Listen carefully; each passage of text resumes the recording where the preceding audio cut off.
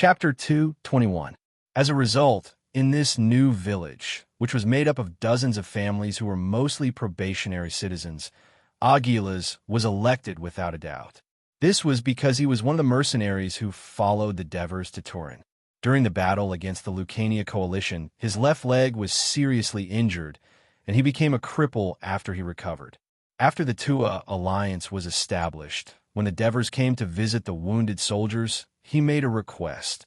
He wanted to change the land assigned to him in Amendola to the south bank of the Crati River.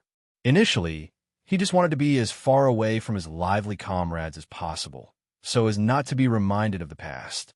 With the influx of people, the farmland on the Zabari plain was developed, and new villages sprang up quickly on the flat and fertile plain like bamboo shoots after rain. Originally, in the eyes of the dozens of new families, Aguilas was a serious and unapproachable person. However, under the supervision of a notary sent by the Senate, Aguilas was easily elected as the village chief. Only then did everyone know that he was a veteran mercenary who followed Hades, a benevolent consul, and an undefeated General Devers. They immediately looked at him in awe. Aguilas was a serious person. Since he had become the chief of the village, he had to fulfill his duties, maintaining order in the village, resolving disputes between the villagers, educating the villagers on morals and customs, checking the farming in the village, reminding the villagers to participate in military training on time, supervising their military service, paying taxes, recording the population growth, and guarding against epidemics. He was in charge of everything. Every morning, he got up early, walked to every corner of the village with a cane, and sometimes even dragged his injured leg, jumping into the mud with the villagers to repair the canals. After a few months, the entire village praised his performance. When they saw him, they all looked at him with sincere respect, which made him rediscover the meaning of his life and struggle. After the war between Crotone and Dionia, all the adult males in the village went to war. Spring was the planting season, so there was obviously a shortage of labor.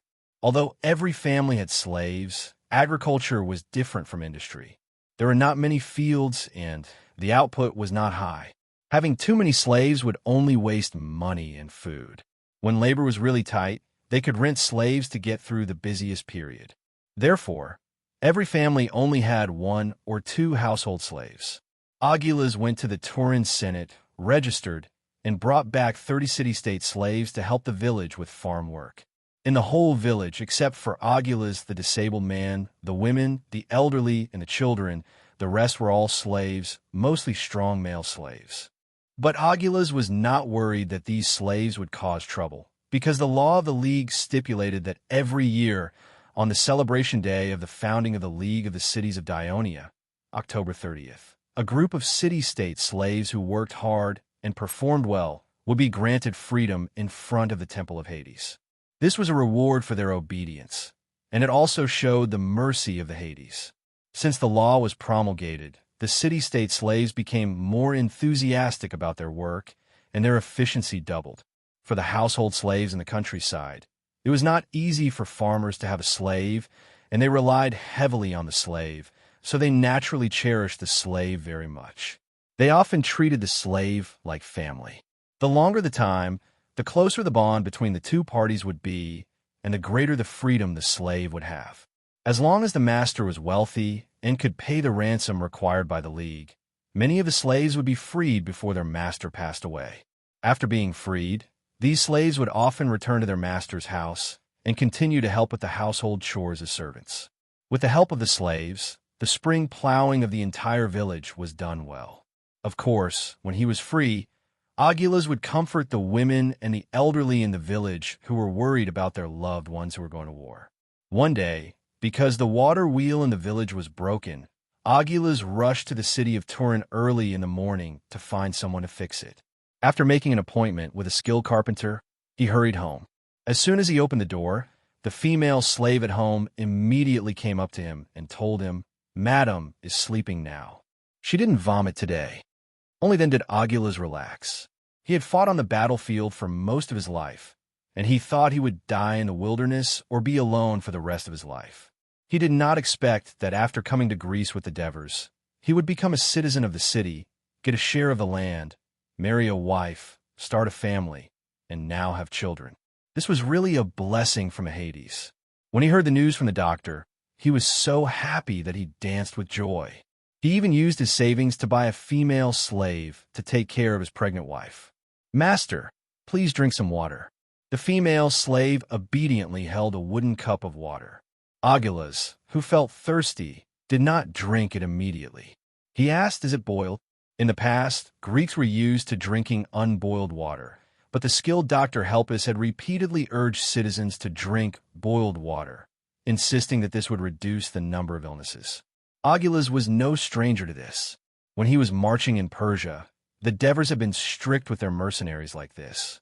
For the sake of his unborn child, he needed to take care of his body.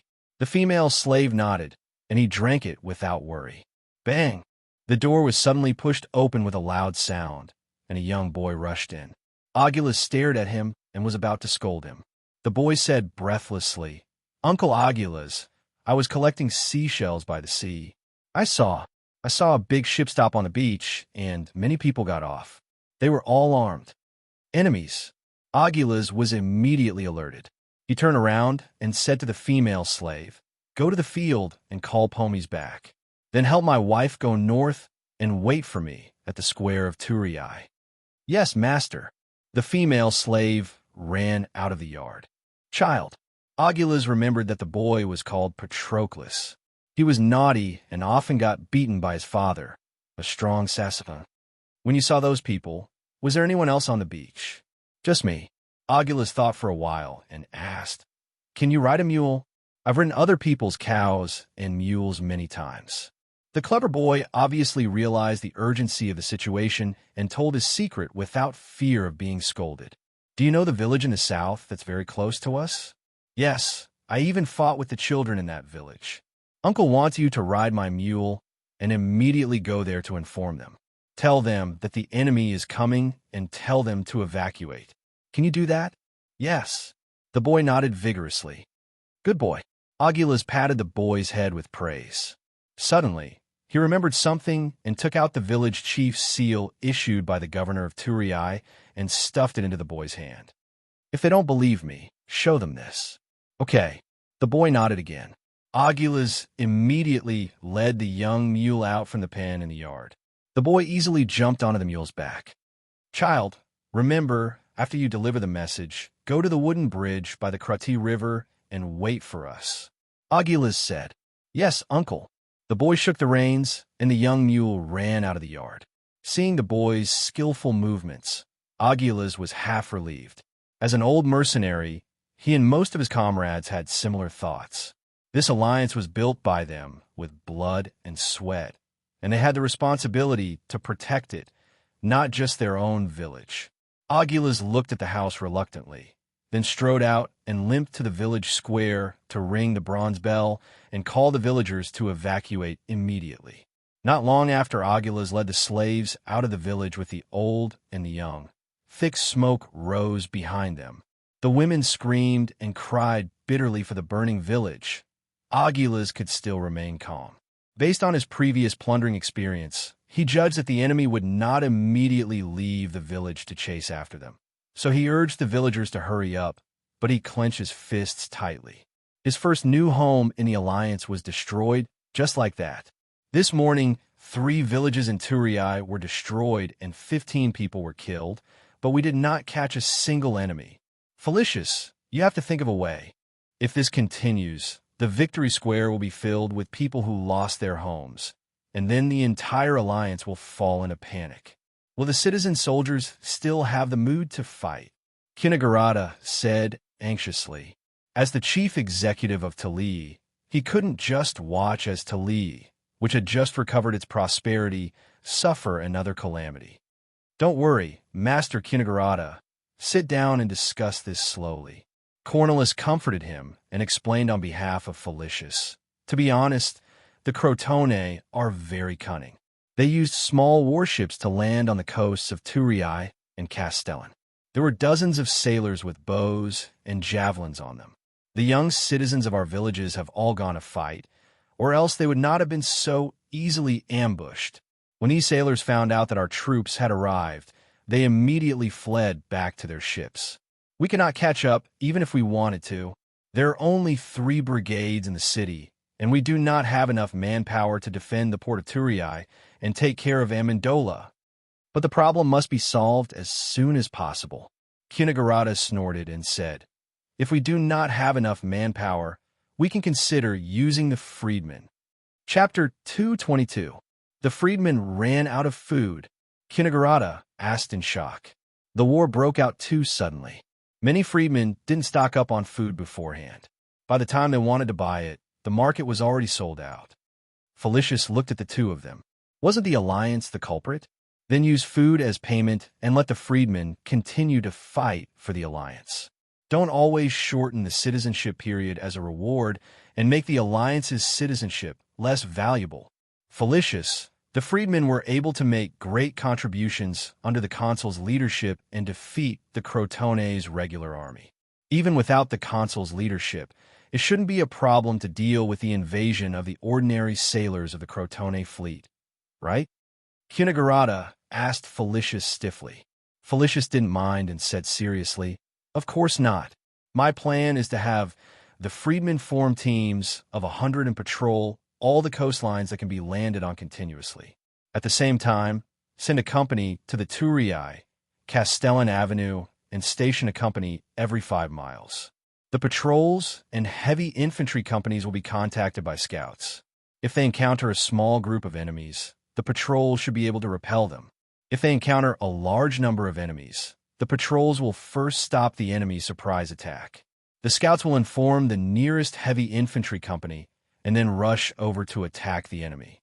Kunigarata's expression softened a little. "That's a good idea. But I'm afraid our grain supply will be tight again. We'll have to use the treasury's money to buy grain from Heraclea again. Mercies will blame us again," Cornelis said helplessly. "How can there be no war without spending money? As long as the consul can obtain the final victory, there will be money." Ever since the victory at the Trevento River, Kunigarata, who was afraid of war, had more confidence in the Devers. Myron originally thought that the Dionia army would take the opportunity to attack the city with the help of the platform, but the Dionia army and the Crotone soldiers on top of the city wall faced off for an entire morning. Other than the light infantry on the platform throwing arrows and stones at the city wall, there was no other movement. In the end, even the light infantry stopped attacking because their hands were numb. Such a strange calmness puzzled Myron. Of course, he would not know that the 5,000 Ionia Legio III and the 3,000 Lao soldiers had entered the northern plains of Crotone and began to destroy the farmlands and villages. They were doing the same thing as the sailors of Crotone who landed on land, except that the Devers had a military order in advance. They were not allowed to kill the people of Crotone. Therefore, the soldiers only threatened and drove them away. As early as after the defeat, the Crotone Council had advised the people of the villages in the northern plains to temporarily escape into the city to avoid the flames of war.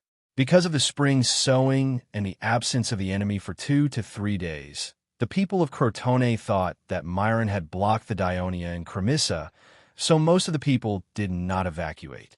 Now, a large group of Dionia's soldiers suddenly appeared in front of them, and the people of Crotone panicked and fled south. In southern Italy, the Crotone plain was comparable to the Siburi plain because of 2 rivers. One was the Neto River, which originated in the mountains of the southern Apennines and flowed from west to east into the Gulf of Taranto. Due to the confluence of many tributaries, the width, depth, and flow of the river were finally greater than the Kratai River on the Sibari plain. The other was the Takanati River, which also originated in the mountains of the southern Apennines, but flowed from north to south into the sea. The 2 rivers, one east and one south, irrigated the Crotone plain and at the same time cut the Crotone plain into a nearly square area. On the side of this core area near the sea was the famous and powerful state of Greece, Crotone. Because Crotone was close to the Gulf of Taranto, it had one of the few deep-water harbors in the Apennines Peninsula. Crotone had fertile plains and excellent harbors. The fundamental reason for the war between Sybaris and Crotone 100 years ago was that Cyprus wanted to destroy its potential rival, while Crotone wanted to dominate the trade in southern Italy. Therefore, a small number of Cyprus people fled to Crotone because of the dispute, which was only the fuse of the war. The strange thing was that the two rivers were very close to each other after they flowed out of the mountains. Between them, between the mountains and the plains, there was a city called Asprustum, which was founded by the Brути. To the west of the northern plains of Crotone was the continuous Apennines mountain range, which was difficult to pass through. However, following the natural valley formed by the Arvo River, a tributary of the Neto River, and trekking northwest, one could reach the only plateau in southern Italy, the Cosenza Plateau.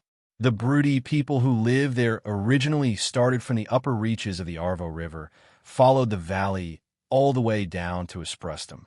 However, when Crotone became powerful, it would not allow a city of a different race, only about 20 miles northwest of it, to control the upper reaches of the two rivers, to control the northern plains of Crotone, to walk to the south without passing through the Neto River, and to threaten the safety of the Crotone people. Therefore, 100 years ago, Crotone launched an army to attack the city of Asprustum. After several battles, they finally occupied the city and chased the Brути people back to the Cosenza Plateau. Now, Asprustum had completely become a city of the Greeks. As the colonial city of Crotone, it was completely under the control of Crotone. It and Crotone worked together to protect the safety of Ciudad Crotone. The bad news of Dionia invading the Crotone plains reached Ciudad Crotone, and the people were panicking.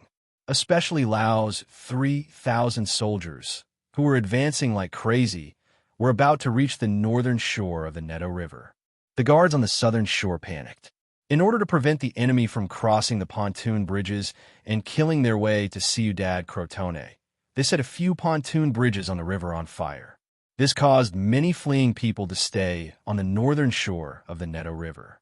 While Crotone was ferrying them on boats, Lau's army had already reached the Neto River. The people of Crotone cried and were forced to flee northwest along the Neto River in a panic. When the Greeks first came to the plains, the Neto River and its many tributaries, as well as the abundant rainfall, had caused swamps here. However, the Greeks had developed draining techniques, and after hundreds of years of management, there were basically no swamps left. However, the escape of the Crotone people was still full of danger, because Laos had sent a few groups of soldiers to chase after them. The people of Crotone were frightened and tired. Fortunately, some young people had joined the group. They enthusiastically helped the women carry the heavy things, carried the children, and supported the elderly so that not a single person was left behind. In the end, Laos's soldiers stopped chasing, and the city of Asplustum appeared in front of the fleeing people. General Phagris of Asplustum, who was born as a citizen of Crotone, opened the city gate without hesitation. Nearly 900 fleeing people covered in dust and panic were led into the city. At this moment, an urgent report came from the spy. 5,000 Ionia soldiers were attacking the city of Asplustum. When Phagris heard this, he immediately panicked. In the two wars with Ionia, more than 6,000 people were transferred from Asplustum to join the battle. It was almost like throwing meat buns at a dog, and they never returned. There were only about 700 citizens in the city who could fight. How could they stop the 5,000 Ionia soldiers who defeated the Crotone army in the battle? Phagris, who lacked actual combat experience, had no confidence. When his gaze fell on the panicked, fleeing people in the city, he instantly changed his original plan of immediately escorting them out of the city to reward them and win the favor of the Crotone Council. People of Crotone! People of Crotone! He stood on the stone stairs of the city wall and shouted loudly. However, it was chaotic below, and only a few people paid attention to him. So, the soldiers also began to shout. Finally, the fleeing people quieted down and looked up at the general of Asplustum. People of Crotone, 5,000 people of Dionia are attacking this city. As soon as Phagris said this, the people below became restless. What? The people of Dionia are here. Open the south gate and let us get out of here. The people shouted loudly. Phagris and the soldiers finally calmed them down. Of course you can go, but you have to know that because the Crotone launched 2 wars against the tourists, most of the citizens of Asplustum followed the Crotone army and didn't come back. As a result, there are not many citizen soldiers in the city now. I'm afraid they can't stop the large number of people of Dionia. Asplustum is the northern barrier of the Crotone. Once the people of Dionia occupy it, they can smoothly go south, easily cross the Taconati River, and enter the central plains of the Crotone. That will be a disaster. I beg you men who can pick up a shield and spear to join our ranks and defend Asplustum. It is to defend the Crotone. Phagris's words were sincere because his home was originally outside the Ciudad Crotone. Asplustum was more like a special demo from the administrative division of Athens, several villages combined, equivalent to a town. Although it had its own council, there was only one general in charge of the city. He was selected from the 10 generals elected by the Crotone every year. Therefore, in an emergency, Phagris, who was also the general of the Crotone, had the right to order the people of Crotone. Chapter 223. After a while, a young man holding a child handed the child to a woman beside him and stood up. The woman pulled him back and whispered with concern, "Be careful." The young man felt guilty and avoided the woman's gaze. He whispered back, "You too." With that, he strode out of the crowd. Under his lead, many people also said goodbye to the people beside them and walked out. Phagris patted the young man's shoulder and asked in a comforting tone, "Young man, what's your name?" "Printos." Phagris glanced at the woman holding the child and comforted him. "Don't worry. When the enemy is defeated, you'll be able to reunite with your wife soon." He thought that the two were husband and wife. The young man nodded with a solemn expression. The 5,000 soldiers of Legio III, led by Hieronymus, were charging towards Asplustum. It wasn't because they had to carry the siege equipment made last night, so their speed was much slower than Lausa's troops attacking the north bank of the Neto River. Instead, they deliberately set up such a time difference so that the plan could proceed smoothly. At this time, Hieronymus followed the troops and spoke to Wyzam. "Are you sure your soldiers have entered Asplustum?" "Of course. I saw them go in with my own eyes. If it weren't for the fact that I looked different from the Greeks, I would have gone in with my brothers." "Commander, I hope you can attack the city as soon as possible. I'm afraid they'll be discovered if it takes too long." Wyzam pleaded. "I understand." Hieronymus promised immediately. At the same time, he asked, "How many people have gone in?" 56 soldiers, Wyzam blurted out. He knew his team like the back of his hand. The alliance was expanding, the legion was expanding, and his mountain reconnaissance team was also expanding. Now, it had the establishment of a company. Hieronymus was a little surprised. He didn't expect so many soldiers to sneak into the city. This made him more confident in taking down Asplustum. He told the bugler to urge the troops to speed up. In fact, even without Hieronymus's urging, the soldiers' marching speed was constantly increasing. These 5,000 soldiers were all from Nudum. They had missed the previous battle and were eager to fight and make contributions. The upper reaches of the Neto were neither deep nor wide, but the banks were high. Hieronymus was the first to reach the north bank. Seeing that there were many enemies on the other side of the river, he immediately ordered 7th Brigade, attack. The light infantry of Legio III quickly formed into a long, single-file line, scrambled down the bank, and crossed the river with great strides, fearlessly braving the arrows that shot at them. After paying a small price, they climbed to the other side of the river. The enemy had already run far away. The heavy infantry who followed behind carried ladders and wooden rafts made of wood and easily crossed the Neto River. The city of Asplustum was not far ahead. It was located on high ground, so it was actually climbing the slope all the way. It was easy for the Lacanian soldiers who lived in the mountains. Finally, they stopped in front of the city of Asplustum and began to line up under the orders of the team officers. The soldiers of Asplustum looked nervously at the black mass of enemies below the city walls. Behind them were the newly joined civilians, who were even more nervous. General Phagris saw an old man trembling and the round shield in his hand falling to the ground several times. He hurriedly stepped forward to comfort him. "Don't be afraid. The enemy can't attack. Ever since this city belonged to the Crotone, it has never been breached by the enemy.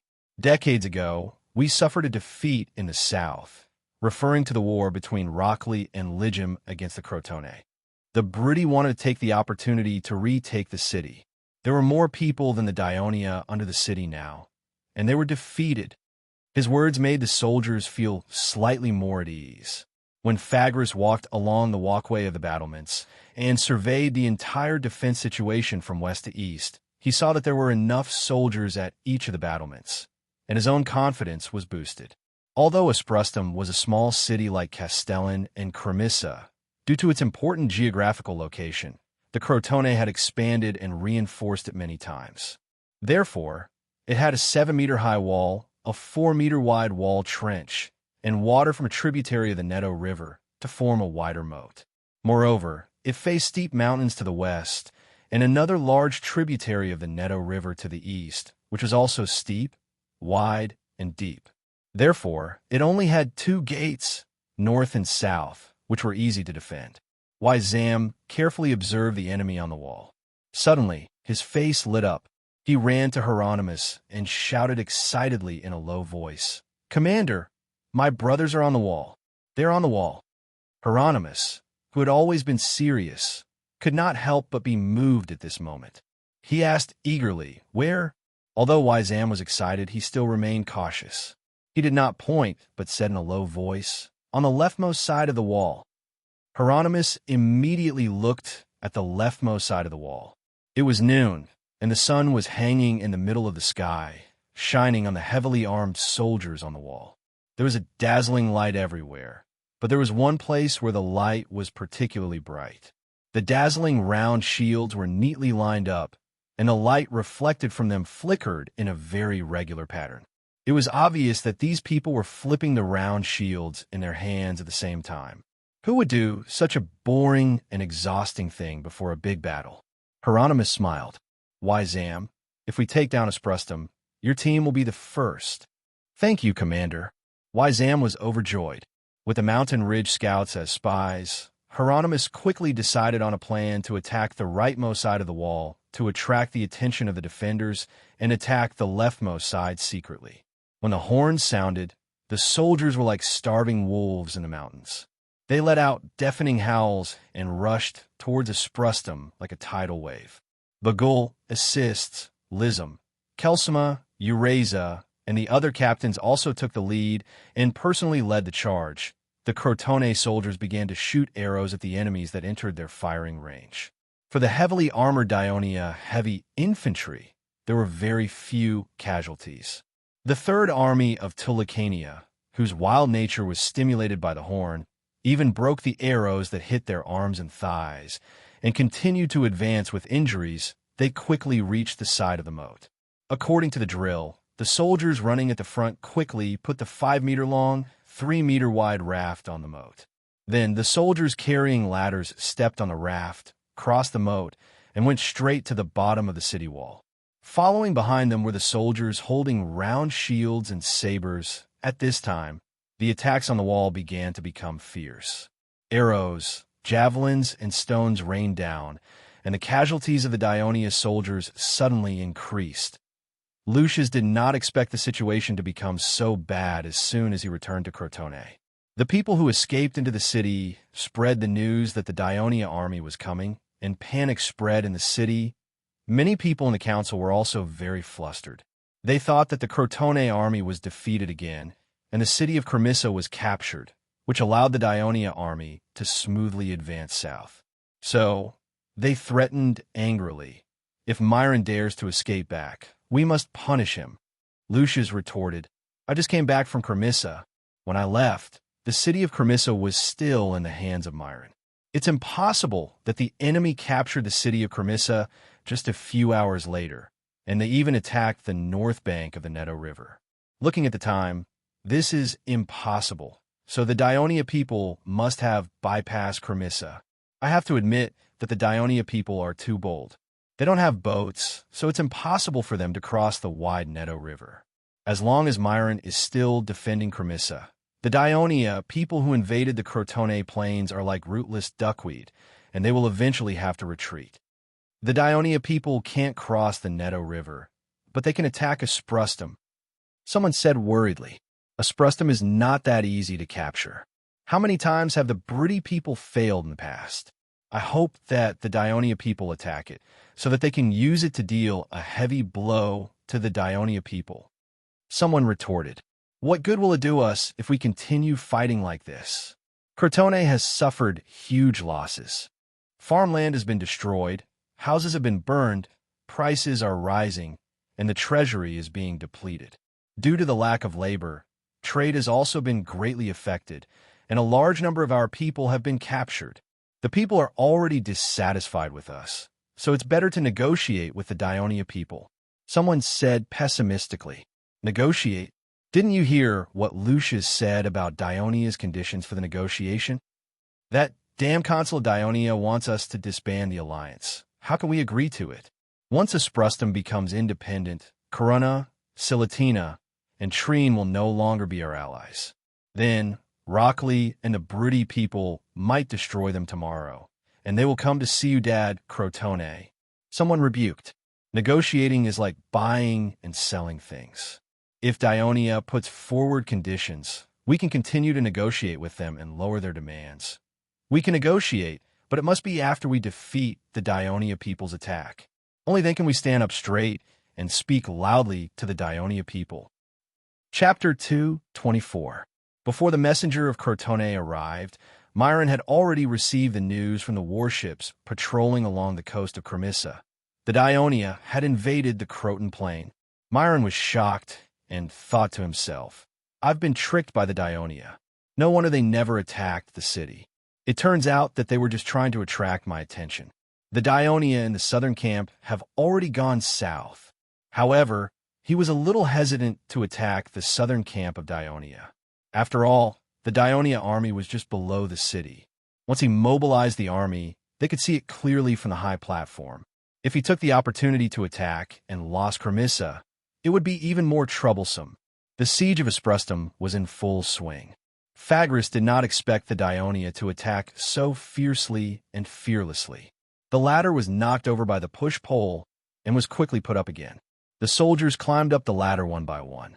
When the first one was smashed down, the second one did not hesitate to speed up. The light infantry brigade approached the city. Unafraid of arrows, they also threw javelins and arrows at the defenders on the city wall. The fierce offensive of the Dionia quickly achieved results. The defense of the city wall was breached many times.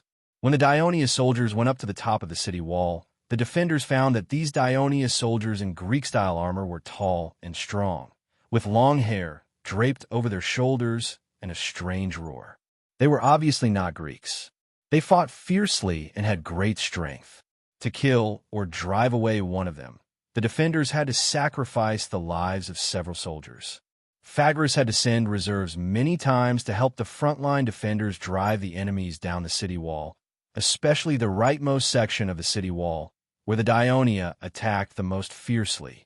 General Phagris, who had some experience in defending a city, knew that the Dionia could not maintain such a fierce offensive momentum all the time.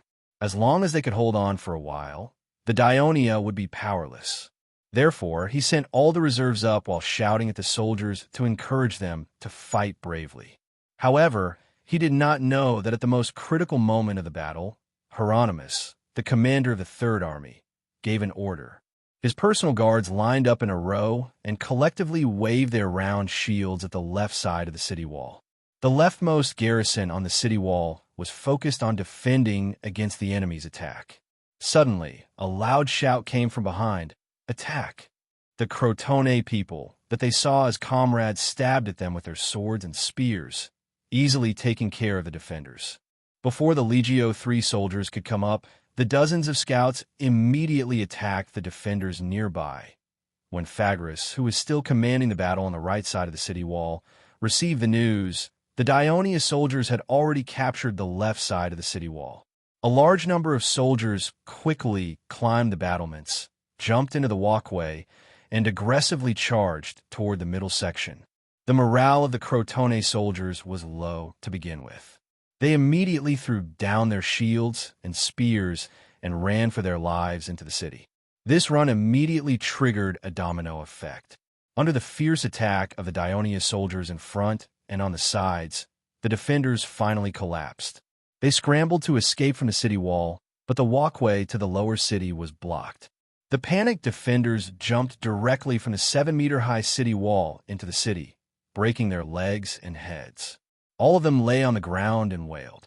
The people in the city were equally terrified. They shouted in horror, "The enemy is attacking the city! The enemy is attacking!" They carried the old and the young, hurriedly trying to escape from the south gate and escape to Crotone. Halfway through the journey, the Crotone reinforcements happened to run into the people who were fleeing in a hurry. When they learned that the city of Asprostum had fallen, they were shocked and did not dare to move forward. They immediately turned around and ran back. The Crotone messengers rushed to Cremissa and brought the order to attack from the council. Myron, who was no longer the chief general but a sinner, finally ended his hesitation. He sent 7,000 soldiers, including more than 2,000 heavy infantry, to attack the Dionia camp on the south bank of the Umbria River. The Devers who observed the enemy's movements from the high platform immediately ordered the 1st Battalion commander of the 2nd Legion, Adrianx, to lead 2,000 heavy infantry and 500 light infantry across the river to reinforce the 3rd Legion. The 1st Legion commander, Martones, who was stationed at the south camp, led the 2,000 soldiers. With a strong camp and the north camp ready to reinforce, Martones was confident that he could repel the invading enemy. However, the Crotone attack was loud but small. After suffering some losses from traps, such as spikes and meat hooks in front of the camp, they immediately retreated back to the city. Of course, Myron would not use the only fighting force of the Crotone to attack the heavily guarded camp of Dionia. The soldiers also lacked the courage to attack. As soon as they found out that the camp was heavily guarded, he blew the bugle to retreat. The messengers of the Crotone were angry at the easy retreat of the troops and forced Myron to continue the attack. Otherwise, they would threaten to dismiss Myron from his position as commander. However, the soldiers expressed their support for Myron. The messengers were alone and had no choice but to leave Cremissa and return to the Crotone Council to complain. However, the Crotone Council was in a mess at this time. The shocking news of Dionia had seized Asplustum was like a bolt from the blue, and all the council members were stunned. Outside the council hall, the people gathered in the square, clamoring for the council to quickly come up with a solution to the crisis. This time, the call for peace talks was far louder than before. Some even said that they could accept Dionia's conditions, as long as peace was restored to the northern plains of Crotone. While the council was still debating about the peace talks, 2 consecutive events finally made them come to a decision. First, when the 500 soldiers of the Dionia Legio III crossed the Taconati River and entered the core area of the Crotone Plains, they once approached Ciudad Crotone, although they soon retreated to the city of Asplustum. However, this shocking scene still shocked the guards and people in the city. Just when the whole city was in panic, a passenger ship from Corunna entered the port of Crotone, and the messengers of Corunna disembarked from the ship brought in even worse news. Rockley had declared war on Corunna. Their army was already marching towards Corunna, and the messengers were here to ask for help from Crotone. The thing that the Council of Crotone was most worried about had finally happened. Their mortal enemy, Rockley, took advantage of the fact that Crotone was in a quagmire of war to attack Crotone's allies. As the leader of the alliance, Crotone was duty-bound to send reinforcements. However, at this moment, the people of Crotone were already unable to deal with Dionia's attack, and they did not have any extra troops to help Corunna. Without the support of Crotone, Corunna would not be able to stop the attack of Rockley's allies. This meant that Crotone would face the worst situation of war, where they would be attacked from both sides, and Crotone would be in danger of being destroyed. All the members of the council immediately stopped quarreling and quickly reached a consensus to reach peace talks with Dionia as soon as possible.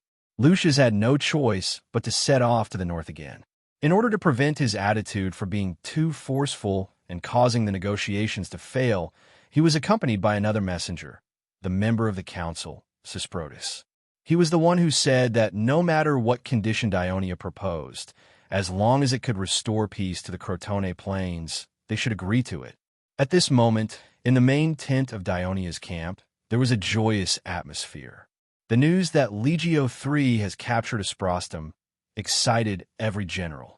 Lord Commander, we should take advantage of the fact that Asprostum and Crotone are in a panic to launch an attack on Cremissa. We will definitely be able to take it down smoothly, Drax said eagerly.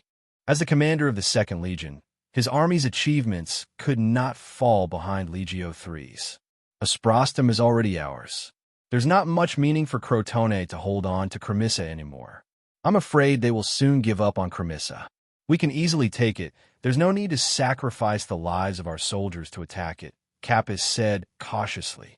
But letting these 10,000 Crotone retreat will only make it more difficult for us to attack Ciudad Crotone. Drax retorted loudly. Capys was speechless for a moment. Indeed, Crotone was a big city. Not only was the city vast, but it also had a large population.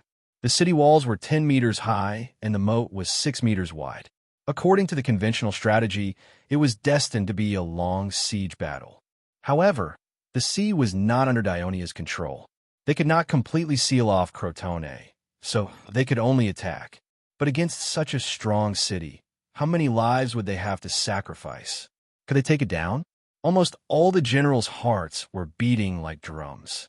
If the forces defending the city were strengthened, then the chances of winning would be even slimmer. Daves, on the other hand, looked calm. He turned his head and asked, Lord of Energies, what do you think we should do next? After entering the military tent, other than congratulating the Devers on their victory again, Avenigis, who had been observing silently, faced the gazes of Dracos and Capys. He did not refuse and said directly, why must we attack Ciudad Crotone? Since we have such a big advantage now, why can't we force the Crotone to negotiate with us? The Crotone are already dying. Wouldn't it be too easy for them to negotiate with them? Drax immediately objected. Capys fell into deep thought. A smile appeared on the Dever's lips. The perspective of a consul was still different from a simple general. Just as he was about to speak, the guard captain, Marcius, entered and brought 2 letters. Chapter 225. He looked at the other 3 and said, I've received 2 pieces of news, one good and one bad. Which one do you want to hear first? The bad news first, Drax said first. This morning, not long after the grain transport team returned to Tali left the swamp, they were attacked by Crotone's 300 sailors. The freedmen who were escorting the supplies were caught off guard, resulting in 50 casualties and a large number of pack beasts being lost. Before our soldiers arrived, the enemy had already escaped to their ships anchored by the shore. The Devers read aloud. 300? The number of Crotone's people participating in the attack is increasing. They're getting bolder. I remember we have a garrison near the swamp. Capys said in surprise. Perhaps that's why the guards let their guard down.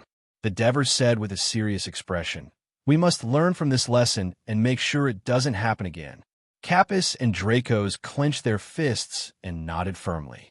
What's worse is that we don't have a fleet. Otherwise, we wouldn't have let the Crotone attack our villages and kill our people so easily. Drax said angrily. Everyone was helpless about this. Dionia was a new alliance after all. It had only been established for less than a year. The Navy was not like the Army.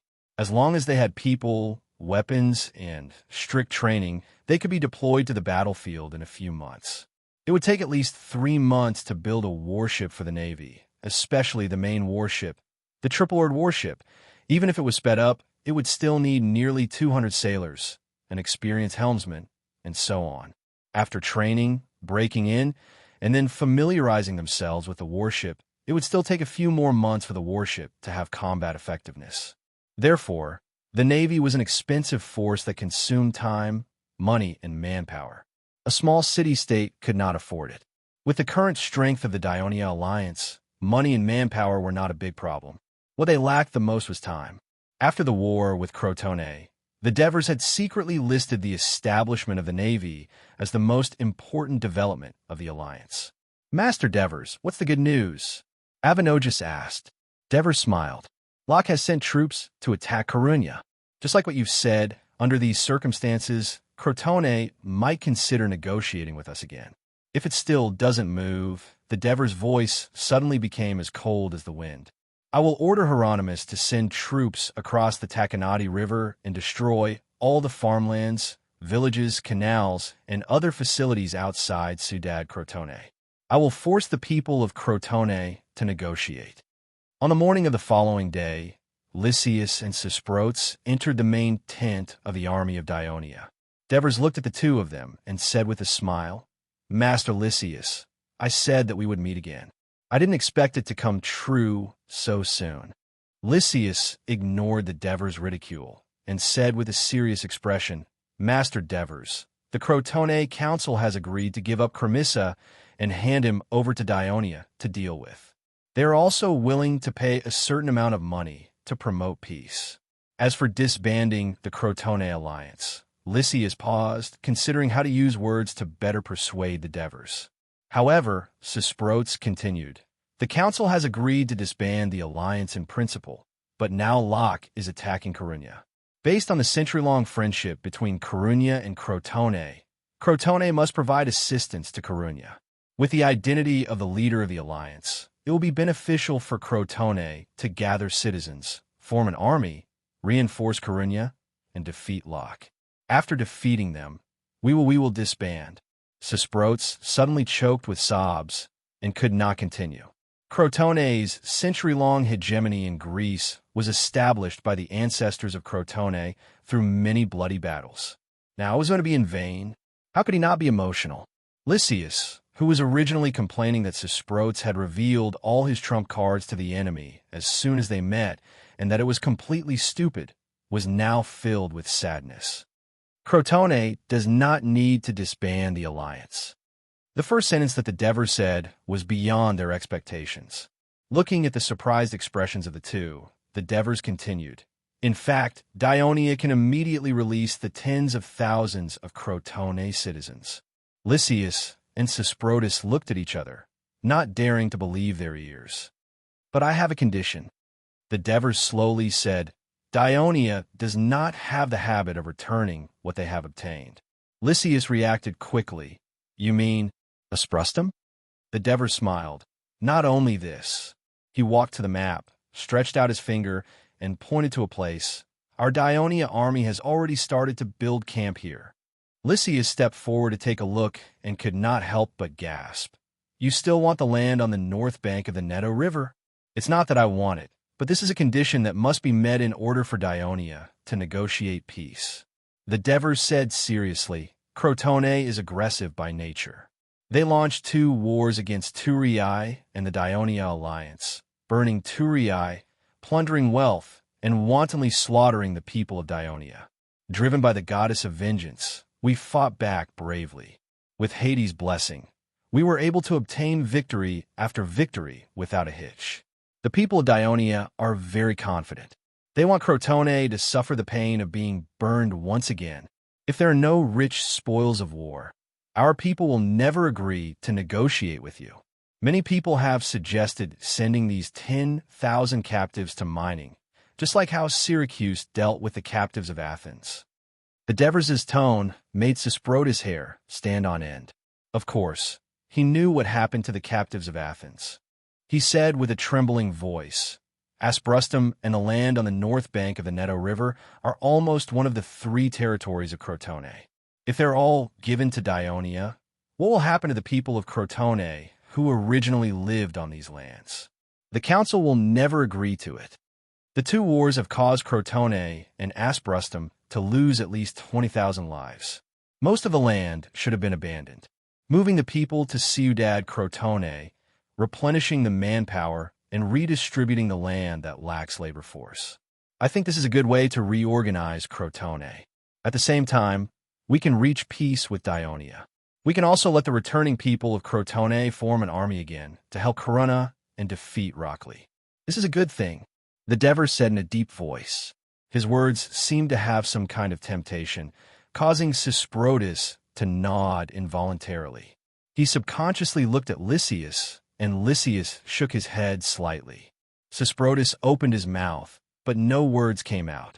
Then, he fell into silence. Of course, you can go back and discuss it slowly. I'm not in a hurry at all. Perhaps in a few days, the one standing in front of me will not be you, but Rockley. As long as we can cooperate with Dionia, I don't think Rockley will care about how much land of Crotone is divided. The Devers said slowly, with an indifferent expression. Lucius and Sesprotus felt cold all over.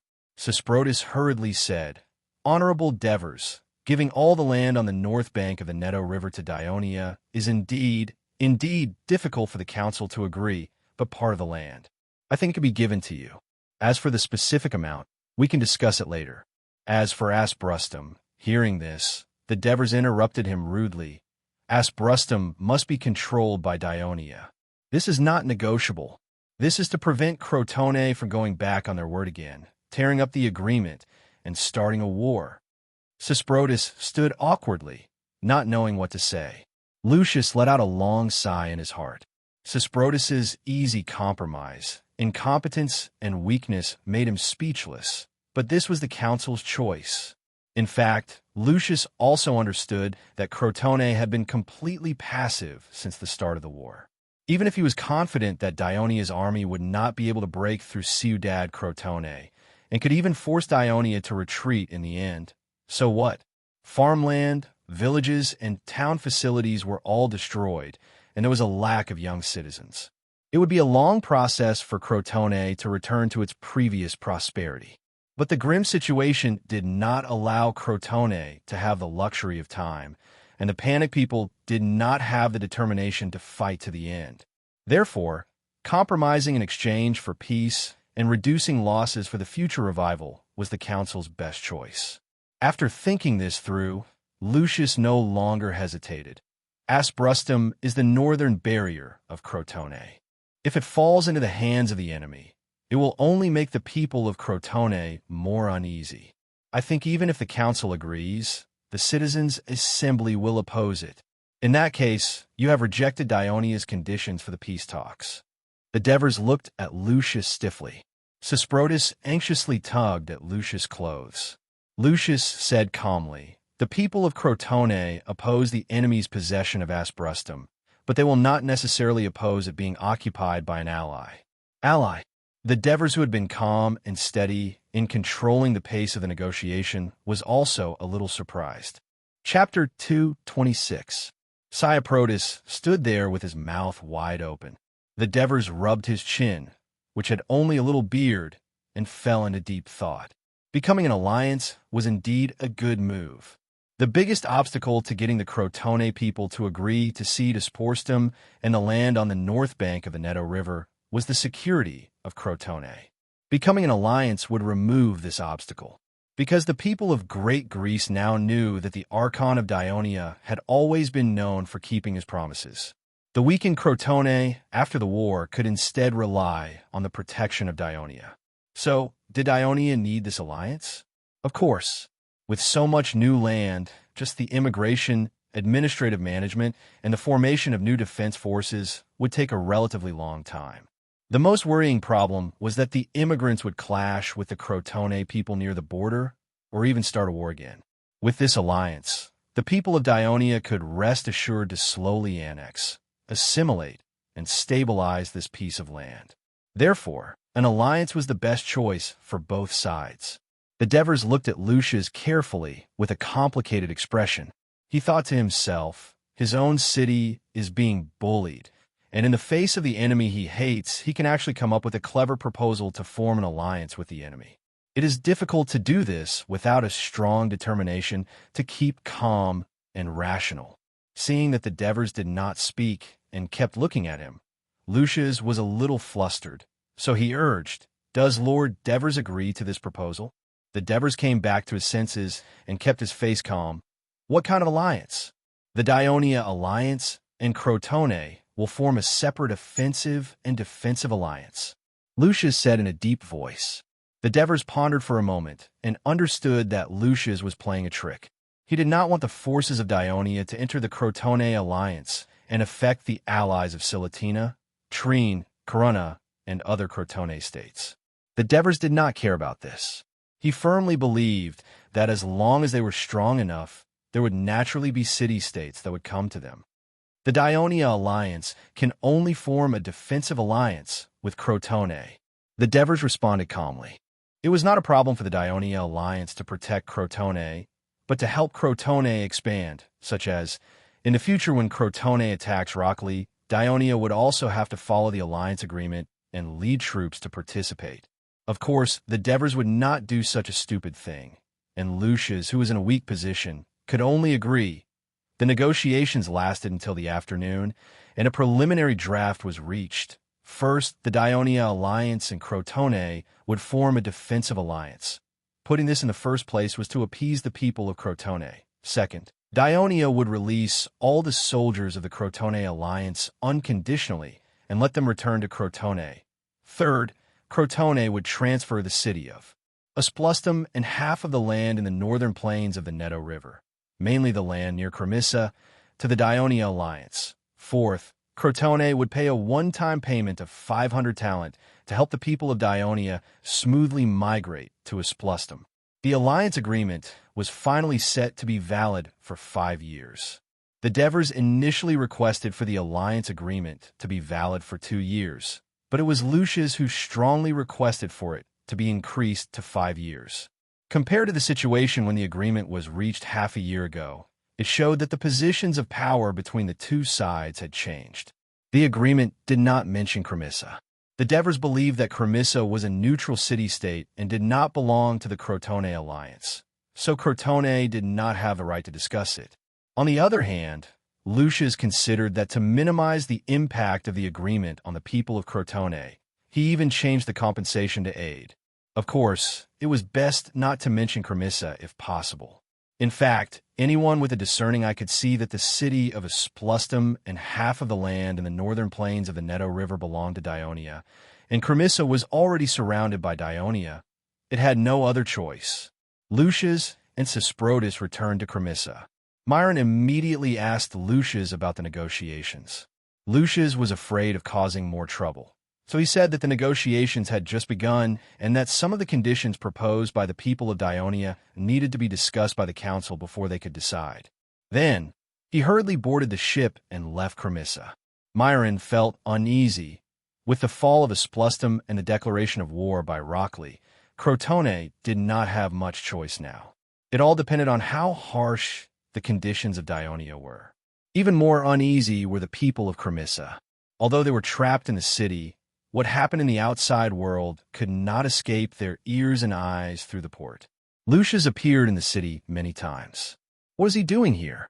They also knew in their hearts that a small city-state was struggling to survive in the middle of a large city-state, so they were quite sensitive to the situation. The chief general of Cremissa, Antares, had taken the initiative to look for Lucius once. Lucius avoided the topic and did not have an in-depth discussion about the fate of Cremissa. Myron had also been avoiding him recently, intentionally or unintentionally. All these made Antares feel that the peace talks this time were very unfavorable for Cremissa. Cremissa fully supported Crotone, but in the end, it might be abandoned by Crotone. Antares felt his heart ache at the thought of this. Therefore, after secretly discussing with Euripus, Predes, and the others, he decided not to sit still and wait for death. Instead, he took the initiative to contact Dionia and find a way out for Cremissa. Although the defense of the whole city was handed over to the people of Crotone, Cremissa was the local tyrant here after all. They sent someone to sneak out of the city in the middle of the night, pass through the blockade, and arrive at Dionia's camp. After he expressed his intention, the guards brought him to the Devers. Cremissa wants to surrender? The Devers had a mocking smile. Your whole city is controlled by the people of Crotone. What benefits will your surrender bring me? The person was speechless for a moment. Seeing that the Devers did not seem to care, he gritted his teeth and said in a low voice, We, Cremissa, still have more than 300 citizens who can fight. When you attack the city, we are willing to attack the people of Crotone from the back and help you take over the city of Cremissa Then when the war is over, the people of Cremissa will continue to maintain their neutrality. The Devers looked at him and said playfully, "No, no." The person shook his head hurriedly. By then, Cremissa would have already offended Crotone. How could he still maintain his neutrality? Cremissa is willing to join the Dionia alliance. It's too late, the Devers said with a serious expression. We don't need you to do anything risky, and we don't need Cremissa to join the Dionia alliance either. There is only one way to deal with the Cremissa. The Devers' tone became heavier and said firmly, "Become a part of the Dionia alliance. The people of Cremissa will become citizens of the Dionia alliance. Then the land and property of the people of Cremissa will be protected. The generals and counselors of Crimea will also be elected by the Dionia Senate, and some of them will become members of the Senate." When Lucius and Sesprotus read out the draft of the covenant in the Crotone Council, they thought that it would incite anger and debate among the people. But in fact, there were not many objections. This was because just before Lucius returned, the army of Dionia once again appeared in the core area of Crotone. They showed off their might and destroyed a village outside the city. The members of the council witnessed everything from above the city. At the request of the people, they hastily gathered a few thousand people out of the city to stop them. In the end, they were easily defeated and fled back to the city. Fortunately, the soldiers of Dionia did not take advantage of the victory to attack the city. Instead, they took the initiative to retreat. One could imagine the frustration in the hearts of the people of Crotone. In addition, on the surface, this was not a truce agreement for the defeated, but an alliance agreement to help each other. Although part of the land had been transferred, most of the people of Crotone felt lucky to be able to successfully welcome back the captive citizens of Crotone and form an alliance with Dionia. The Archon Devers of Dionia, who had defeated Crotone twice, had deeply frightened them. Some people even believed the rumor that the Devers were descendants of the gods and were blessed by Hades. Now that they could no longer be enemies of Dionia, which had the Devers, but had become allies, everyone was relieved. Some people even suggested that since the alliance agreement had been signed, could they invite Dionia to send troops to the south with the army of Crotone to repel Locri. At the end of January 398 BC, the Archon Devers of Dionia and the general of Crotone, Lysias, formally signed the alliance agreement after sacrificing a lamb to Apollo outside the city of Cremissa. The Second Crotone War had come to an end. After the news of the end of the war spread, many of the soldiers of Crotone in the city of Cremissa cheered. During this period of time, when they fought against Dionia, they had always dominated Greece, but they had never won. This huge blow had greatly reduced their morale. One could imagine how depressed they were. Now, they could finally remove the boulder that had been pressing down on their hearts. See, this is the voice of the citizens. They are tired of fighting against Dionia. This scene made Lysias sigh. It was also in response to Myron's previous complaints about him compromising too much during the talks. Through the window, Myron looked at the soldiers on the street as they threw away their shields and spears in relief and ran to restaurants to drink wine. It was as if they had won the war. He was speechless for a long time. At this time, a guard came in. "General, Antaeus is asking when we will leave." Chapter 227. Myron, the people of Cremissa are now citizens of the Dionia alliance. Lysias sighed. Myron's roar stopped abruptly. Breathing heavily, he kicked over the wooden chair by the window and strode out of the room. News of Myron's anger quickly reached Antares' ears, but he did not care at all. Previously, when the people they sent to contact Dionia brought back the Devers' request, the generals of Cremissa were hesitant to join the Dionia alliance. It was the resolute Antares who insisted and finally convinced everyone to agree to the Devers' request. "Euripus, take 100 citizen soldiers to guard the temple and prevent the soldiers of Crotone from robbing our treasury when they retreat. Predes, you too, take 100 citizen soldiers to guard the granary. I'll go with the others to find Lysias and see if we can get some of the supplies that the Crotone have piled up at the port. After staying in Cremissa for so long, the people of Crotone have to pay for their accommodation. Antares said fiercely. What about the people? The soldiers of Crotone might also go to their homes to cause trouble. Someone asked anxiously. Didn't the Devers already announce that Cremissa will be merged into Dionia? Let every family engrave the words, I am now a citizen of Dionia, on their wooden door. Let's see which Crotone person dares to risk starting another war and rob the citizens of Dionia. After Antares finished speaking, the people around him looked awkward and fell into silence. Cremissa, which had been independent for decades, was going to be merged into the Dionia alliance. Dionia would govern the city of Cremissa in a direct manner. This meant that most of the original members of the Cremissa Council would lose their power. If not for the situation, they would not be willing to do so. In fact, some of the Cremissa people had already responded to Lucia's call and were willing to retreat to Crotone with the army.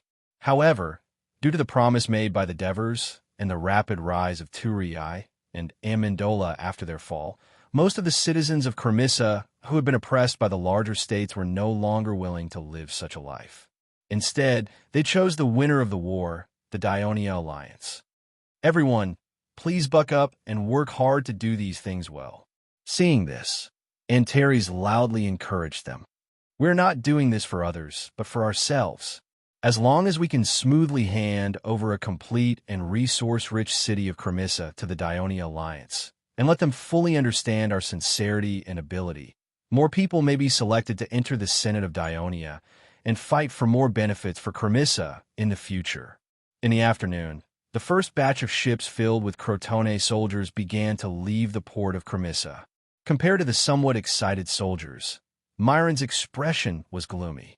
When the city of Cremissa disappeared from his sight, he turned back and said to Lucius, "The covenant you signed is to hand over the position of the Overlord of Greece to Dionia with your own hands. From now on, Crotone will have to act according to Dionia's will." Lucius was silent for a moment, then said, "Then who caused all this?" The corner of Myron's mouth twitched, his expression bitter. "You'd better think about how to deal with the questioning of the council when you return," Lucius sighed. At the same time that the army of Crotone left Cremissa by ship, the Devers led the army into the city of Cremissa. Originally, he only wanted to bring a few people in symbolically, but he was opposed by his generals. For safety's sake, he was asked to bring half of the legion. Antares, Eurypus, Pleiades, and the rest of the people left behind by the Cremissa Council were all waiting outside the city to welcome them. The Dionia camp sounded a lively melody played by bugles and military drums. When the people of Cremissa were attracted by this music that they had never heard before, the soldiers of Dionia, dressed in neat military uniforms, marched in a neat manner to the rhythm of the melody, forming a long line of 4 columns, marching unhurriedly towards the city of Cremissa. At the forefront of the line was the captain of the Devers' guard, Marcius. He held up the military flag that represented the supreme commander of the army of Dionia. The statue of Pluto Hades was glittering and dazzling. Then came the band composed of the buglers and drummers of the army, followed by the thousands of outstanding soldiers selected from the 1st Legion, the 2nd Legion, and the Legio III. The flags of the Legion, the squad, and the company were held high in the air at intervals, causing the long line of flags to flutter and shine.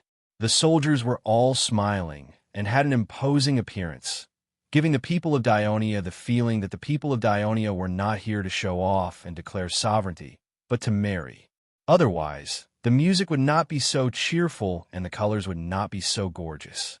The people of Cremissa even noticed that the soldiers of Dionia did not carry shields and spears. This surprised them, but they were also a little touched because this was the trust that the people of Dionia had in Cremissa. The Devers and the other commanders, as well as Avenogus, did not ride horses. They walked in the middle of the line, surrounded by guards with red capes on their shoulders, so they were more eye-catching. The line stopped in front of the gate of the city of Cremissa. Antares and the others came to greet them, while the Devers also walked out of the line under the protection of the soldiers. Antares walked straight to the Devers, not because he had seen the Devers before, but because the news that the consul of Dionia was young had long spread throughout Greece, and it was obvious who was the youngest among the high-ranking commanders. Lord Devers, former Chief General of Cremissa, and Teres, and former members of the Council of Cremissa, welcome your arrival. After saying that, he bowed respectfully. Some people behind him followed suit, while others stood silently. The Devers immediately returned the bow and said, "Thank you for your trust and support in the Alliance of Dionia. The facts will prove that your choice is absolutely correct." "Oh, is that so? Then what will we gain by fully supporting Cremissa to join Dionia?" Someone interrupted. "Of course." The Devers ignored the strange tone of his voice and said loudly in a serious tone, "Become a citizen of Dionia.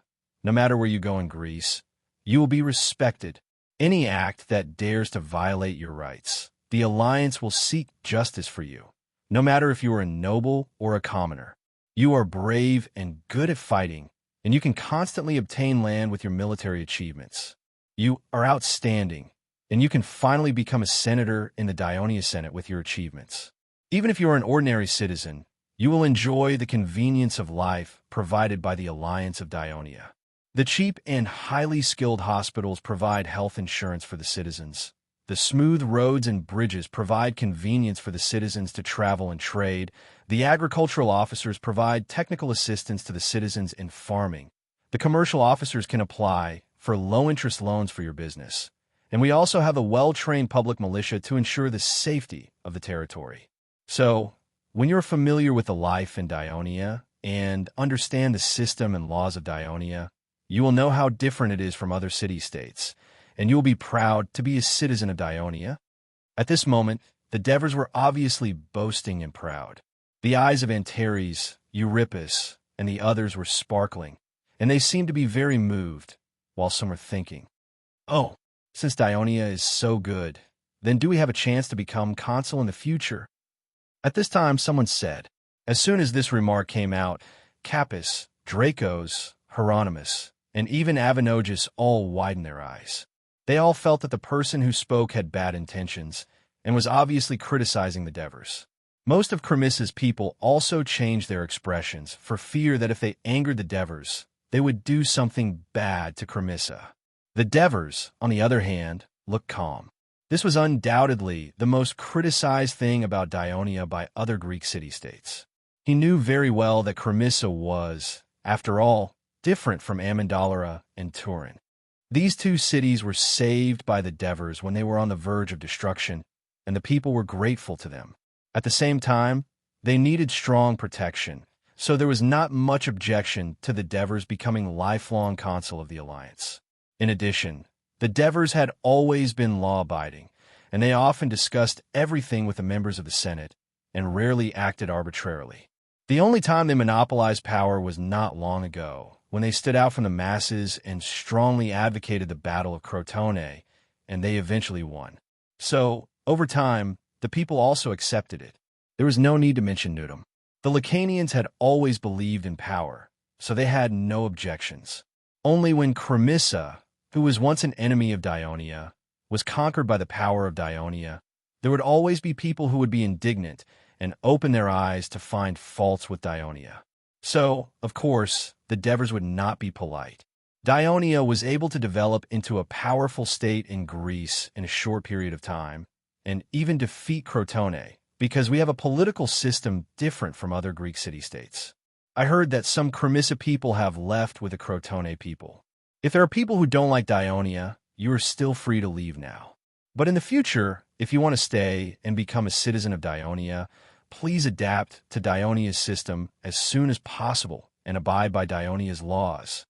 The hidden sharpness in the Devers' words made some of the Cremissa people who still wanted to object tactfully shut up. "Look, this is Dionia's, The person who spoke just now wanted to criticize Dionia again, but his mouth was covered by 2 guards sent by Antares. "Master Devers, it's our fault for making the soldiers of Dionia wait here for so long. Please enter the city together," Antares said apologetically. Chapter 228. After sending off Crotone's people, Dionia's army arrived. The citizens of Cremissa were stunned by this eye-catching army that entered the city. However, the Dionysian army disbanded immediately after they reached the square along the street. Under the leadership of their officers, the soldiers used the tools they brought along with them to clean up the streets full of rubbish, flatten the damaged roads, and even help the citizens to repair their houses. They worked hard to clean up the devastated city after the war.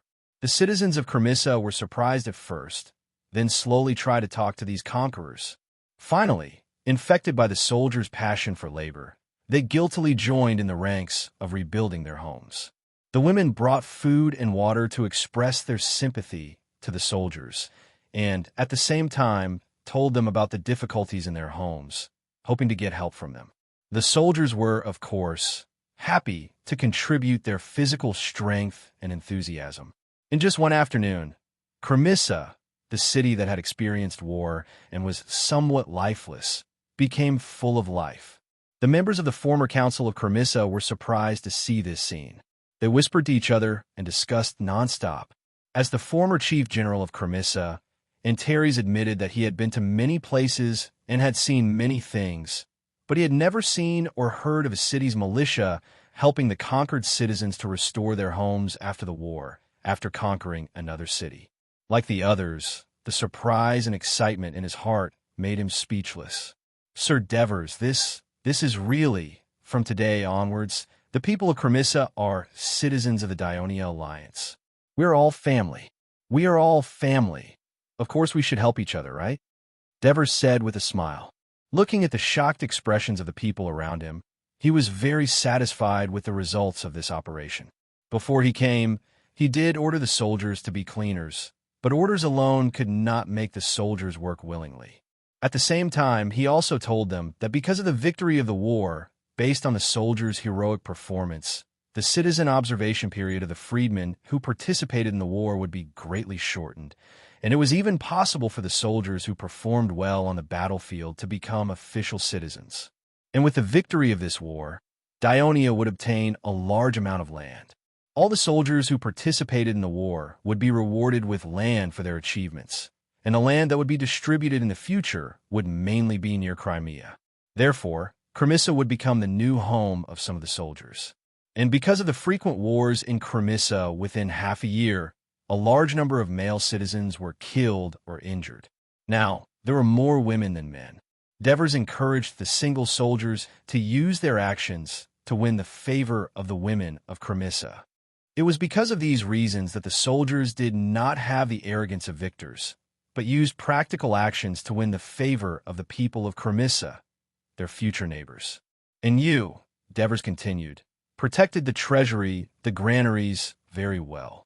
You were not robbed by the defeated Crotone soldiers and handed them over to the Alliance. Isn't it because you have acknowledged the Alliance of Dionia and see yourselves as citizens of Dionia? That's why you are so considerate. I believe that the Senate of Dionia will recognize your efforts. Everyone thought that they had received a hint from Devers, and their faces lit up. Devers saw it and smiled as well. But he knew very well that although the number of members of the Senate of Dionia was still far from being full, this time the Senate would definitely be cautious. They would send people to investigate secretly to find out who had high prestige and influence among the people of Crimea. Among these people, only those who were truly willing to become citizens of Dionia and worked hard would be specially recruited into the Senate. The so-called voting and election was all a pretense.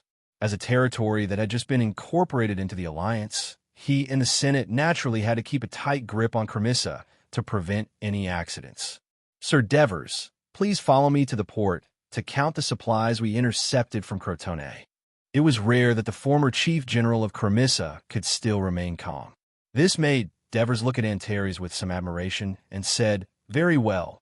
After inspecting the city of Cremissa, Devers immediately ordered that a portion of the food and supplies they obtained be distributed to the people of Cremissa to compensate them for the losses they suffered during the war. This generous act won the favor of the people. At the same time, he also ordered Capys to lead 2,000 soldiers of the 1st Legion to station in the city. On one hand, they maintained and stabilized the order in the city, and, on the other hand, they continued to help the people repair the damaged facilities. The rest of the army continued to station in the camp outside the city, and began to fill in the traps, pull out the iron spikes, and so on, to restore the environment around the camp to normal. On the other hand, Devers politely declined Antari's invitation to a banquet and led Led's cavalry, accompanied by Hieronymus, to Asprustum. Galloping on the slightly undulating and vast Croton plains, all that came into view were farms, villages, and crisscrossing canals. Even though there were no signs of human activity, some of the villages were even emitting thick smoke. Aside from the occasional hounds that had lost their homes, casting hateful glances at them and barking incessantly, everything was eerily quiet. This did not affect the mood of the Devers and the others. They walked with great interest as they looked at the newly acquired land of Dionia. Led said excitedly, "Although the terrain is not as flat as the Zabari Plains, it doesn't feel any less fertile than the Zabari Plains." "Looks like you want to trade your land here," said the Devers jokingly. "Sir, I don't plan to do that. The people of Crotone are right next to us, and I feel a little uncomfortable doing anything." Led shook his head. "Such fertile land, and you're still being picky. The rich really don't know the pain of the poor." The Devers continued to tease him. The cavalry also took the opportunity to make fun of their captain. At this time, Hieronymus said, "No matter how good the land is, you can't protect it without power." The Devers was stunned for a moment and said, "That's right, we can't learn from Crotone. We need to continue training and protect our home, especially your cavalry. You've made a great contribution this time, but you can't be too proud. Continue to improve your horsemanship with your captain and learn new cavalry tactics. I hope you can become an important attacking force in the Dionysian army and decide the outcome of the battle. Are you confident?" "Yes." The cavalry raised their spears and shouted excitedly. Standing on top of the city wall of Asprustum, one could see the endless mountains covered in snow to the west, and the rushing torrents, steep cliffs, and the green and fertile fields of the Crotone plains to the east. On a good day, one could even look southeast and vaguely see the bustling traffic outside Ciudad Crotone. "This is a great place. I can't believe the people of Crotone gave it to us," exclaimed the Devers as they caressed the thick battlements. "Of course, it's not that the people of Crotone wanted to give it to us, but they simply can't take it back." Bagul said confidently, "Asprustum has a good terrain, and the city is high and deep. I only need 2,000 men to stop the attack of the enemy of 20,000. The Devers, who had already carefully inspected the city's defenses, nodded in agreement. "Why, Zam's mountain reconnaissance team has been a great help in taking down this city." Hieronymus' words reminded the Devers, and he found the young Dacian among the accompanying troops. "Why, Zam, this time your company has made a great contribution. All the soldiers who participated in the capture of the city will be recorded at least once. I thank the commander on behalf of our brothers." "Why," Zam said excitedly. And he said, "Sir, my reconnaissance team can still play a greater role, as long as you can expand it to 1,000 men." Hieronymus and the assists looked at each other. This Dacian's request was so direct. The Devers did not mind, and he smiled. "The role of the mountain reconnaissance team is to investigate, disturb, and destroy the enemy, not to fight the enemy head-on. With so many men, it's not convenient for you to command, and it's easy for the enemy to find out." The Devers did not immediately refuse, and instead seriously thought about it, and said, "It's not impossible to expand the team, but I want to see you first come up with an expansion and training plan, how to organize and train the expanded mountain reconnaissance team, so that the new team can adapt faster and strengthen its special role in battle. If your plan is feasible, I can discuss with Felicius to expand the mountain reconnaissance team and appoint you as the captain." "That's great. Thank you, sir." Why, Zam shouted with undisguised joy. "So you want to be a captain? Why didn't you say so earlier?" The assists took the opportunity to ridicule him. "You've all become a captain, of course I can't fall behind," Why Zam said confidently. Everyone burst into laughter. Have the original residents of the city left? The Devers turned around and looked down at the city and asked. The Crotone people came to the city, and they read the newly signed treaty to the people and strongly urged them to leave. They cried and made a fuss, but in the end they all left and no one stayed. We also allowed them to take their belongings, but they also wanted to take the public property and we refused. Those are our spoils of war. The assist said. Chapter 229. That's Dionia's spoils of war. It has nothing to do with Laos and Castellan. Butler immediately expressed his objection. Bagul, don't be hasty. Do you know the rules of the Dionia alliance? The Devers asked patiently. Bagul shook his head. He had only been a citizen of Dionia for half a year. He had not even fully understood the laws of the alliance, let alone these treaties. When the Dionia alliance goes to war, all allies have to send troops to participate in the war, and the spoils of war will be distributed fairly. Assist said. That's right, fair distribution. The Devers emphasized loudly. As an ally of Dionia, when Laos learned that we declared war with Crotone, he immediately sent 3,000 men, and they were personally led by Governor Avenogis.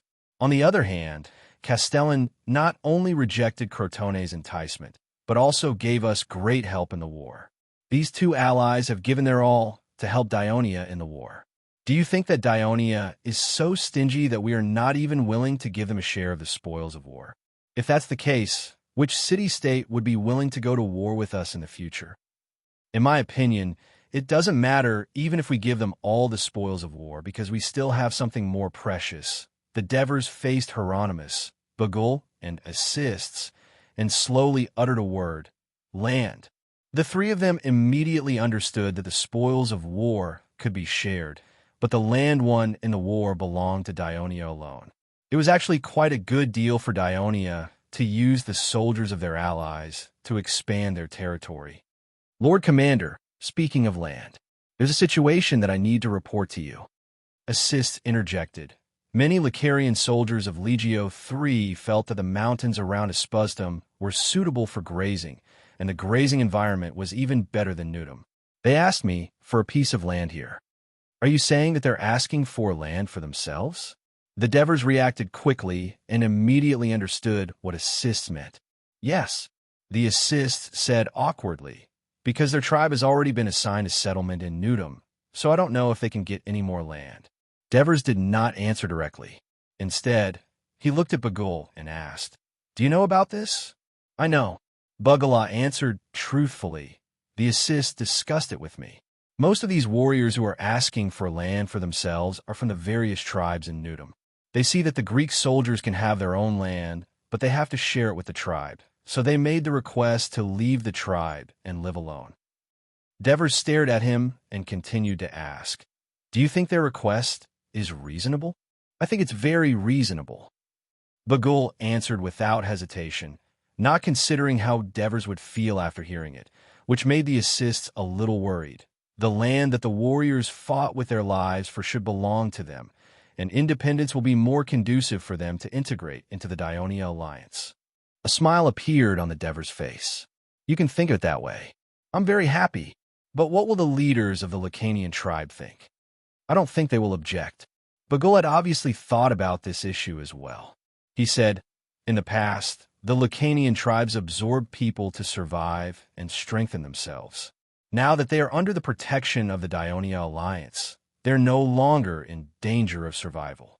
On the contrary, the departure of these soldiers will make the tribe's land richer, which is a good thing. I agree to share it with these Lacanian warriors who are asking for independence.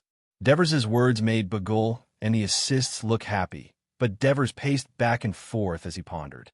He was happy to see these Lacanian tribes broken up and eventually integrated into the alliance, but he was worried that excessive action would arouse the resentment of these small tribal leaders, which would be detrimental to the future infiltration of the Dionia into the northern Lucania municipality. So he had to be cautious. But before that, after returning to Turiai, I will first let your father and Hemont go to Nudum to test the attitude of the tribal leaders and try to persuade them. Therefore, the distribution of the land of these soldiers may be delayed. Bagul and the assists agreed. If some of the soldiers of the Legio III also settle here, the training and assembly of the entire legion in the future will be very troublesome. At this time, Hieronymus raised an objection. Devers laughed and said, Not only Legio III, but I'm afraid many soldiers of the 1st and 2nd legions will also settle in Esprausturm and Cremissa. Who told us to obtain so much land so quickly? If we don't distribute these lands to the citizens who have made contributions to the Legion, probationary citizens, and registered freedmen, are we going to let the land lie idle for the enemy to attack? When the distribution of land is completed, I'm afraid there will be more than 3 legions. As for the specific personnel arrangement and organization, I will gather with Felicius, military officer, Raphius, census officer, Buccos, agriculture officer, Eucapis, Drax, and the captains to discuss a suitable plan. Hieronymus helplessly expressed his agreement, while Bagul and the assists were a little excited. The expansion of the Legion meant that they also had the opportunity to become Legion commanders. At this moment, the Devers also realized that in less than a year since they came to Turii, they had already experienced 4 wars. Under the circumstances of consecutive victories, be it the land, population, or army, they had all expanded rapidly. Perhaps it was time to stop and properly integrate the internal structure of the alliance. Hey, isn't that aristocrat? Izamu suddenly said loudly. Everyone hurriedly looked down the city, and indeed, they saw Aristocrat riding a horse to the moat and was about to beckon to the gate. It was almost dark, and Aristocrat still came looking for them. There must be something important. Thinking of this, the Devers hurried down the city. Just as they arrived at the city gate, Aristocrati had already entered the city. When he saw Davis, although he was tired, he still had a smile on his face. Sir Davis, there is good news in the letter from Tali today. Congratulations. Your wife gave birth to a son for you yesterday morning. The Devers was overjoyed. He immediately took a deep breath, but his excitement did not diminish in the slightest. Child. I have a child. My child. The Devers suddenly hammered Hieronymus beside him and shouted excitedly. Congratulations, Lord. This is Hera's blessing. Hieronymus, Bagul, the assists, and the rest, as well as the surrounding soldiers who knew the news, all congratulated the Devers. The Devers could not stop smiling and hugged them warmly to express the joy in his heart. At the same time, he also joked that they should speed up their cultivation and not fall too far behind him. Next, he planned to rush back to Cremissa with his guards, quickly arranging everything, and then rush back to Turii under the cover of the night. However, he was strongly obstructed by Hieronymus and the rest, and even went against the wishes of the Devers, forcing him to stay in the city of Asplustum for the night. Because the sky was already dark, they would have to go down the mountain road, and there were many rivers, and the war had just ended. If there were any accidents, they would not be able to explain it to the people of Dionia. The next afternoon, after feeding the child, Christoia fell into a deep sleep. Asuna held the child in the courtyard for a while in the sun, and found that the child had diarrhea. She had to go back to the outer room of the bedroom, wipe it with warm water, change it into a new diaper, and order the other female slaves to wash the dirty clothes. Then she put the child back in the small bed, lay on the edge of the bed, and sang to the child. Gradually, the child closed his eyes, and Asuna also took advantage of the free time to lie on the edge of the bed for a nap. In a daze, she felt someone pat her on the shoulder. Asuna. She immediately woke up, looked back, and could not believe her eyes. Master, you are back. The Devers made a silent gesture. How is Christoia's health? He asked in a low voice. Lord Help said that she and the child are very healthy, but the madam still needs to recuperate for a while. She is now asleep in the bedroom. Asuna whispered and moved aside. Master, come and see the little master. He is very cute.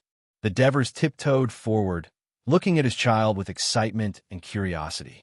In fact, the child was only a few days old, and his skin was red, wrinkled, and not good-looking.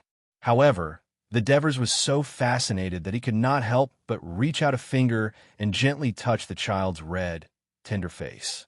The child, who was sleeping soundly, seemed to feel itchy and scratched his face with his little hand. The Devers was very interested and touched him again. As the child reached out to scratch his face, he opened his big and bright blue eyes. The father and son looked at each other closely, and then the child pouted and began to cry.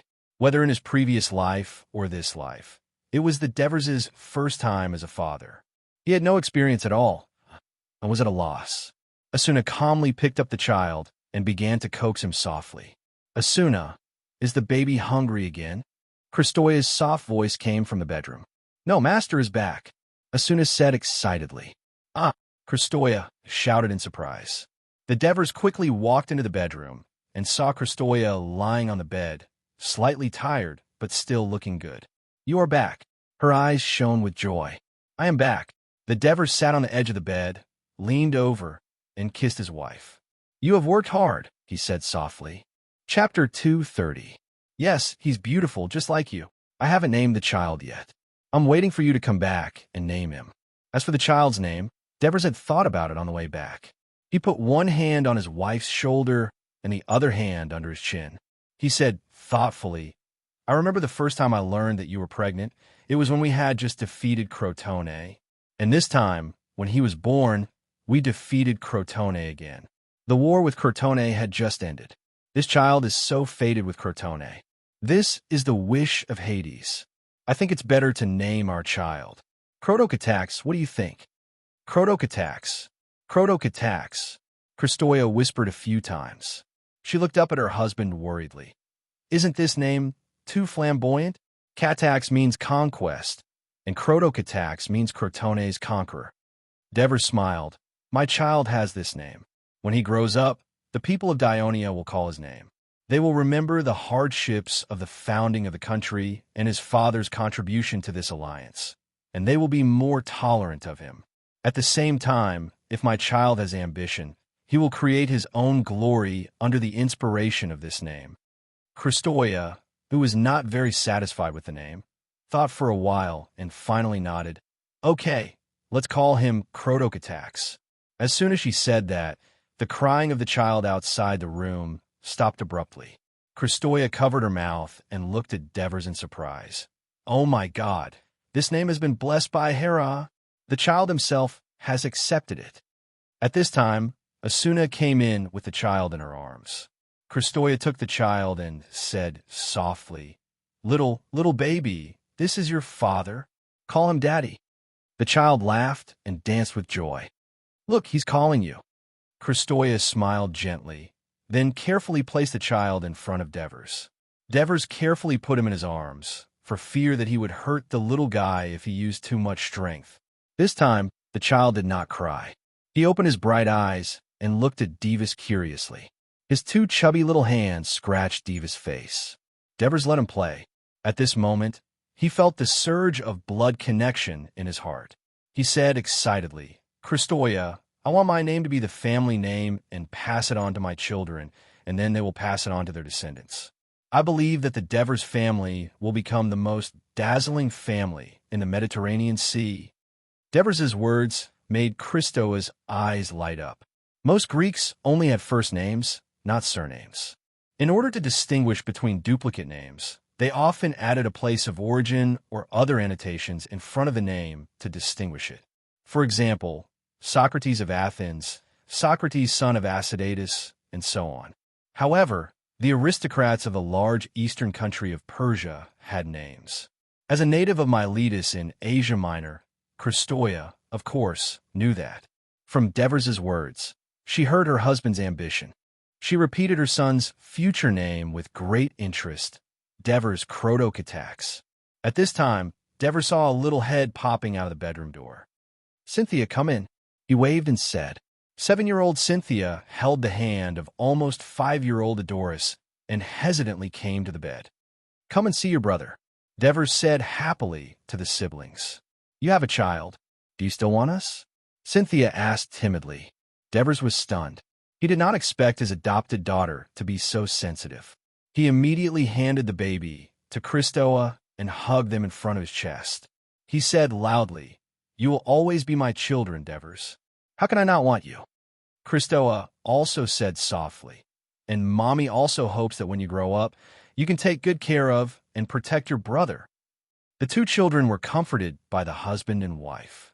They immediately lost their melancholy and looked curiously at the baby in Kristoya's arms. Can I touch him? Cynthia asked softly. Of course you can. Kristoya smiled gently. Cynthia carefully touched the baby's little face. What's his name? Crotocatax. His nickname isn't Crow. He's so small.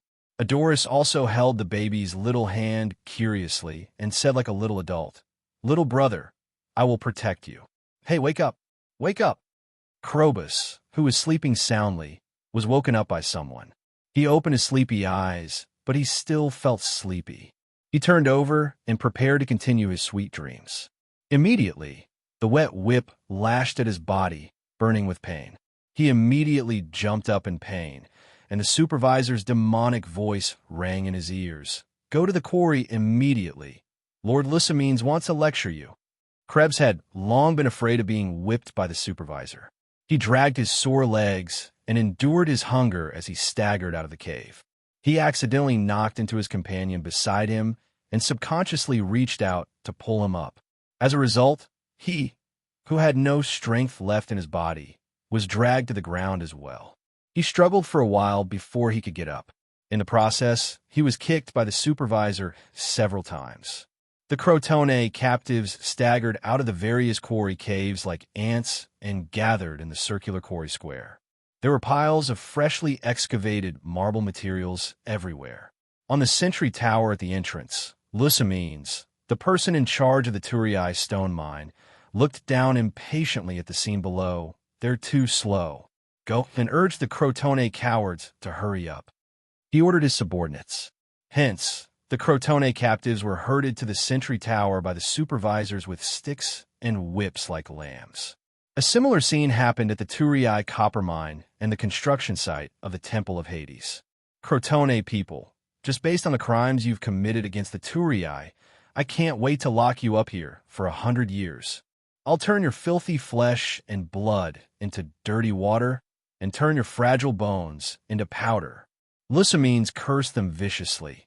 However, the great Hades has shown mercy and allowed the Dionia alliance to sign a truce with the damned Crotone. We become allies. Now, you can go home. After Lysimines finished his words reluctantly, the place suddenly fell into a dead silence. The captives could not believe their ears. "Well, what did he say?" His companion beside him asked with a trembling voice. He said we can go home," Columbus mumbled. Then, he seemed to have reacted to the situation. He grabbed his companion's shoulder and said, "Did you hear that? We can go home. We're free." After confirming that the news was true, countless people shed tears of excitement. They hugged each other, cheered, kissed the ground beneath their feet, and closed their eyes to enjoy the warm sunlight. For the past few days, they've been digging in the dark caves like slaves. They had to endure the beatings of the supervisors. They did not have enough to eat, and they could not sleep well. These pampered citizens of Crotone almost broke down. They had never felt that freedom was so precious. Lysimines snorted coldly. He did not want to watch anymore. "Bring the bread and cheese over. Let them have their fill. What if they resist when they're full? We can't deal with so many captives." His subordinate said hesitantly, "Isn't that perfect?" Lysimines sneered. "They broke the contract that we just signed. We can eliminate them all." "Understood. After they're done eating, let them take a bath in the river and change their clothes. Otherwise, the people from Crotone will say that we're abusing the captives." "That's not abuse." His subordinate cursed in his heart. With the arrival of the Crotone messengers, the captives completely believed the truth that Dionia and Crotone had formed an alliance and that they wanted to go home. Under the protection of the heavily armed Dionia soldiers, they lined up and walked to the port of Turii. Why did they protect them? Because they were afraid that the radical Turii would harm these defenseless and weak Crotone captives. Kolbus had experienced this situation once half a year ago. However, this time, the Turii did not cause any trouble for the large troop that was returning to Crotone. Even when they arrived at the port, they saw very few Turii. Where did the Turii people go? This thought only flashed in Kolbus' mind for a moment. Now he was filled with joy. They could go home successfully. The captives were finally relieved when the troop ship left the port of Turii. "I'll never come back to this place again," a captive shouted to vent his anger. Most of the soldiers, including Kolbus, nodded in agreement. 2 wars, 2 captives, especially the second time, were nightmarish days that they did not even want to recall. Every single one of them was more or less afraid of the Dionia alliance. In fact, during the Second Crotone War, Dionia treated the Crotone captives this way because they had no other choice. After all, it was difficult to manage tens of thousands of captives, and most of the male citizens of Dionia were fighting outside. At the same time, the Crotone fleet would occasionally raid the coast of Turii. If the captives were to riot, the consequences would be unimaginable. That was why the Senate decided to imprison them like slaves in the mountainous mining area far away from the coast. They would be crushed by the harsh environment, starvation, and heavy labor. The people of Dionia were not in the mood to care about the Crotone captives who left Turii because their hero was about to return. Chapter 2:31. In Castellan, after the army stayed for one night, the Devers hurried over to join the soldiers. The next morning, the whole army was dressed in new clothes. The soldiers looked imposing as they marched forward according to the predetermined order of entering the city. After crossing the bridge, thousands of freedmen who had participated in the battle and the Greek mercenaries led by Xanaparis also joined the parade. The Devers also changed to four-horse chariots. Capys, Drax, Hieronymus, and Lau's consul Avinogus also rode in two-horse chariots and followed closely behind.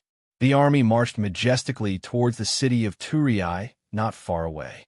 The freedmen and the families of some probationary citizens who had been waiting outside the city immediately burst into cheers when they saw the soldiers from afar. Arsenies never dreamed that he would be the flag-bearer in a triumphant manner. At that time, all the legions had reported their candidates, and it was the Devers who named Arsenies. He believed that in the battle that would determine the victory of the Second Crotone War, Arsenies, as the captain of the legion, led a team of recruits and fought on the front line. In the face of the enemy's fierce offensive, not only did he take the lead, but he also commanded the recruits well and responded calmly. And in the case of more than half of the team's casualties, he still did not lose his fighting spirit and fought back bravely. He should be the representative of the whole army in this battle. When Arsenies heard the Devers' praise for him, he, who already admired the Devers, was even more grateful to the consul. At this moment, he held up the flag that represented the commander of the whole army. Facing the cheers and the thousands of waving arms, he proudly puffed out his chest. In the face of such a spectacular scene, even Tormid, who had been through many hardships and battles for a long time, could not remain calm. He said excitedly to Xanaparis, who was next to him, "After so many years, I have participated in so many battles, but this is the first time I have experienced the pride of being a soldier. The Devers are amazing." Xanaparis stared straight ahead and said, "Don't look around. March properly. Don't embarrass us mercenaries." Tormid hurriedly puffed out his chest and raised his head, but he joked, "You're even more serious than me, old man. Participating in the Triumph Parade is nothing. In the future, we will be like Hieronymus, sitting on the chariot and accepting the cheers of the people." Xanaparis' old face was flushed with excitement. "That's right." Tormid's enthusiasm rose. "I heard from the Devers that because of this battle, the observation period of our Union citizens will be greatly shortened. After a few more battles like this, we will soon become official citizens of Dionia. At that time, Cragines. Hey, that's Cragines. Stop shouting. He can't hear you. He's an Alliance hero now. Hero. With that thin body of his, I can knock him down with one hand. If it wasn't for the fact that his archery is better than mine, I would be the one receiving cheers from the troops now. That's right, this guy blessed by the goddess of luck. Looks like we need to practice archery in our spare time. The next time the recruitment officer comes, we must be selected." "You're right." When the freedmen entered the sight of the people, they received even more enthusiastic cheers. After all, most of the people outside the city were freedmen, seeing their former comrades become heroes of the Dionia Alliance. While they were envious, it also stimulated their desire to go into battle and kill the enemy. There were more than 20,000 soldiers participating in the Triumph Parade, forming a column that was 6 to 7 miles long. The freedmen at the back had just entered the welcoming area outside the city, and a military flag at the front had already passed the Triumph Arch inside the city. Sobercoast looked up at the relief on the Triumph Arch and said to Leds emotionally, "Last time, I was a spectator watching the Triumph Parade, but now I become a soldier participating in it." Leds laughed and said, "How do you feel?" "Very good. Very good. In the past, our cavalry was too weak to be of any use in battle. From now on, we, the Dionia cavalrymen, will become the heroes of the Triumph Parade every time," Led said with great ambition. His gaze was fixed on another tall flag beside the cavalry flag. Although he couldn't see the content of the flag from the back, he knew that it was written by the Devers: "Defeat the Croton cavalrymen and determine the victory of the battle." It was because of this achievement that the Devers placed their cavalrymen behind the flag bearers of the army. As there were too many soldiers participating in the Triumph Parade, the Victory Plaza couldn't accommodate them all, and accidents could easily occur. Thus, the Triumph Parade this time had a rule. After the parade arrived at the plaza, they weren't allowed to stop. They had to circle around the plaza and leave the city through another street. On the west side of the plaza, on the platform in front of the Senate Hall, the senators solemnly looked at the soldiers passing through the plaza. Amicals, who was invited to the ceremony, saw the valiant and spirited troops marching past the platform in an orderly manner. He couldn't help but sigh. "I didn't expect that we would actually defeat the arrogant Crotone. This is a great victory." He was glad that he made the right choice before the war started. Castellan was firmly on Dioria's side. His words were approved by most of the senators, but Scombres expressed his disagreement. "The Devers are the guarantee of victory. With him as the commander, I never doubted that the war would belong to our alliance. However, I think that we should have taken advantage of the moment when the Crotone was weak to completely crush them." His words were approved by a few tourist senators. Polixis even said, "On this issue, the Devers did not consider the feelings of the tourists and let the Crotone off. This is really wrong." As soon as he finished speaking, Scombres glared at him fiercely. "Lord Devers did the right thing," Cunigarata said with a straight face. "To be able to lead the citizens' soldiers to victory, he is a great general. To be able to use victory to gain enough benefits for the alliance is a true leader. If the war had continued, I'm afraid that Dionia would have suffered great losses. I'm very glad that Dionia has such a great governor like the Devers." "Lord Cunigarata is right," Cornelis agreed. "In this war, Lord Devers not only won a lot of fertile land for Dionia, but also allowed Dionia's influence to reach the southern end of Greece. Next, we'll have to invest a lot of time to discuss and solve how to manage and distribute these new lands." Tritodmos said with a smile, "This is really a sweet but annoying thing." Everyone smiled knowingly. The senators of the Senate were noble and had a lot of work to do, but they didn't get paid. In order to increase their enthusiasm, and at the same time to win their favor, and to excite their interest in expansion, the Act of War proposed and passed by divers stipulated that, in addition to the allotment of land to the new citizens and the land awarded to the militia who had rendered meritorious service, every member of the Senate who had worked hard would also be awarded land. But the amount of land awarded could not exceed the average amount of land awarded to the soldiers who had taken part in the battle. Although the amount of land awarded was not too much, according to the current speed of Dionia's expansion, it would not be a small number. While the senators were happily talking about the newly obtained territory, Polixis' eyes flashed, as if he was thinking about something, while Amicals had a look of envy on his face. "Look, our great hero is here." Please Inlas's shout drew everyone's attention back to the square. The Devers, dressed in military attire, appeared in the Victory Square on a war chariot. He smiled and waved to the people around him, pushing the triumphant celebration to its climax. The people shouted and jumped in excitement, waving their arms and shouting the Devers' name. They even ignored the guards by the side of the road and rushed into the parade in violation of the rules. They surrounded the Devers in the center and stretched out their arms, wanting to touch the protector of the Dionia, the Devers of Hades, who had saved her and defeated the strong enemy Crotone twice, and brought glory to the people of Dionia. The guards were highly nervous, afraid that something unexpected would happen. The Devers, on the other hand, was calm. He even got off the chariot and greeted the people gently, asking if they had suffered any losses in this war, if they needed help from the alliance, and so on. The people loved their governor even more. They surrounded the Devers and escorted him to the platform before reluctantly leaving. The senators stepped forward to welcome him. Cunagurata was the first to criticize. Sir Devers, the situation just now was too dangerous. You should have stayed in the chariot and waited for the guards to escort you here. What's so dangerous about it? The Devers smiled and said, the senators and the people are like a father and his child. As a father, he will naturally love his child, and the child will naturally love and respect his father. Why would he hurt his own family, right? Father and his child. The senators repeatedly thought about this sentence and were more or less shocked. Later, this sentence spread and moved the people greatly. Therefore, the senators of the Senate also had another title, Father. Chapter 232. Metlos Phoenix believed that the Senate of Dionia was deliberately delaying time and fooling him.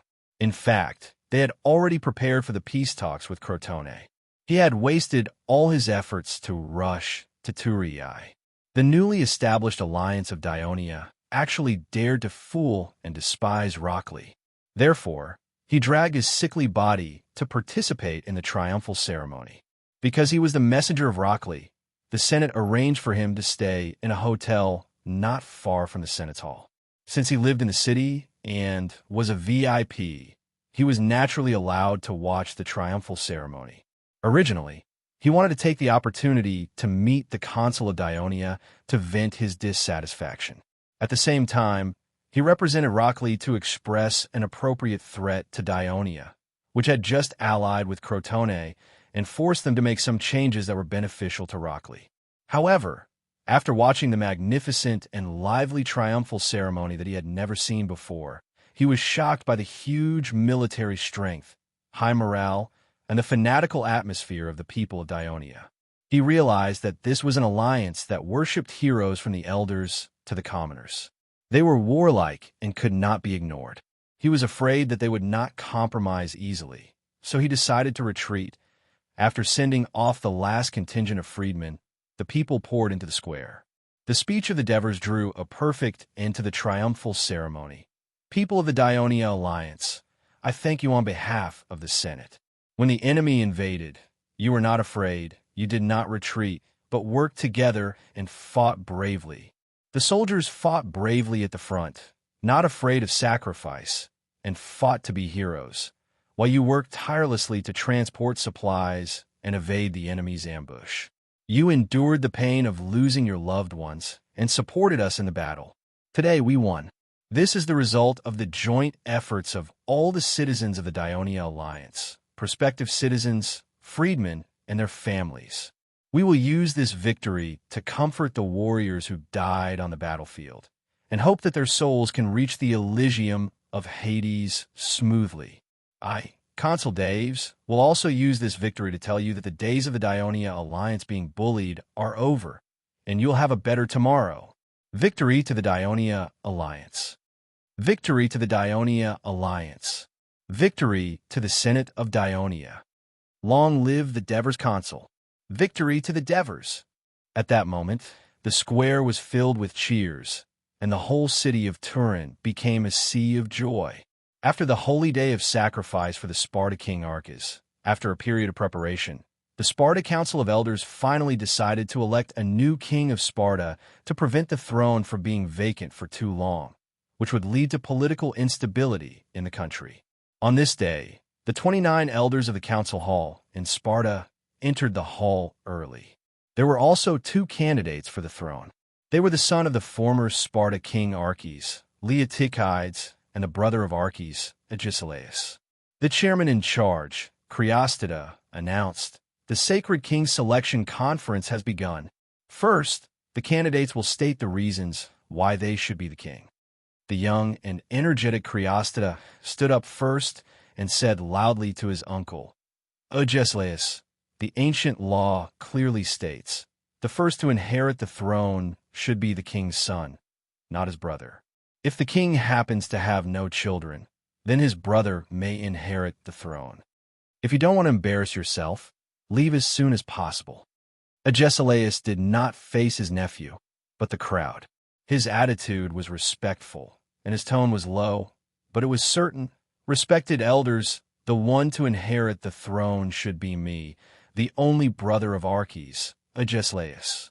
Leotychides jumped and roared, interrupting his uncle's words. Agesilaus, don't think that you can play dumb just because you're a cripple. Listen, the sacred Sparta law has already stipulated that as the only son of Arches, I should naturally become the king. Stop fooling around. Agesilaus turned his head and looked at the flustered Leotychides. A hint of contempt appeared on his face. That's right. That's what the law says, but the prerequisite is that you're indeed the son of Arches. But I've heard the person you call father say more than once, you're not his biological son. Nonsense. Since he was young, there had always been similar rumors that reached Leotychides' ears. It became a nightmare that troubled him, and it also became his reverse scale when he grew up. At this moment, his face instantly turned red. He jumped up from his seat, rushed over, and grabbed Agesilaus. He shouted angrily, "Damn cripple! Don't think that I won't beat you up just because you're my uncle." He tried his best to suppress his anger, gritting his teeth. Listen, my mother knows the truth better than my father. Until today, she still says, I'm the son of the king. I'm the son of Arches. Silence. Silence. The meeting hall is a sacred place.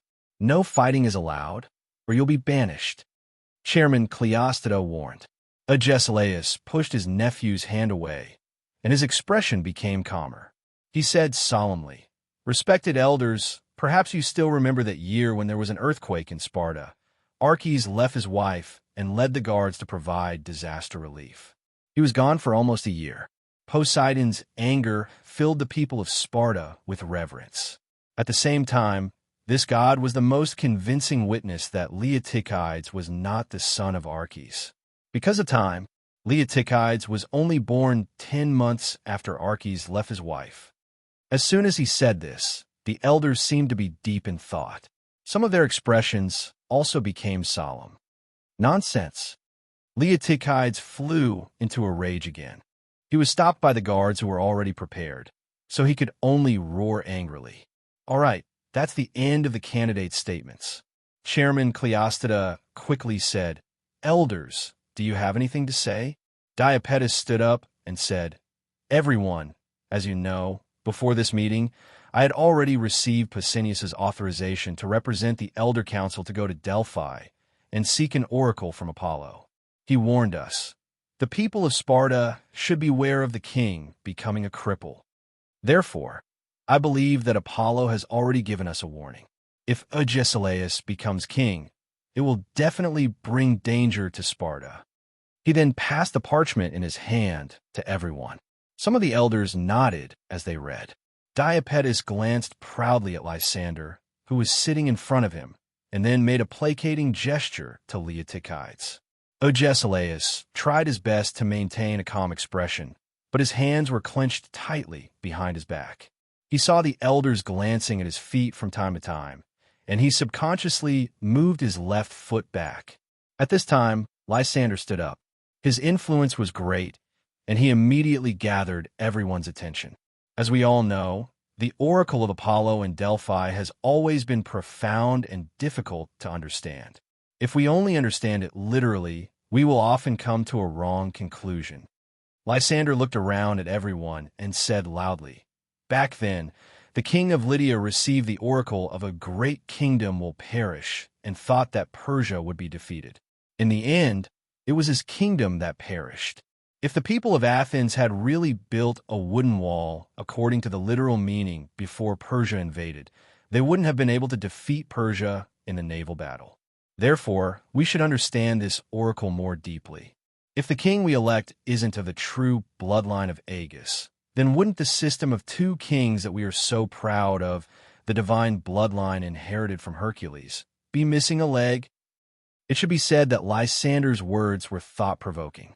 Coupled with his influence, it caused the elders to whisper and discuss nonstop. Leotychides glared at Lysander angrily, but he didn't dare to scold him like he did to Agesilaus.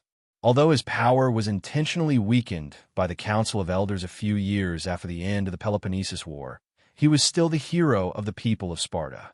His rallying power was amazing, and he wasn't someone that an heir to the throne could humiliate. The other king of Sparta, Pausanias, didn't have any obvious bias towards the two heirs to the throne of Agis, but he was very hostile and wary of Lysander, who once wanted to shake the system of two kings. Therefore, he would often oppose anything that Lysander supported. However, in the meeting to elect a new king, according to tradition, the other king could attend, but didn't have the right to make suggestions or vote. This was because the reason why Sparta was a system of two kings was to achieve mutual checks and balances, so the king had to avoid arousing suspicion. Pausanias could only signal to one of his trusted elders, Helipidas. The elder had to stand up in a hurry and said with a stutter, "Sparta is now the overlord of Greece. But if the king of Sparta is a person with a disability, it will only cause the other city-states to secretly ridicule Sparta, thus reducing their respect for Sparta. Moreover, we, Sparta, have never had a king with a disability. Never." As soon as he finished speaking, Lysander immediately continued, "That's right, Agesilaus is a cripple. However, he is brave in battle, upright, and has always been respected by our elders and people. He is a traditional and pure warrior of Sparta, and he didn't bring shame to the reputation of the royal family. But please take a closer look at Leotychides. Who do you think he looks like?" Leotychides was strong and handsome, and his appearance was more inherited from his mother. However, under the guidance of Lysander's words and the influence of the rumors, the more the elders looked at him, the more they felt that he looked like the handsome and romantic man of Athens, Alcibiade. Chapter 233. Diabetes. Are you really from Sparta? Lysander sneered. Don't forget about Demaratos. The elders were in an uproar. Demaratos was the eternal shame of Sparta.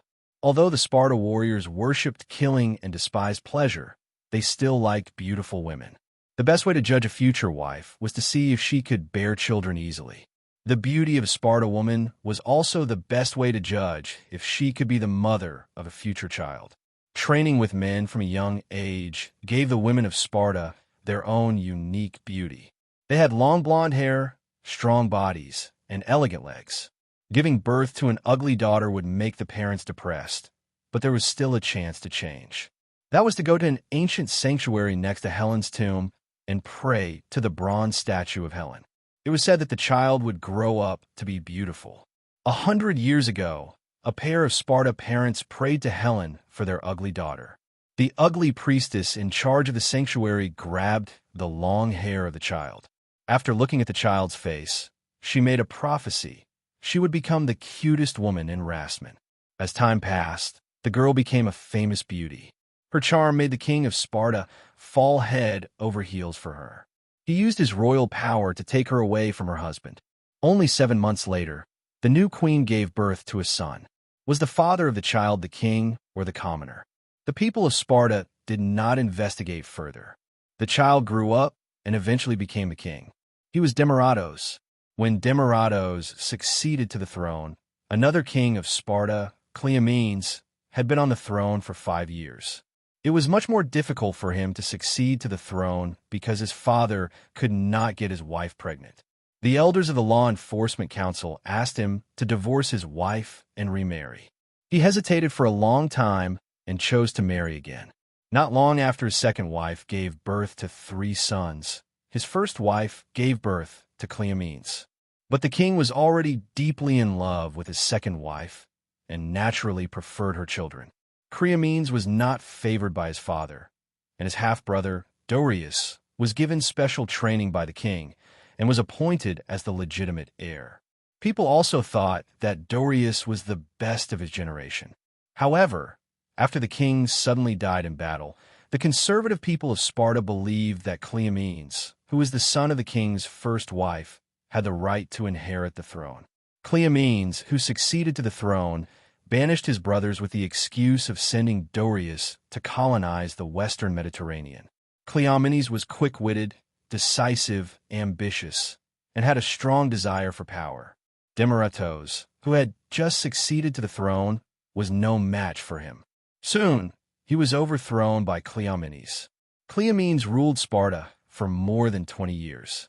He defeated Agos, controlled Arcadia, meddled in Delphi, and interfered with the political situation in Athens. Sparta's power expanded to northern Greece. At this time, the king of Persia, Xerxes, was preparing to invade Greece again. Learning from Darius, he sent a large number of spies to divide and alienate the city-states. Ina, an island city-state not far from the east of the Peloponnesus Peninsula, offered land and water to Persia.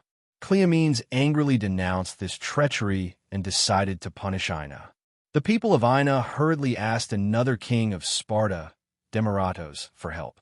Demaratos was happy to create trouble for his political enemy, so he secretly joined forces with the elders in the council who were not willing to go to war with Persia and actively provided support. This infuriated Cleomenes, and he finally decided to get rid of this intolerable collaborator once and for all. So in the council of elders that he initiated, he questioned the origin of Demaratos. Not only did he win over Demaratos' clansmen and most of the elders, but he also bribed the priest of Delphi, so that the oracle he sought was also unfavorable to Demaratos. As a result, Demaratos, who had been on the throne for 24 years, was deposed from the throne and defected to Xerxes, becoming a traitor who led the way. However, the victorious Cleomenes was not happy for long. His bribery of Delphi was leaked, and the people of Sparta were furious. He was convicted and fled Sparta. Later, he returned, but was removed from power. From then on, he drank, beat people, and cursed. Everyone said he was crazy. His two half-brothers, Leonidas and Cleombrotes, declared him insane and locked him in the temple. The next day, he was found dead. His flesh had been cut off piece by piece, and a knife was beside his hand. This caused a great sensation. Everyone said that this was the punishment for Cleomenes' blasphemy, and it was widely accepted by the public. Suicide. Soon, Leonidas became king. However, privately, there were rumors that Cleomenes died in the hands of his two brothers. The reason why Leonidas led 300 king's guards to Hot Spring Gate to defend against the army of Persia was because of the situation. At the same time, he also wanted to prove his innocence to the people of Sparta. It was a treacherous history for the people of Sparta, and it could even be said to be the shame of Sparta. The meeting hall fell into silence for a while. Chancellor Cleostida simply announced, "Let the election of a new king begin." Whether it was Agesilaus or Leotychides, these two candidates both had their flaws, and they both had their fans. Therefore, the debate between the two was mainly about fighting for the position of the neutral elders, and the final result of the vote was Agesilaus won. With tears of humiliation in his eyes, Leotychides looked at the elders who congratulated Agesilaus with hatred, and then quietly left. Chancellor Cleostida asked the guards to welcome the 5 censors who had been waiting outside the meeting hall, and announced the result of the election to them. Thus, the censors came before Agesilaus, and Agesilaus stood solemnly, listening to them read out loud. By the great Zeus, according to the results of the election by the Council of Elders, we declare that Aegeus, the bloodline of the holy Hercules, is the king of Sparta. Agesilaus could no longer maintain his calm expression, and his voice trembled as he swore. "I swear in the name of Zeus, I, Agesilaus, will govern and rule Sparta according to the existing laws of the city." The censors responded at the same time. "As long as you abide by your oath, we will ensure that your royal power is eternal." In February of 398 BC, Agesilaus became the king of Sparta. At the southeast end of Sicily, Dionysius led Syracuse's 80,000 infantrymen, 3,000 cavalrymen, and more than 400 warships on the sea, marching westward along the southern coast of Sicily. When he easily liberated the city-state of Comallina, which was forced to pay tribute to Carthage, Dionysius received the news that Dionia defeated Crotone. He was silent for a while, then said to the attendant beside him, "Write a letter to Philistos immediately. Tell him that I've agreed to Rockley's request to send reinforcements as soon as possible." Then he asked the messenger to urge the army, which was preparing to rest for a day, to continue marching westward. Crotone has asked for peace with Dionia. After receiving the news from Crotone, the governor of Tarentum, Eumachus, said in surprise, "I really didn't expect that a year ago, Dionia was still a small city-state that needed our protection to survive. Now, it has rapidly developed into a powerful alliance with Greece." The former governor and current senator of the Senate, Decidimus, sighed and said, "Fortunately, we are in an alliance with Dionia. The safety of Tarentum cannot rely on the promises of others." Eumachus shook his head and said firmly, "We should speed up the conquest of the Messapi people and strengthen the power of Tarentum as soon as possible. Only then will we have the confidence to speak when facing Dionia. The capture of Manduria has already caused many casualties among our citizens, but you still want to attack Brindisi. That will cause more Tarentum citizens to be sacrificed. How can the Senate agree to such a radical approach?" Decidimus criticized angrily. Eumachus looked at Decidimus with a trace of contempt in his eyes. "Decidimus, my good friend, haven't you figured it out yet? This is not only the wish of the majority of the senators in the Senate, but also the wish of the people. Stimulated by the rapid rise of Dionia, the people are tired of the inaction of the Senate for decades. They hate the fact that they have to endure the attacks of the Messapi every year. They are asking us to make changes. Although there have been casualties among our citizens, we have taken control of Manduria. It will be much more difficult for the Messapi to invade our territory. Now, Sir Diomedes is about to return to Tarentum, and Urchita will continue to lead the army to attack Brindisi. I believe that after Urchita learns that Crotone has been forced to ask for peace with Dionia, he will increase his attack on Brindisi without our urging." Decidimus fell in his silence. After a moment, he said hesitantly, "I'm a little worried that such a large-scale attack will stimulate the Pachetti people in the north. They are from the same race as the Messapi. Will they not hate us if we don't attack?" Eumachus retorted, "As long as we capture Brindisi, not only can we cut off the communication between the Messapi people in the north, but we can also connect to the trade with the Adriatic Sea. There are many benefits to doing this. If we really encounter the Pachetti people that you mentioned see that our city is empty and take the opportunity to attack, then we can still—" Eumachus looked at Decidimus. Decidimus understood what he meant and sighed. "Ask for help from our ally, Dionia." Chapter 234. Following that, the General Assembly held an election, and Lucius, who brought peace to Crotone, became the chief general. Although his act of ceding territory was criticized by many, the more than 10,000 citizen soldiers who returned to their homeland thanked him for saving them from hell and time, so most of them voted for him. At the same time, Sisporotes, who participated in the peace talks with Lucius, also became a general. For a time, the conservative faction in the General Executive Committee of Crotone clearly had the upper hand. However, the most urgent task was to defeat Locke and rescue the alliance. The newly formed cabinet of 10 generals in Crotone was very clear about this. After careful consideration, they decided to appoint the 3 experienced captains who were once captured by Dionia as generals. Therefore, the soldiers who had just returned to Crotone had no choice but to go out again. 15,000 soldiers, including 10,000 heavy infantry, in addition to the recruitment of 4,000 freedmen. After preparing their rations, they immediately set off for Corunna. Some people in the council objected and requested that more citizens be left behind to protect the empty Ciudad Crotone. Although conservative, Lucius was not a coward. Not only did he not agree, he even sent an envoy to Espraustrum, telling the garrison of Dionia that Crotone was now empty and hoped to receive help from the alliance if necessary. At the same time, when they received a clear response from assists, the Crotone fleet, led by the navy commander Escamas, sailed together with more than 60 warships of various sizes towards Coruña.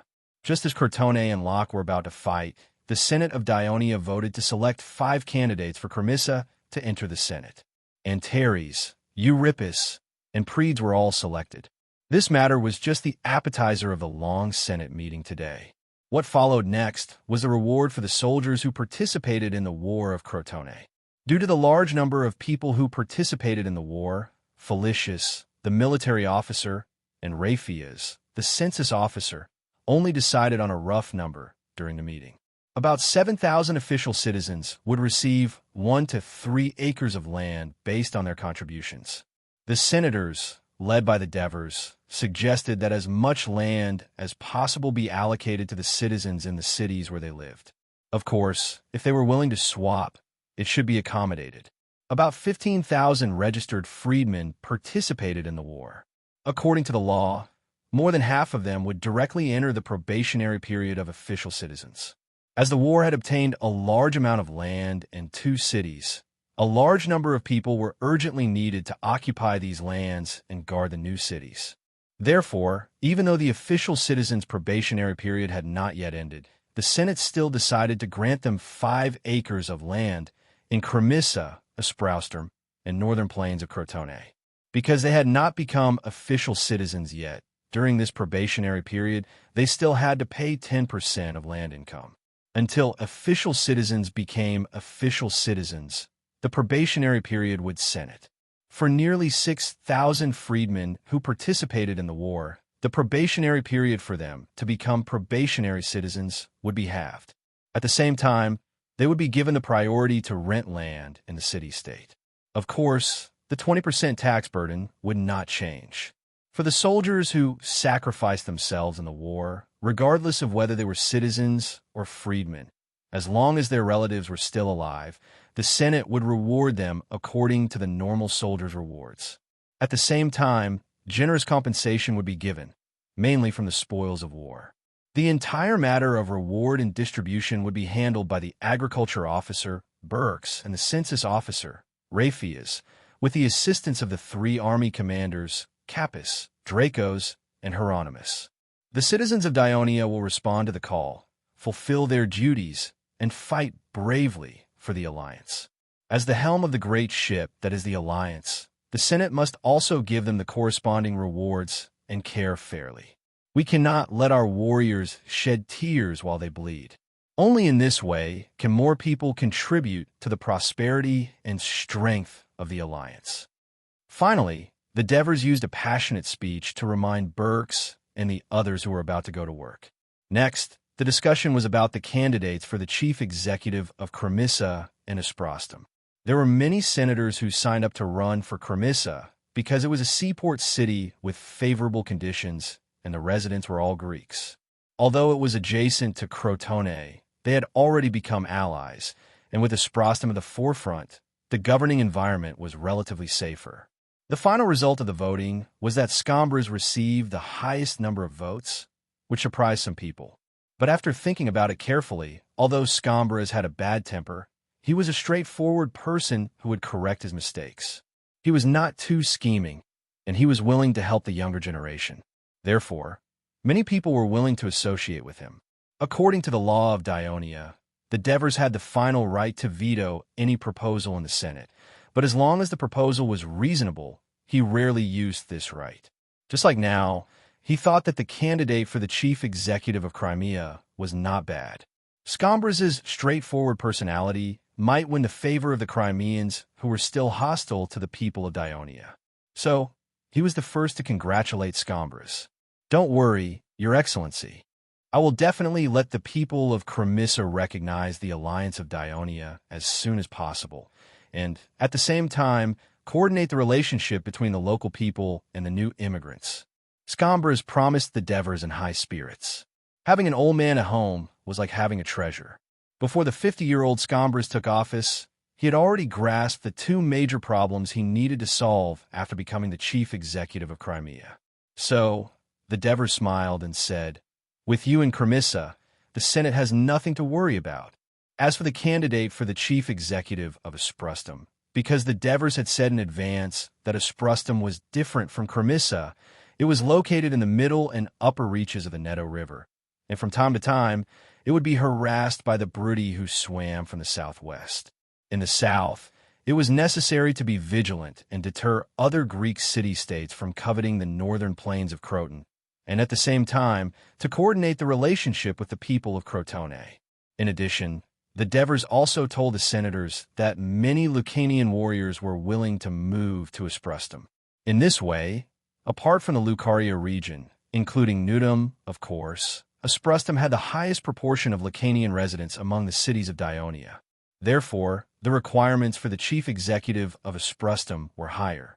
First of all, he must have strong military skills, a certain amount of administrative experience, and a strong ability to coordinate. At the same time, he must be able to make the Lucanians, who had just joined Ionia and were still somewhat undisciplined, obedient. For senators like Amandolera and Turiae, who had suffered from the war, there was always an indelible fear in their hearts when they were asked to deal with the war independently. Vespa and Hemont loved to take the initiative to give suggestions when it came to Lucania, but when it came to the affairs of the Greek city-states, they would always watch calmly from the sidelines and act as the voting machine. Most of the mercenary senators were either unwilling to deal with administrative affairs, or they were not competent enough. Those who were more competent in administrative affairs, such as Antonios and Alexis, held important public positions and could not leave. Therefore, when the rotating chairman, Cornelis, announced that the people who were willing to be the chief executive of Asprustum would raise their hands, for a moment, no one responded. When the Devers saw this, he was a little surprised. A name appeared in his mind, Assists. However, Assists was not a member of the Senate, and according to the regulations, he could not take the position of the chief executive of the city. Only then did he realize that before the Dionia Alliance Public Service Law was promulgated, it was difficult for the former mercenaries who did not become a member of the Senate to enter the Senate and become a senator.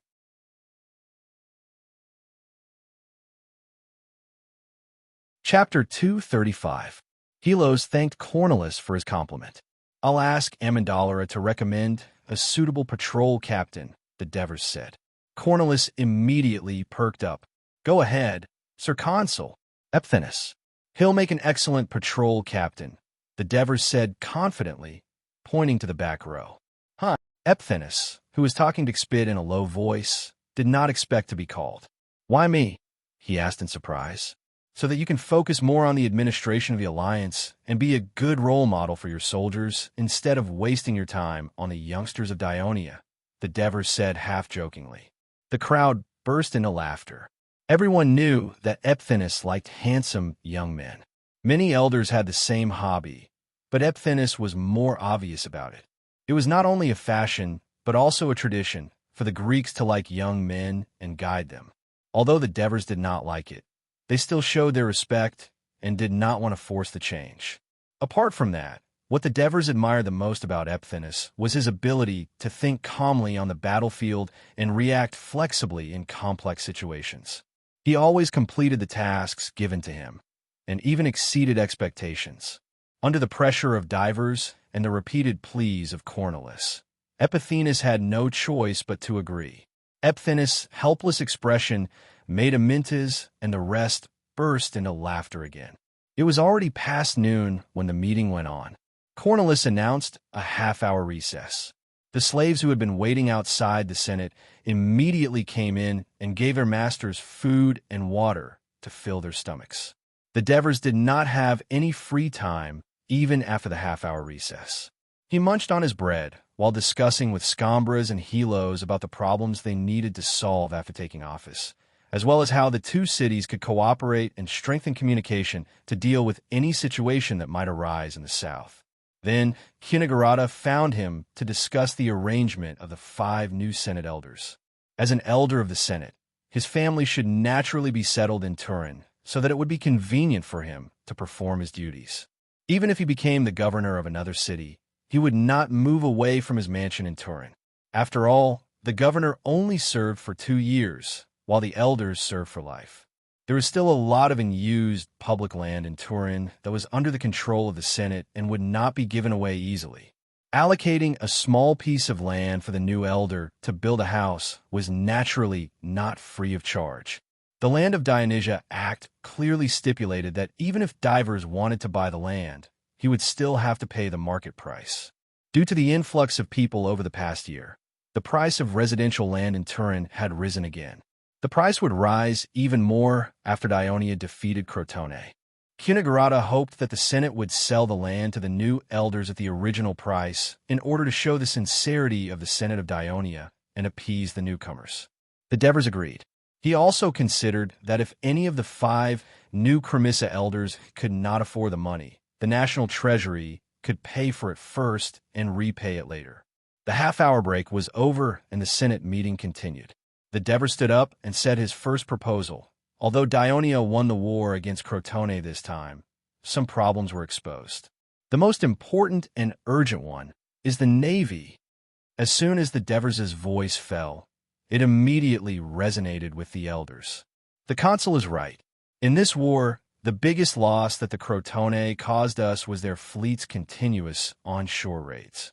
They burned many Turin villages and killed many of our people. Until now, the civil servants of Turin are still having a headache trying to resettle the people and rebuild their homes. Cunigurata complained. If Dionia had a navy as strong as our army, Crotone would have surrendered when we won the war. There would be no need to surround Cremissa. Amintas emphasized. The trade of the Dionia alliance is getting more and more prosperous. Dionia's territory is expanding rapidly. We need a strong fleet to protect our trade, to prevent our long coastline from being ambushed by enemy fleets and our ports from being blockaded by enemy warships. Marigi reminded loudly. That's right. We need a strong navy to protect the safety of the Dionia alliance. The others agreed. Since we've reached a consensus, my suggestion is...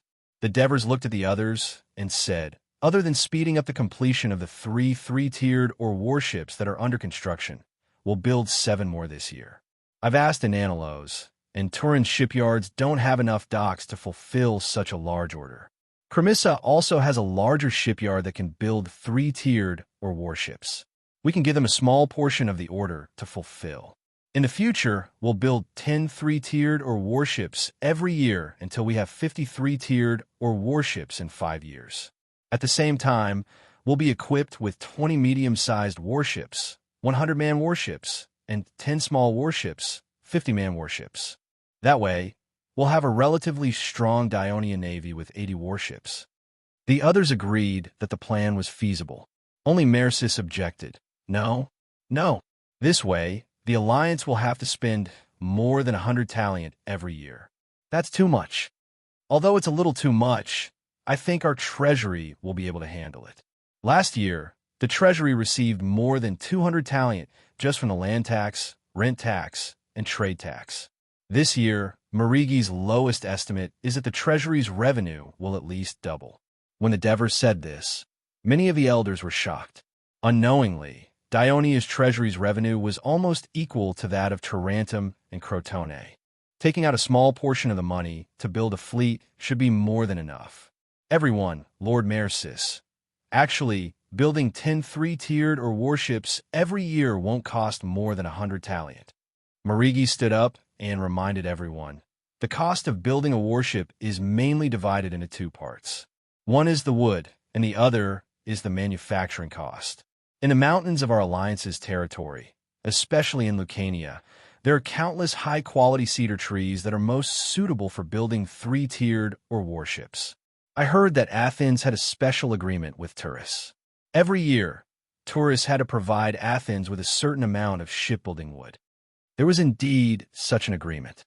Turris had to provide Athens with at least 1,000 pieces of shipbuilding wood every year, and if necessary, the number could be doubled, Enanalis said.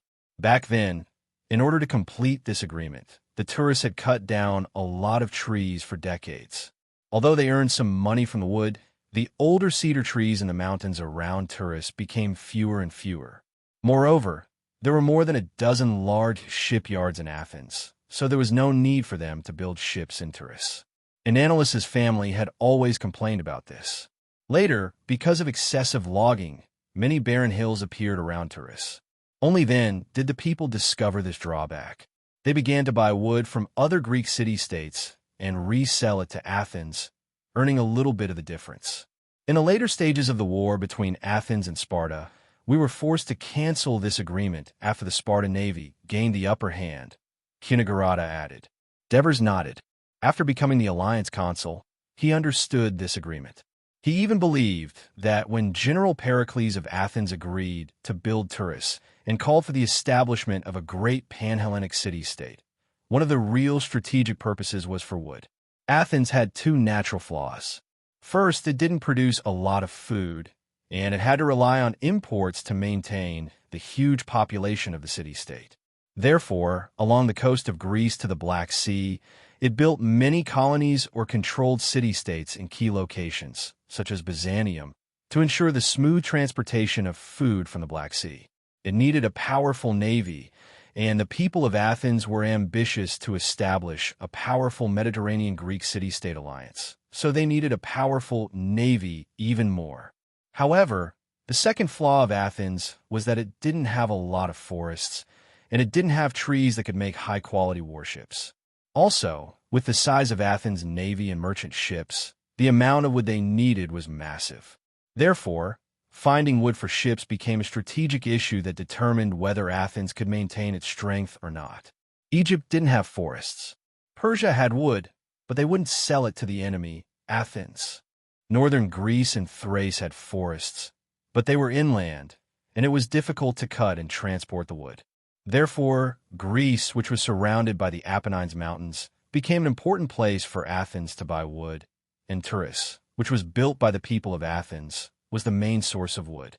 Therefore, I asked the Senate to discuss a plan to allow the slaves of the alliance to cut a certain number of cedars every year to make wood for the warships.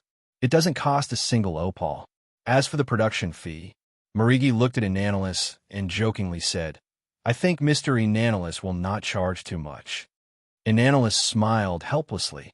Everyone felt that Marigi's words made sense, and the worry about the cost dissipated a lot.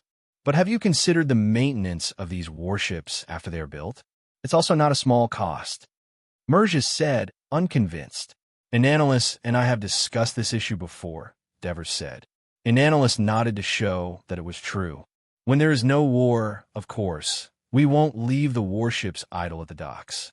Other than a small number of them patrolling the coast of the Alliance, and some of them in the docks for maintenance, the rest can be used as guards for merchant ships, especially on the route from the Adriatic Sea to the mainland of Greece, where pirate attacks are frequent. They can also temporarily serve as large cargo ships to transport goods to friendly city-states. You see, not only can we earn maintenance fees for our navy, but we can also train the crew's sailing skills at the same time. Isn't that good? After Devers said his thoughts, Merges stopped talking. Chapter 236. The senators looked at each other and did not speak for a while. The former mercenary senators were proficient in land battles, but not in naval ones. The Lucarius senators knew how to fight in the mountains, but were fearful of the sea. Amendola had no ports or warships, so the senators naturally had no experience in naval battles. The only ones left were the Turris senators. Kinagrota looked at the others and said, "I recommend Enanolus. He was originally a general of the Turris navy." The other Turris senators also expressed their agreement. The Devers also recognized Enanolus's talent in this area, or they would not have discussed with him about the establishment of the navy. The only worry was that Enanolus's family owned a shipyard, and the Devers were worried that he would use it for his own personal gain. But on second thought, the shrewd and stingy Merces was not easy to fool. Compared to the talented army, there were too few people who knew how to fight on the sea. Devers sighed in his heart. In the end, Enanolus successfully became the commander of the navy of Dionia. He said with an excited expression, "We, Dionia, have strong, heavy infantry. I no longer have to worry about our warships being burnt to the ground before they even leave the port." It seemed that when Turris was captured by Crotone, he was still brooding over the fact that Turris warships were either destroyed or captured. The army of Dionia has already made a name for itself. What I can do is to lead this new navy to actively cooperate with the army and create a greater victory for the alliance of Dionia. After Enanilus finished speaking, all the senators, including Amyntas, smiled and applauded Enanilus's inauguration. Polixus stared at Enanilus's back, a hint of a smile on his face. The second proposal of the Devers was about the construction of the road from Castellan to Cremissa to Espusdum. As soon as this proposal was made, it was unanimously approved by all the senators. The Dionia alliance had already enjoyed the benefits of building the avenue. Even if the Devers did not mention it, the other elders would have made similar proposals. By this time, the people of Dionia had developed quite a difference of opinion from the rest of the Greeks. They no longer believed that a city only needed to be well connected by sea and did not need to think much about roads. Not only did they care about sea routes, but they also believed that building good roads was an essential infrastructure for the development of a city. However, the Devers' second proposal did not end there. He continued, "When we besieged Cremissa, the messengers sent messages between Thurii and Cremissa every day. They traveled more than 100 miles back and forth, and the horses were exhausted. Sometimes important messages could not be delivered in time. As the territory of the Dionia alliance expands, the cities at the border will only get further away from Thurii. How can we keep abreast of the situation in the other cities of Dionia so that the Senate can respond to any sudden incidents in time?" The Devers' question caused everyone to ponder. "We have merchant ships that come and go frequently, so we can keep abreast of the situation in the other cities. We can set up a special kind of boat to deliver letters. It's fast and doesn't consume horses," Marigi suggested. "There are several problems with using the sea route to deliver letters. First, ships can't sail during storms, especially in winter. Second, this is only suitable for port cities. Inland cities like Nudum and Asplustum can't deliver letters. Third, during war, it's easy to be intercepted because the sea is too big to be completely defended. Moreover, the army can't always march along the coastline. So how can urgent orders and letters be delivered from the ship to the commander in time?" The Devers pointed out the drawbacks of using ships to deliver messages. Marigi was speechless. He said embarrassedly, "Sir, I haven't thought about it yet. It seems that we still have to go by land. We are now building roads to connect all the cities of Dionia. This way, it should be faster and more convenient to use mules and horses to deliver letters," Cornelis said. "You're right. We should prioritize the land route and supplement it with the sea route. I think what we should do now is to arrange for specialized public officials to be responsible for the delivery of letters and make it a daily affair of the city-state. So, I suggest that the alliance set up a post office." The Devers said confidently, "A post office?" When everyone heard the Devers say this word, they found it strange. It was obviously coined by the Devers themselves. The main function of the post office is to receive letters and parcels from the people of Dionia, and then deliver these things to the recipients. The Devers gestured with his hands and explained patiently, "We will set up a post office in every city with public officials. They will receive and deliver letters every day. At the same time, we will set up courier stations every 40 to 50 miles on the main roads, and they will also be staffed with public officials. There will be simple hotels in the courier stations, and horses will be kept. When the messengers arrive at the courier stations, they can rest and drink water before continuing on their journey. In this way, while the post office serves the people during normal times, news from other cities will be gathered through it to the Senate every day so that we can understand what is happening in the territory of Dionia.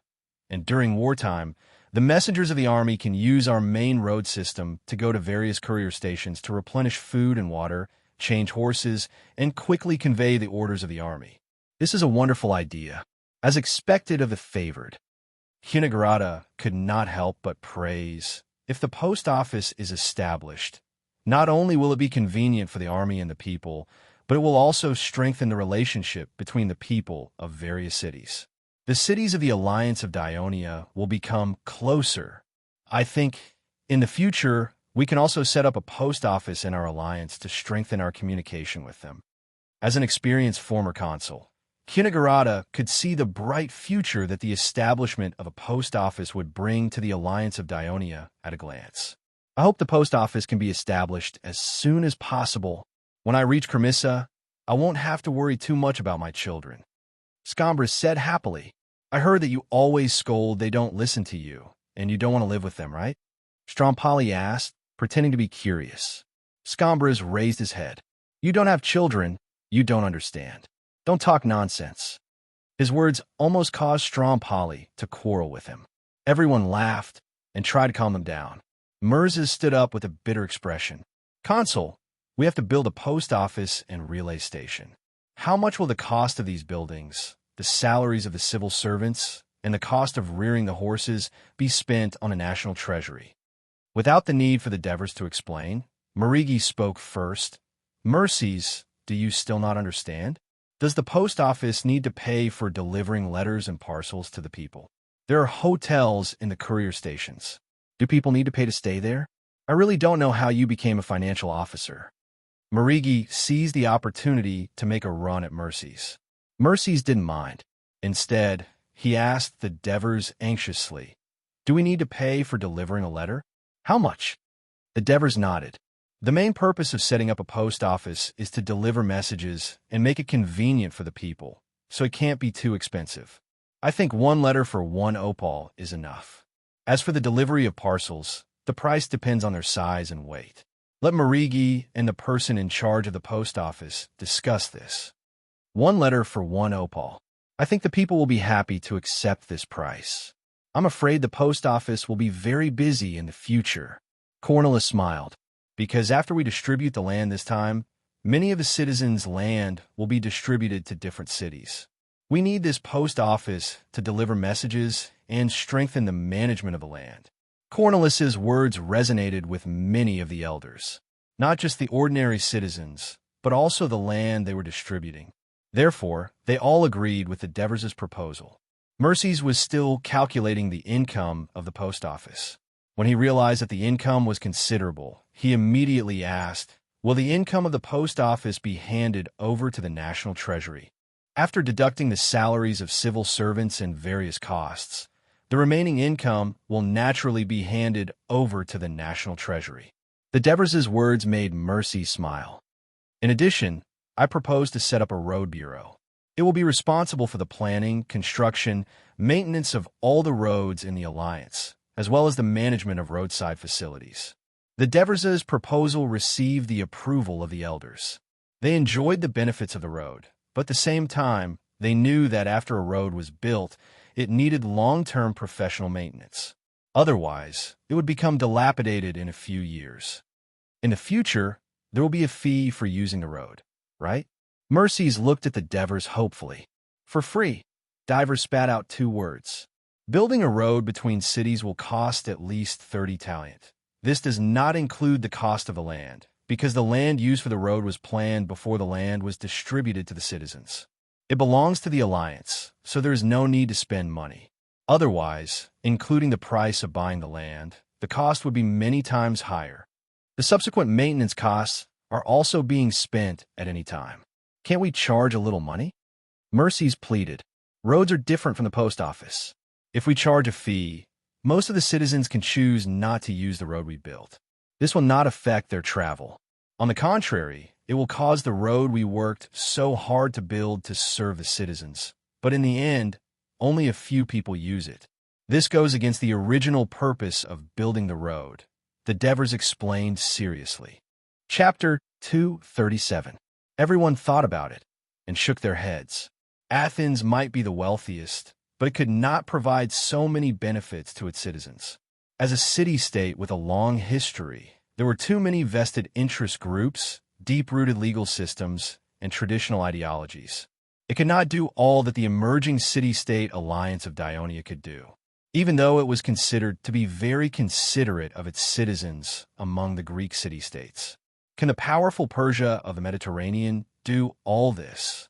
Plazinas asked loudly again. Everyone shook their heads. Persia was a dictatorship where the nobles oppressed the civilians and the Persia oppressed the other races. then Dionia is the Elysium of the Greek city-states. I believe that after the Greeks know the rights that our citizens enjoy, they will definitely pour into Dionia more actively. Plesinas said with certainty. Plesinas's guess should be right. Before the war with Crotone, the number of free citizens in the port of Turin had been increasing. And after the war, we fulfilled our promise and even distributed land to the preparatory citizens.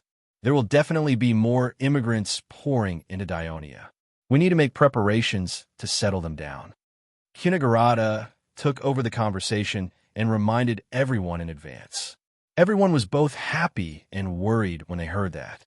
Now, please allow me to add one more right for the citizens of Dionia. Devers continued. I noticed that when everyone heard Cunegurata say that more immigrants will come to Dionia, they all seemed a little worried. Worried about what? I think it's more that they are worried that the Dionia Alliance will not be able to maintain good order in the city. They are worried that with so many immigrants, most of them are civilians without education. When they all become citizens of Dionia, the overall quality of our citizens will decline. It will decline rapidly. Lord Devers is right. Turin Senator Massicus immediately stood up and loudly criticized. Now there are already such signs in Turin, especially in the port. The new immigrants with all kinds of accents are rude and uneducated. They curse and fight at the drop of a hat. I heard that the port patrol has to deal with dozens of conflicts a day. Isn't that right, Cunegurata? Cunegurata shook his head and said seriously, it's not that serious. If a free citizen wants to smoothly become a citizen of the Alliance, they don't dare to break the law. According to statistics, there are no more than 5 cases a day, and most of them settle themselves before the patrols arrive.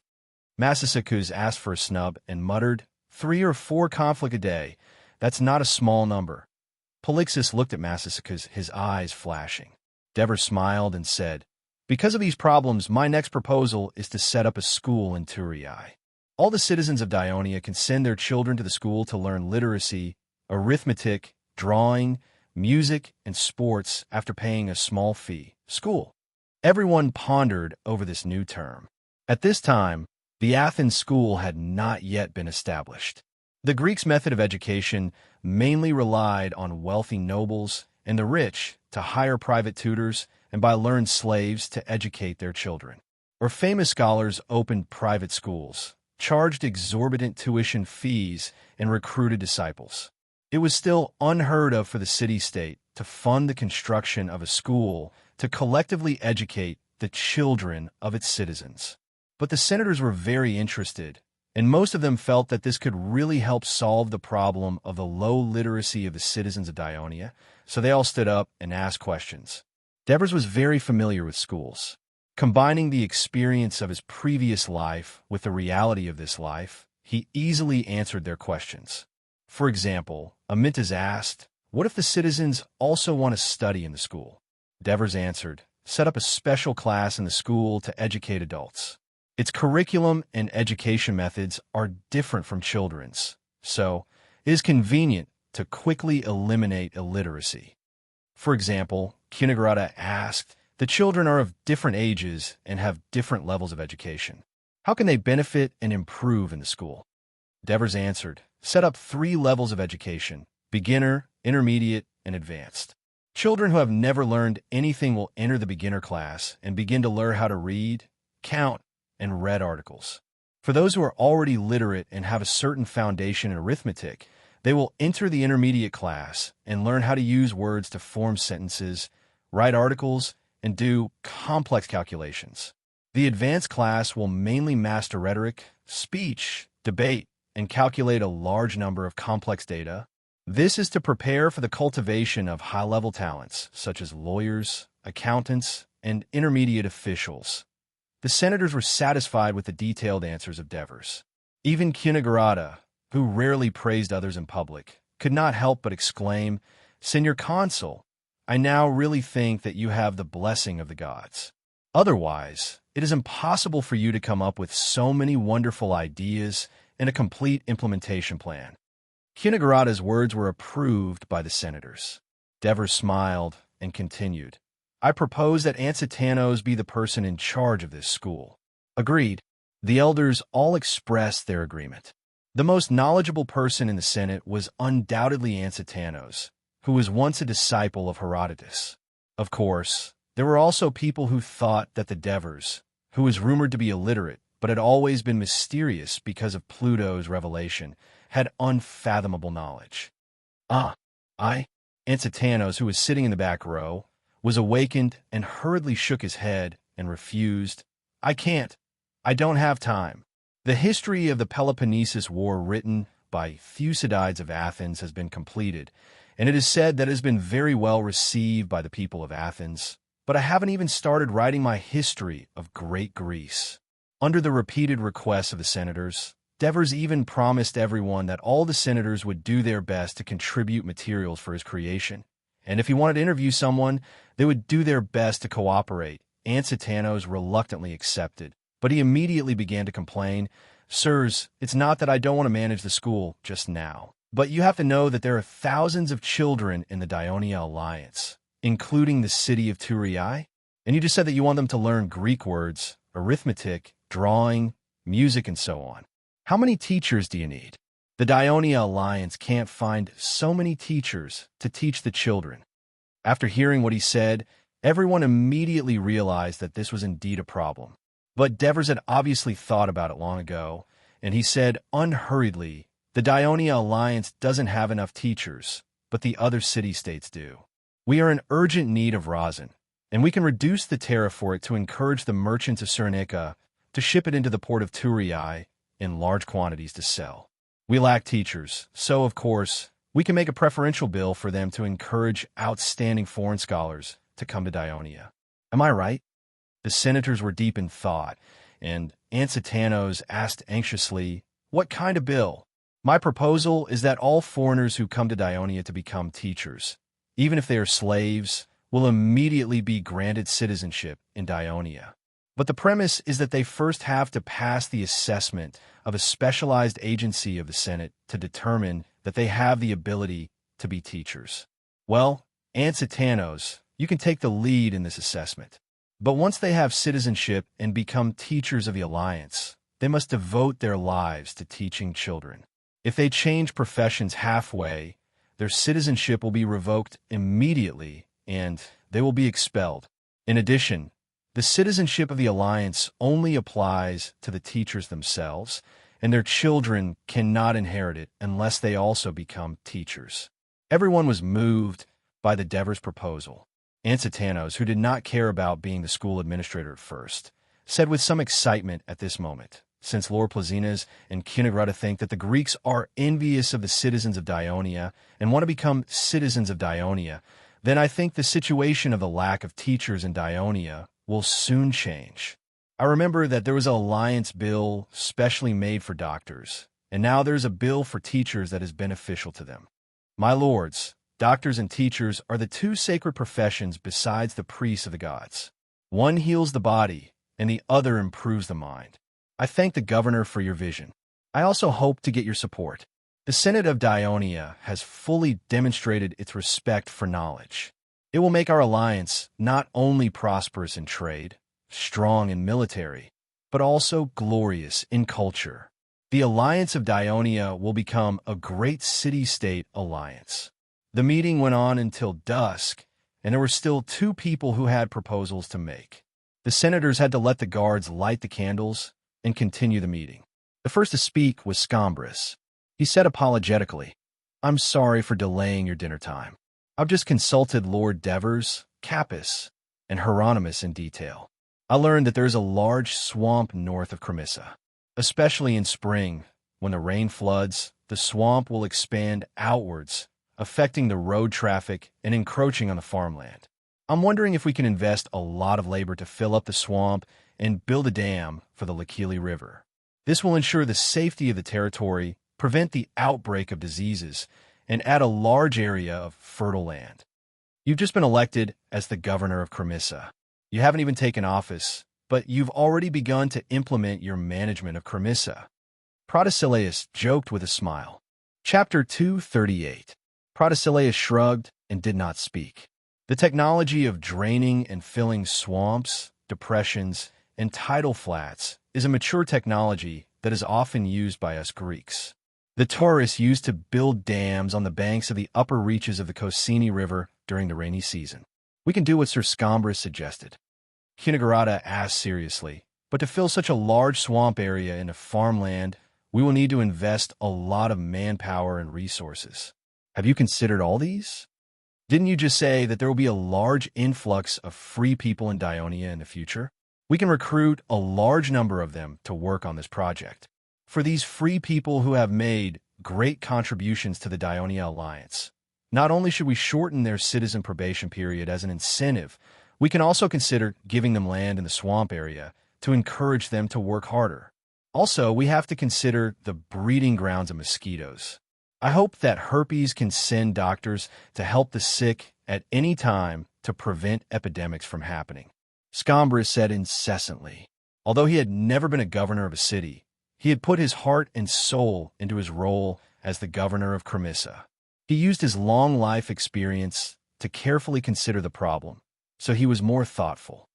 Of course, that's not a problem, Herpes said immediately. We can provide help at any time. Mercies, don't feel bad about the money.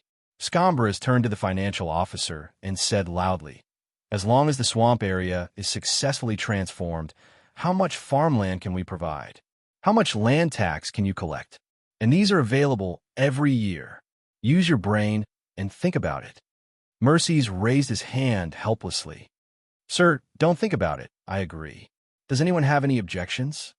Cornellos asked. Everyone, including the Devers, shook their heads.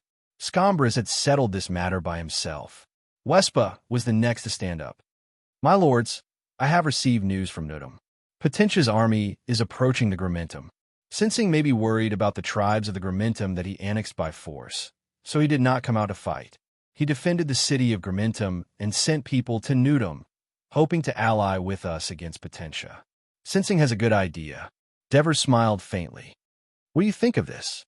Wespa hesitated for a moment, then said, I don't think there's a need to form an alliance with Picassus.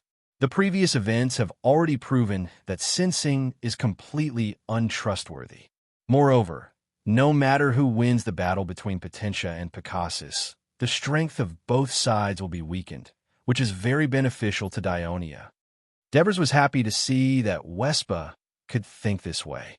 It meant that he was used to life in the alliance, which was why he would consider the interests of the alliance. Thus, he said, Lord Wespa is right. Of course, we will not forcefully reject him. We will just say that Dionia has just gone through a war and needs to rest and reorganize, so we cannot start another war. Wespa nodded in understanding.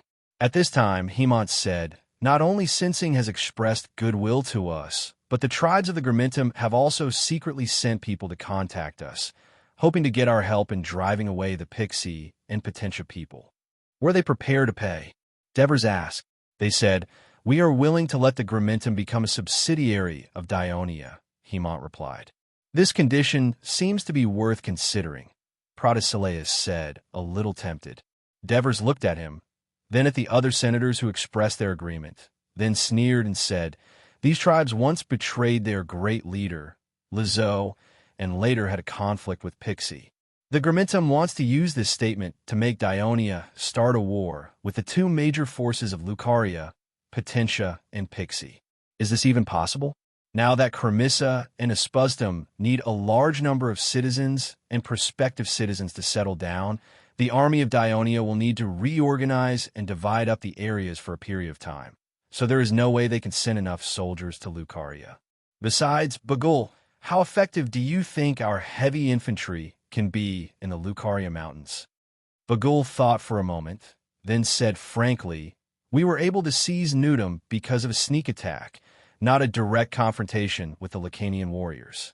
However, if the heavy infantry were to fight with the Lacanian warriors in the mountains, I'm afraid it would be difficult for them to gain the upper hand. Just walking on a mountain roads will consume a lot of the soldiers' energy, not to mention that we are not familiar with the terrain. On the narrow mountain roads, the enemy does not need to fight us head-on at all. They only need to push a few stones to make us suffer heavy losses, not to mention the difficulty of transporting food. Bagul is right. When we had to pass through the mountains to Armenia in Persia, we often encountered similar difficulties. No matter how brave the heavy infantry is, they would not be able to play a role at all. Alexis immediately said, and then the former mercenary senators also expressed their agreement with Bagul's words. Even the elders with the most combat experience were not optimistic about fighting in the mountains, which made Protesilaus feel a little ashamed. However, he was able to recognize his mistake and said embarrassedly, "It seems that the consecutive victories recently have made me a little proud."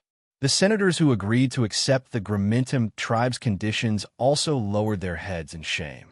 In the past, in Turiai and Amendola, war was a painful thing. However, ever since the Devers came, it seemed that victory was easy, giving everyone the illusion that the soldiers of Dionia were invincible. Thus, everyone began to become a little arrogant. However, the Devers did not lose their vigilance. He clearly remembered that when Rome began to conquer the Italian mainland, the biggest obstacle they encountered was not the coastal Greek city-states, nor was it the tough Gaul tribes in the north, but the Simonians in the central mountains. When the Roman heavy infantry, who dominated the plains, attacked the Simonians in the mountains, it was almost impossible for them to advance. The battle lasted for decades, during which the Roman people suffered several defeats and were forced to beg for peace in humiliation. Of course, the Devers did not want to repeat the mistakes of Rome. "Are we not going to attack Lucania? Your Excellency Consul, don't forget that you promised us to occupy Lucania municipality." At this time, someone stood up and questioned the Devers. It was Polixus. Cunigunda, Bucos, and the others all frowned. Capys, Amintes, and the others were even more hesitant, but the Devers looked calm. "We are not attacking Lucania municipality, but it does not mean that we will give it up. The war between Potentia and Pixie will undoubtedly affect the small tribes scattered in the land near the Gramentum and the ordinary people in the city." Hemont told me that the Lucanians who escaped to Nudum said that Pixie and Potentia are plundering their cattle, sheep, and belongings, and forcibly recruiting them as vanguards. "Yes, Your Excellency Consul. When these people arrived in Nudum and saw that the Lucanians who had become citizens of Dionia were living a prosperous life, they were very envious. Now, they all hope that peace can be restored in the Gramentum, so that they can continue to live a quiet life under the protection of a powerful force." Hemont said solemnly, "And the only one who can help them realize this beautiful wish is us, Dionia. So, please send more people around the Gramentum. It would be best if they can sneak into the city, so that these Lucanians who have been hurt by the war can understand this." The Devers instructed. Hemont nodded in agreement. "Bagul, after you go back, tell Sesta to gather all the young Lucanians in Nudum, and you will train them according to the original Lucanian way of fighting. However, it is best to follow the current way of organizing the troops, because it will be more disciplined. Also, make sure to keep it a secret. Don't let the enemy in the north know." The Devers' words made Bagul excited, and he asked, "When do we attack?" "Wait for the right time." The Devers spat out a sentence, then looked around at everyone, and said in a firm tone, "I would rather let Potentia and Galagusso become Dionia's vassals than let the Gramentum be out of our control. The location of the Gramentum city is very important. It controls the land routes to the north, east, and west of Italy, so it must be controlled by Dionia personally." The Crotone troops had just arrived at Silatina, and after meeting up with a small number of reinforcements sent by Trine and Silatina, they continued south. The Crotone fleet had been sailing south and had long passed Silatina and was about to reach the sea near Corunna. At this time, the scout ship at the front sent back a message. Lochley's fleet was spotted in the sea ahead, about 40 ships. The commander of the Crotone navy, Escamas, immediately ordered the fleet to slow down, lower the sails, line up, and prepare for battle. Soon, the warships that received the order gathered together, forming a formation with a three-tier or warship in the center and the other warships of different sizes on both sides, sailing as close to the coast as possible.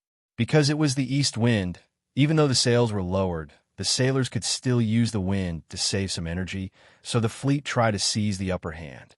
Before the formation was completed, Locklei's fleet had already appeared less than a nautical mile away from them. Escamas decisively ordered, "Speed up and prepare to attack." Chapter 239. Although Locklei's fleet had fewer warships, they did not hesitate to launch an attack. The warships of both sides quickly sailed towards each other and intersected with each other. However, Locklei's warships did not stop and continued to advance, which was out of the expectations of Crotone's fleet. Thus, after paying a small price of 1 or 2 warships, they easily broke away from Crotone's fleet, with a Rockley fleet trying to escape. Escamas was surprised to see the Rockley fleet's performance. However, the Rockley fleet's actions once again surprised him. After putting some distance between them and the Crotone fleet, the Rockley fleet turned around again and assumed an attacking stance. Escamas did not think too much about it. Why did the Rockley fleet do this? His fleet also responded accordingly. The two fleets quickly approached each other again, but this time, the Rockley fleet did not escape. The warships of both sides clashed and collided with each other. Battles at sea were different from those on land. Battles on land were extremely particular about formation. Once the formation was broken, it usually meant defeat. On the other hand, once a battle at sea began, the formation would be broken. It was usually a one-on-one duel between warships. Victory depended on the quality of the warship and the skills of the captain and sailors. Crotone and Rockley had been enemies for decades, so they knew each other very well. Escamas was very clear about the strength of the fleet, the composition of the crew, and even the characteristics of the commanders. He firmly believed that with the 6 extra 3-layered oars in his fleet, which had a total advantage of 10 warships over the Rockley fleet, it was only a matter of time before they won this battle. During the battle, Escamas' warship retreated quickly and skillfully, narrowly avoiding the enemy ship's attack on the middle of the warship. After the danger was averted, the enemy ship landed horizontally in front of the bow of his warship, the bronze ram. This was a great opportunity. How could he let it go? He immediately ordered the sailors to quickly regroup, and the ship quickly moved forward. However, the enemy ship also quickly turned its bow towards Escamas' ship. Although the enemy ship's reaction was fast, the experienced Escamas did not give up. As the warship approached the enemy ship and was about to cross paths, Escamas shouted, "Retract." The boatswain, who was listening to the order in the lower cabin, immediately relayed it to the sailors. The well-trained sailors immediately pulled back the oars. The enemy ship had just turned the bow and had not yet had the time to pull back the oars. The 20-meter-long, 3-story oar ship used the huge inertia of the forward charge to smash most of the wooden oars of the enemy ship that was close to it, causing the enemy ship to fall into a predicament where it could not move forward without oars. Just as the sailors were cheering and Escamas was about to turn his ship around and sink it, a fleet of more than 20 triple hulls suddenly appeared behind Crotone's fleet and immediately launched an attack on Crotone's ships. The Crotone fleet was in danger of being attacked from both the north and the south. In the end, the Crotone fleet suffered a crushing defeat. 15 ships were sunk, 8 were captured, and 10 were severely damaged. Escamas led a few warships out of the enemy's encirclement. On the way to Crotone, Escamas kept thinking in frustration, where did Rockley's extra warships come from? The victory of the naval battle encouraged Rockley's army that was besieging Corunna. The next morning, when Crotone's reinforcements arrived near Corunna, Rockley's army ignored the fatigue of attacking Corunna and immediately launched a battle. Crotone's army did not shy away from the challenge. Therefore, the two sides engaged in a fierce battle in the suburbs north of Corunna. In terms of military strength, Rockley had the advantage, but because they had to divide part of their forces to besiege Corunna, the two sides had almost the same number of people. However, Rockley's army was mostly made up of heavy infantry and light armor, while Crotone's light infantry, which was made up of 5,000 carefully selected free people, had an obvious advantage. Because Rockley's general was worried about the impact of Crotone's heavy infantry, he thickened the formation. On the other hand, Crotone's army had learned a lot from the bitter battle with the Dionysian army due to their limited resources. After the formation was completed, they immediately sent their light infantry forward to attack. Rockley's light infantry were too few in number and were quickly defeated. Then, Crotone's light infantry began to throw javelins at Rockley's army, and Rockley's light infantry suffered a lot of casualties. Under such circumstances, Rockley's army immediately blew the horn to attack. Faced with the overwhelming charge of the heavy infantry, Crotone's light infantry did not have the strict organization and discipline of Dionia's light infantry, nor did they have experienced veterans to stabilize their morale. They also did not have excellent light infantry generals like Epitenes, Xpit, and Alpines to lead them, and they did not have the stimulation of citizenship, land, and other material rewards. Moreover, the dense formation of Crotone's heavy infantry did not have any extra space for them to retreat, so they could only flee from the battlefield in panic. As a result, many of the light infantry did not manage to escape in time and died under the charge of Rockley's heavy infantry. When they finally escaped, under the efforts of their general, the light infantry tried to regroup, but they were immediately ambushed by Rockley's cavalry and dispersed once again. However, the harassment of the light infantry had also exhausted and distracted Rockley's infantry. Now, only infantrymen were left on the battlefield. One side had just escaped from the abyss of suffering in Dionia and had not fully recovered. The other side had continuously attacked Corinna and did not have enough rest. One side had fewer soldiers, but they had the belief to wash away the humiliation and defend their territory. The other side had more soldiers, but they had suffered a blow from the light infantry, and their morale was slightly low. After fighting for nearly 2 hours, Rockley finally could not hold on any longer and retreated from the battlefield. In this battle, Crotone and Rockley suffered similar casualties, about 2,000 people, but most of Crotone's casualties were free citizens. Although Rockley was defeated, its casualties were not serious, and it withdrew from the siege of Coruña. Crotone's reinforcements successfully entered Coruña and were warmly welcomed by the people in the city, but the situation was not in Crotone's favor. Rockley's army retreated to the south of Coruña and set up camp, but they were still eyeing Coruña. Rockley's fleet cruised the sea and blocked Crotone's sea routes. The pain that Dionia had suffered was now being experienced by Crotone. At this time, Ciudad Crotone had already sent out all of its elite soldiers, but Rockley still had some strength left. 2 days later, 1,000 Rockley soldiers landed on the coast between Crotone and Silatina, burning and looting along the way, and invaded Crotone's territory north. After the shock of the naval defeat, the people of Crotone heard the news of Rockley's invasion, and they panicked again.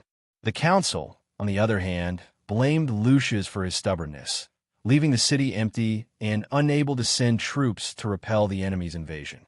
Lucius did not refute the council's criticism. He was also shocked by the defeat of the fleet. At this time, he could only propose that the council mobilize the whole city, and at the same time, send messengers to Dionia and Asprustum to ask for help. In this situation, Crotone actually had no other way. It was just that the war with Dionia had just ended, and the whole of Ciudad Crotone's cursing of Dionia had not disappeared. At this moment, they had to beg for help again. Both the counselors and the people were a little embarrassed.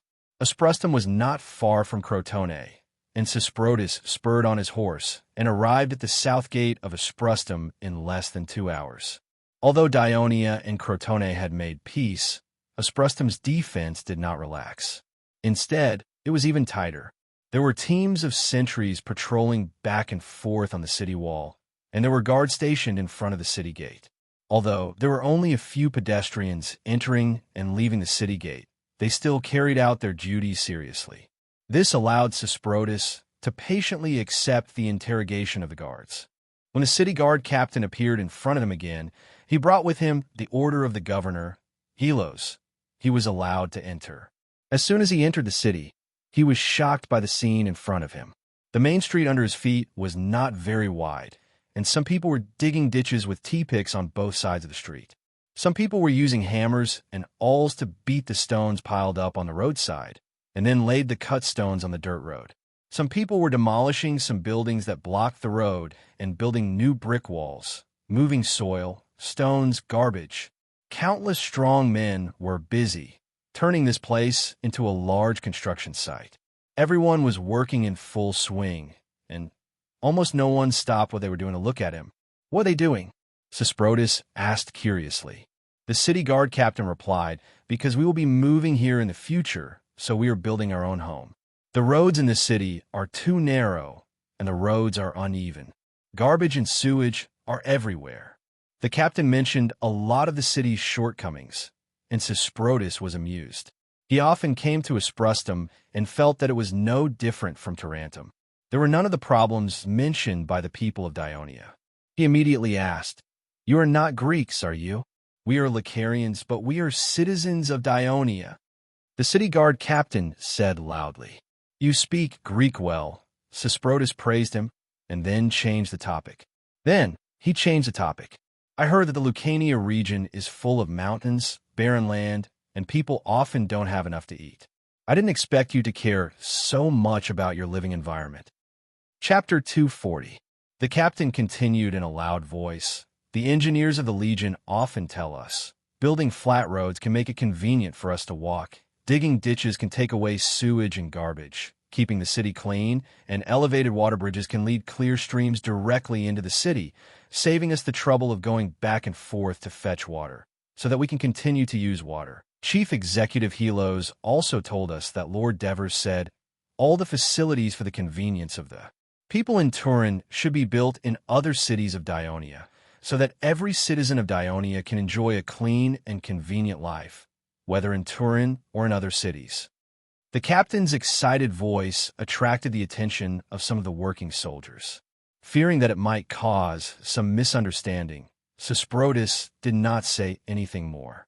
The captain also did not want to say anything more to this messenger of Crotone, who looked down on the Lucanians. Sesprotus moved forward in silence. He even saw some people who looked like scholars measuring something with instruments at the corner of the street. It was a right-angle measuring instrument, used to measure whether the building was vertical, and some people drew lines on the side of the road with lime powder, telling the soldiers where to dig ditches. Everyone looked very focused, which touched Sesprotus somewhat. The Greeks could build solemn and magnificent temples, large-scale arenas, exquisite and sturdy theaters.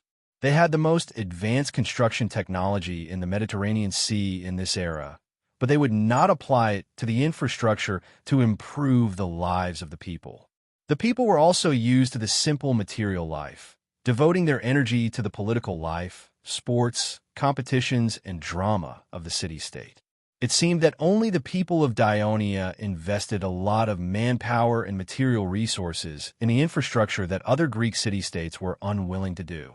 Sesprotus had not been to the newly built Turin, but the avenue of Dionia was quite famous in the whole of southern Italy. It seemed that even the barbarians of the Lucaria mountains yearned for the way of life created by Dionia. There must be something attractive about it, Sesprotus thought to himself. Unknowingly, he arrived at the city hall of Asprustum and saw Helos, who had just taken office for less than 2 days, and assists, the temporary garrison officer. After listening to Sesprotus' request, Helos and the assists were a little surprised. They had just fought a bloody battle with the Crotone, and in the blink of an eye, they had become allies. The Crotone, who were once enemies, were now asking them for help. Even though these two generals had been on the battlefield for a long time, it was still difficult for them to accept it emotionally. Helos said cautiously, "Helping Crotone defend Rockley means that Dionia will declare war on Rockley. This is not a decision we can make. We need the approval of the Dionia Senate. Of course we understand. Our other emissary has already boarded a speedboat and is rushing to Turii. However, Rockley's army has invaded our land, burning our villages and slaughtering our people. When the order from the Dionia Senate arrives, how many people in Crotone will lose their lives? How many houses will be burned down?" Sesprotus begged bitterly. As he spoke, tears streamed down his face. Dionia has always kept its promises since its establishment. As an ally of Crotone, are we just going to watch the people of Crotone suffer and do nothing. The two generals, who did not have much political experience, felt a little embarrassed. Assis tried his best to persuade Sesprotus to leave, saying that the matter was of great importance and that they needed to discuss it. Assis forced Sesprotus, who was wiping his tears, to leave. When he returned to the hall, Helos had regained his composure after some thought. Assis, I am ready to agree to the request of the Crotone emissary. I will send troops to the west bank of the Taconati River to prevent the Rockley people from entering the core area of Crotone. What? You are going to start a war with Rockley without the permission of the Senate. Lord Devers will be very angry. Assis recalled how Sesta made a decision on his own in Newdom and caused him to be criticized by the Devers. He immediately shook his head like a rattledrum. No, definitely not. Who said that we must start a war with the Rockley people just because we want to stop them? We can do this. Helos carefully stated his considerations. After listening, Assis carefully thought about it and showed some concern. Isn't this too risky? What if Rockley really attacks our troops regardless of everything? What should we do? Assis, you have to know that although the Dionia alliance has only been established for less than a year, our reputation in Greece is very high. Not only because of our military victories, but also because Lord Devers has always led us to adhere to our beliefs. When we were very weak, we still didn't give up on our alliance with the tourists when we were facing the threat of the powerful Crotone. Now, our ally is begging us for help. If we don't help them when we can, then what will be the effect of the Defense Alliance Treaty that we have just signed with Crotone? What will the Crotone people think? When we came here, Lord Devers and the Senate warned us to maintain a peaceful and friendly relationship with Crotone. Can it be done? Will the other Greek city-states still believe that we, Dionia, can keep our promise? I know Lord Devers. In this situation, he will definitely send troops to protect Crotone without hesitation. If Rockley dares to attack, he will not hesitate to launch a counterattack. After Helos finished his speech, the Assists were moved. He defended himself in a low voice. It's not that I don't agree to send troops. I just want to get Lord Devers' instructions first. This round trip will take more than a day. By the time the order arrives, the Rockley people might have already crossed the Taconati River and caused great damage to Crotone's outskirts. Since we want to help Crotone, we must appear when they need us the most. Helos' expression was firm and his words were forceful. The Assists were moved. All right, I agree to send troops. However, we must send a messenger to tourists urgently to inform them of our decision. That's right. Helos nodded. Sesprotus received a message from Helos. Dionia will fulfill the covenant and send troops to help Crotone defend their territory. He was so excited that he repeatedly thanked Helos and the Assists. As soon as Helos made the decision to go to war, the entire Assists began to move. 2,500 Legio III soldiers were quickly gathered and led by the Assists. They immediately set off to the south. Helos only left 500 soldiers to guard the city. Rockley's 1,000-strong assault team did not encounter any resistance. They successfully approached the Taconati River, leaving behind a trail of ruins.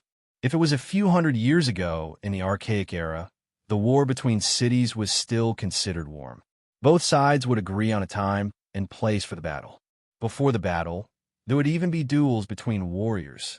The victorious side rarely pursued the enemy. But now, the war between cities was very tragic. Many of the defeated side cities were destroyed. Therefore, when the stronger side attacked, the weaker side could only hide in the city to defend. Therefore, the attacker was unwilling to attack the city by force. Instead, they chose to destroy the farmland, burn the villages, slaughter the people, and other atrocities to force the other side to come out and fight. This was a common thing. For example, during the Peloponnesus War, Sparta attacked Athens by land. Athens knew that they could not compete with Sparta on land, so they let the people hide inside the long walls of Athens, causing the Peloponnesus to trample Attica into a desolate wilderness. These methods could also weaken the enemy's will to fight, just like what the Dionia soldiers did in the northern plains of Crotone and the Crotone soldiers in the Sabari plains. The decades of hatred between Rockley and Crotone gave the Rockley people another purpose when they did these things, to vent their anger. Therefore, they were very thorough in their actions, which slowed down the speed of their march. Hearing that the Takanati River was not far ahead, Rockley soldiers could not wait to cross it immediately and rush into the heart of Crotone to burn, kill, and loot. When they excitedly rushed to the west bank of the Takanati River, they found that there was an army blocking their way. Diapantos was the general leading the Rockley troops. He muttered in his heart, "Didn't the Navy say that Crotone had sent out all their soldiers and the city was empty? Could it be that these are the newly recruited free people?" He looked over and saw that the army in front of him was lined up neatly in a phalanx. Each of them was tall and straight, wearing helmets, breastplates, greaves, round shields, and bayonets. They were fully equipped with heavy infantry equipment. The entire phalanx was as silent as a mountain, and the oppressive aura they exuded made the people of Rockley, who had been talking and laughing loudly, fall silent. "Look at that flag." Someone pointed at a big red flag in the middle of the square formation and exclaimed.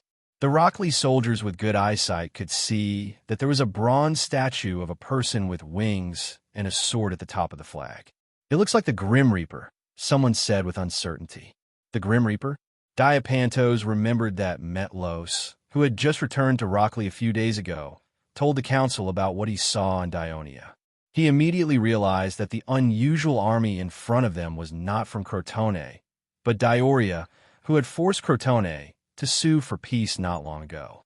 It was a mysterious city-state alliance that did not exist a year ago, but in the blink of an eye, it had become an influential force in Greece. Diapantos immediately became nervous and hurriedly reorganized the scattered troops.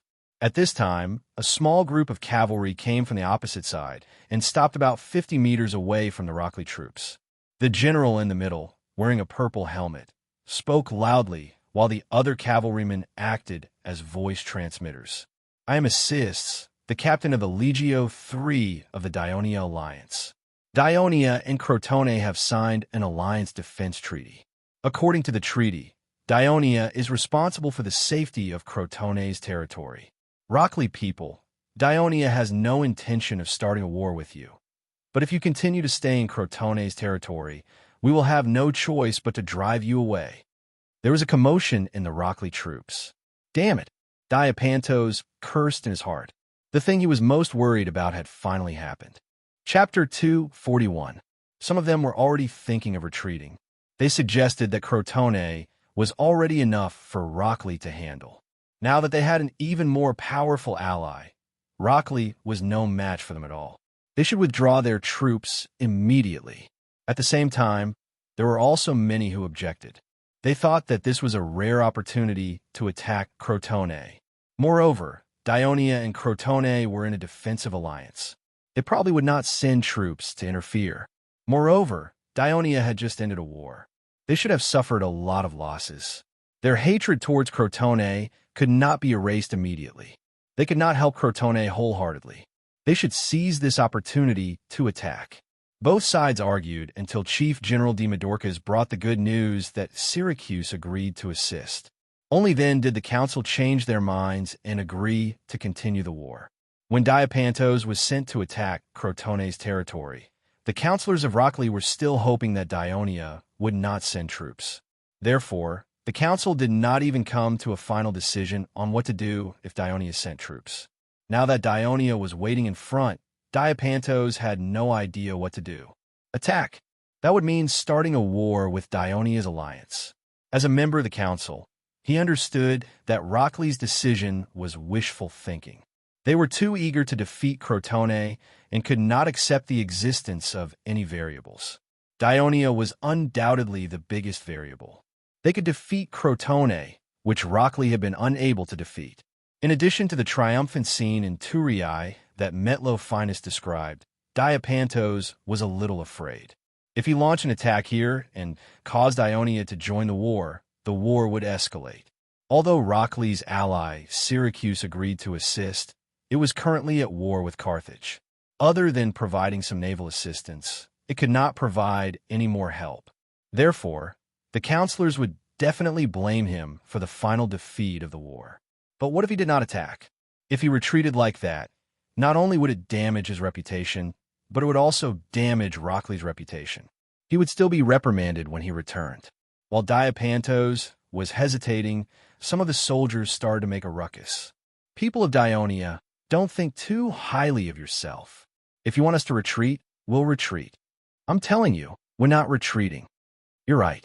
We, the Rockley people, are not to be trifled with. Locke had been in Greece for hundreds of years. What was Dionia? I've never even heard of it. We won't retreat. What can you do to us? The clamor of the soldiers made Diapantos anxious and angry. He only had a little more than 1,000 men under his command, and less than half of them were sailors. Along the way, many soldiers dragged sheep and cows and plundered a lot of resources. Their eyes were blinded by greed, and they no longer looked like soldiers. How dare they challenge the people of Dionia? Diapantos wanted to retreat, but before he could give the order, the other side had already started to beat the drums rhythmically. The stationary phalanx began to move, and the sound of footsteps was more uniform. It was like a thick iron wall pressing down on them. The soldiers of Rockley who were shouting just now immediately fell silent. Diapantos sighed and said, "Retreat." As soon as the order was given and before the bugle was blown, the soldiers of Rockley had already turned around and fled. The formation was completely scattered. Diapantos could not stop the soldiers from retreating in such a disorderly manner. It was as if the Grim Reaper was chasing after them. They just wanted to get out of here as soon as possible, so they left the loot on the ground. Assis did not expect to force the people of Rockley to retreat so easily. He sent a small number of soldiers to clean up the battlefield and led the army to follow behind the people of Rockley. When he saw the people of Crotone scrambling to board the ships and sail away from the coast, he led the soldiers back and returned all the loot to the people of Crotone, who came to express their gratitude. This made the people of Crotone even more grateful and ashamed. Of course, Diapantos was not willing to return to Rockley just like that. After the fleet sailed south for a while, he led the troops to land on the coast of Syrium, which was not yet an ally of Dionia. In the city of Sparta, there was a building that occupied a large area. Simple stone pillars propped up the roof to shelter the building from the wind and rain. 3 sides of the building were ventilated, and one side was the kitchen. The spacious hall was filled with long wooden tables and chairs. This was the canteen of the citizens of Sparta. When it was time to eat, the people of Sparta gathered here from all directions. They queued up to receive their communal meal and then ate in the canteen, which could accommodate 500 people at the same time. On sunny days, the tables were even placed on the grass. Thousands of citizens of Sparta, regardless of age or rank, ate together. Everyone ate roughly the same food. This not only reflected the equality of the citizens of Sparta, but also emphasized their unity. The people of Sparta, who emphasized discipline and obedience, always kept this grand dining scene orderly. This was the communal meal system that Sparta was famous for in Greece.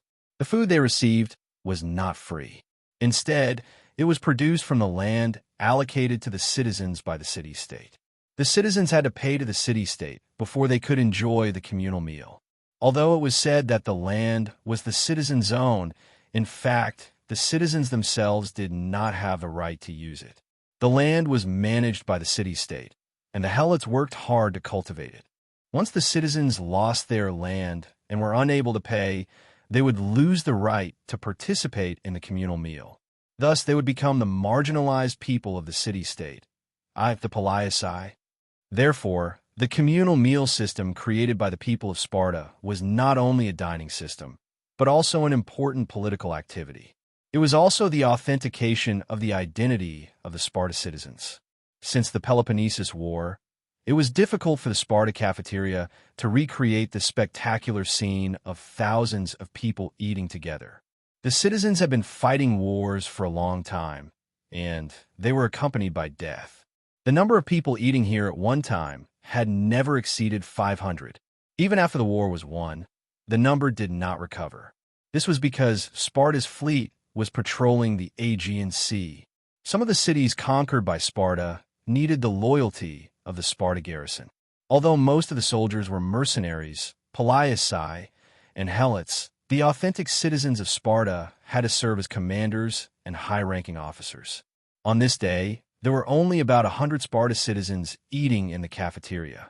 Phoebidas sat at the dining table, chewing the bread in his hand. He thought back to the ascension of the new king not long ago. Agesilaus became the king, which was unexpected to many people. However, he was happy because Agesilaus had several in-depth contacts with him. He thought that Agesilaus was a kind and wise man and would be a good king. Hey, look, there are 2 damn helots over there. A man at the table next to him suddenly shouted. Following the direction of his finger, Phoebidas saw the 2 men who were eating at the table opposite him. Their expressions immediately became a little unnatural. Although they were also bare-chested, no matter in terms of body shape or skin color, they were different from the real Sparta citizens. Those are the new citizens. To be able to enjoy a communal meal, it means that they have earned enough merits in the war to move the conservative old men in the council. They were granted freedom and citizenship, and they were even given land. This is not easy. We should respect true warriors. The other man said in a gentle tone, Who knows if it was Lysander's doing? During the war, he used the excuse of defeating the Athens war to use his power to turn many Palaeocei people and a few helots into Sparta citizens.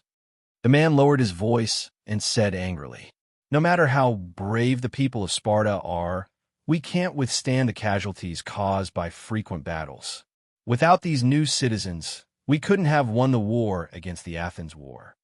But look at how many people here are real Sparta citizens, and a few of my comrades temporarily lost their citizenship because they couldn't pay for their communal meals. They were reduced to low-class people. If this continues, will Sparta still be Sparta? You are right. Let me tell you, the man leaned close to his companion and whispered something. The people of Sparta had always been quiet, especially during meals. Not only was this citizen talkative, but he was also whispering to each other. It was difficult not to attract Phoebidas' attention. Just when he turned his head to see who the person was, someone patted his shoulder lightly. Phoebidas, King Agesilaus, is asking for you. Okay. Phoebidas immediately stuffed the last bit of bread into his mouth and finished the oatmeal in one gulp. He wiped his mouth, stood up, and followed the guard to the front of the cafeteria. He subconsciously looked back at the man just now. He had already finished his meal and left the cafeteria. He could only see his back view.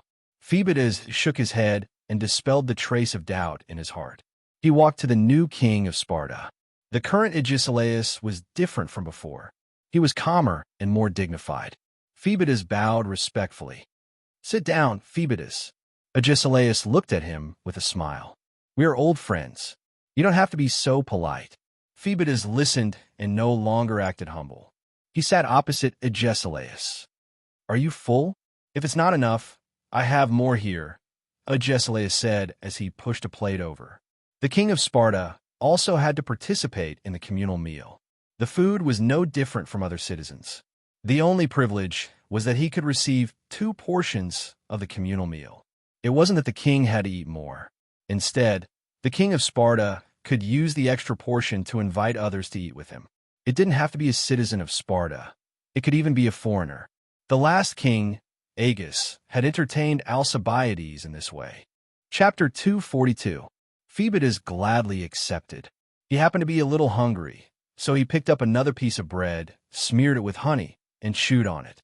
Agesilaus waited patiently for him to finish eating before saying, Can you tell me the details of your last diplomatic mission to Greece? Phoebidas was excited. When he returned and reported to the Elder Council, the elders were busy with the funeral and electing a new king because King Agis had passed away. They did not care about anything else. Just as Phoebidas briefly described his diplomatic mission to Greece, the new king of Sparta expressed his concern for Dionia. Phoebidas immediately recounted the details of his diplomatic mission to Dionia without any exaggeration. Agesilaus supported his head with one hand and straightened his limping leg. He listened attentively and pondered at the same time. When Phoebus finished, he said, "It seems like Dionia gave you a hard time. You don't have a good impression of them.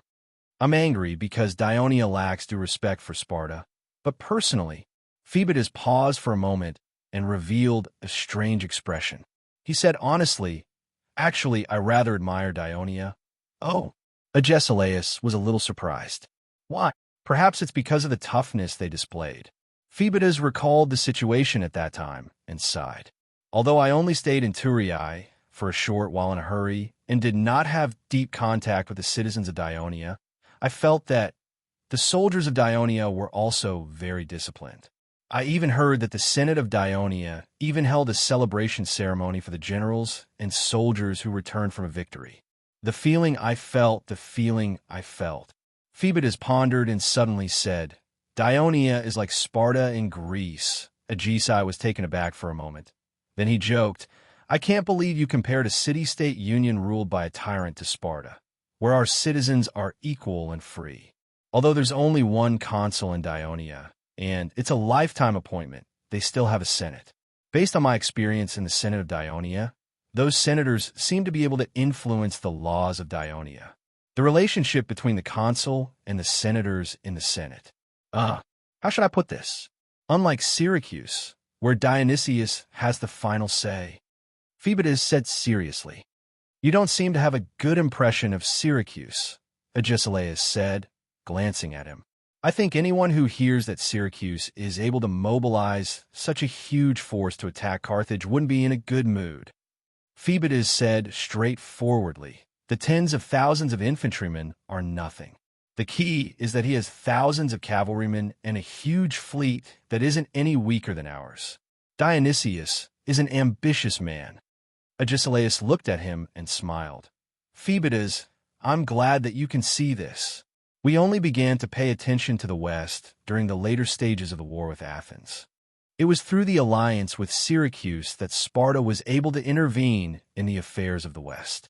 Carthage is Persia's ally in the Western Mediterranean.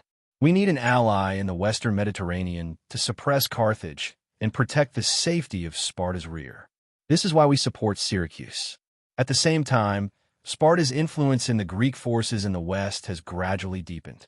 However, some of Sparta's actions in the past have been allowing Syracuse to expand and swallow the Greek forces in Sicily. I'm afraid that in the end, it will cause trouble for us. We don't want our ally to be too weak, but we can't let it be too strong either. Honorable King Agesilaus, you're right. But now, Carthage still has the advantage in Sicily, while Sparta's forces are all concentrated in Asia Minor. At this time, we should continue to support Syracuse for the time being." Phoebus understood the hidden meaning behind Agesilaus' words, but he still thought for the sake of the city and spoke frankly. "We don't need to do anything. The power to suppress Syracuse's expansion has already appeared." Agesilaus wasn't unhappy. Instead, he smiled at him in relief. "It's the Dionia that made you unhappy before." "Dionia?" Phoebus was surprised at first. Then he shook his head. "It can't be compared to Syracuse at all. Syracuse is much stronger in terms of territory, population, trade, and military strength. That's true for now, but Dionia is expanding very quickly." Agesilaus said with a complicated expression, "I just received news from Greece. Dionia defeated Crotone and forced Crotone to cede territory and sign an alliance treaty." "When did that happen?" Phoebus's eyes widened. "Not long after he left Greece, Dionia defeated Crotone again." Phoebus was in disbelief. Crotone is obviously stronger than Dionia. And this time, Crotone shouldn't make the same mistake as last time. How 100 years ago, before Sybaris and Crotone fought, many Greek city-states thought so too, but the weak Crotone won in the end. Agesilaus sighed. Kelesopes was right. Devers is a military genius. Although Sparta regrettably missed out on him, it's not a bad idea to let him lead Dionia against Syracuse. Will Dionia and Syracuse definitely clash? Phoebus was still thinking about how Dionia defeated Crotone and was a little absent-minded. Therefore, he did not pay much attention to his reply and sounded very doubtful. Agesilaus did not mind and said, Now that Syracuse has occupied the eastern part of Sicily, with our support and their accumulated strength, it's not too difficult to chase Carthage's forces out of Sicily. It's even possible to completely drive Carthage out of Sicily. Even if they can't do that, Syracuse will definitely become the leader of the Greek city-states in Sicily. Like you said, Dionysius is an ambitious person. Will he be satisfied with that? As Agesilaus spoke, he dipped his finger into the oatmeal and drew a simple map of Sicily on the table. Phoebidas shook his head. Will he lead troops in Africa? Agesilaus asked. Phoebidas shook his head with all his might. What a joke. That was Carthage's headquarters. It had been in operation for hundreds of years. If Syracuse dared to send troops into Africa, Carthage would definitely not let them return, just like the army led by Dorius, the brother of Sparta, who was exiled by King Cleomenes 100 years ago. Then the only place where Syracuse can expand its power is here. Agesilaus drew a rough outline of Sicily. Great Greece. It's only separated from Sicily by a narrow strait, and they're both Greek city-states. Dionysius has always been cruel to his Greek compatriots. You're right. Phoebidas nodded in agreement. He and Agesilaus had never thought about the Greek mainland to the east of Sicily. They thought that no matter how bold Dionysius was, he would not dare to offend the powerful states with a long history in the Greek mainland. Dionia has now subdued Crotone. Further south from Crotone, the only powerful city-states left are Rockley and Lygum. Rockley and Syracuse are allies, and Crotone are archenemies. Crotone is now in an alliance with Dionia. Therefore, it's only a matter of time before Dionia and Syracuse come into conflict. Agesilaus analyzed. Phoebidas stared at the table and shook his head. Dionia is still too weak. As long as Dionysius' army sets foot on the land of Great Greece, other than the Rockley Alliance and Tarentum, I'm afraid the other city-states will unite around Dionia, Agesilaus said solemnly. We don't want another Syracuse to appear in the western Mediterranean, but as long as Dionia can create enough trouble for Syracuse, I believe that Devers will definitely be able to do it and prevent Dionysius from conquering Great Greece in a short period of time. Then it's time for us, Sparta, to mediate. Don't forget, there's still Tarentum in Great Greece, which is a friendly state to us, Sparta. Phoebidas recalled his encounter in Tarentum and curled his lips. Tarentum might not necessarily listen to us. When Dionia and Syracuse are strong, they will listen. Agesilaus sneered and extended 3 fingers to support himself on the table.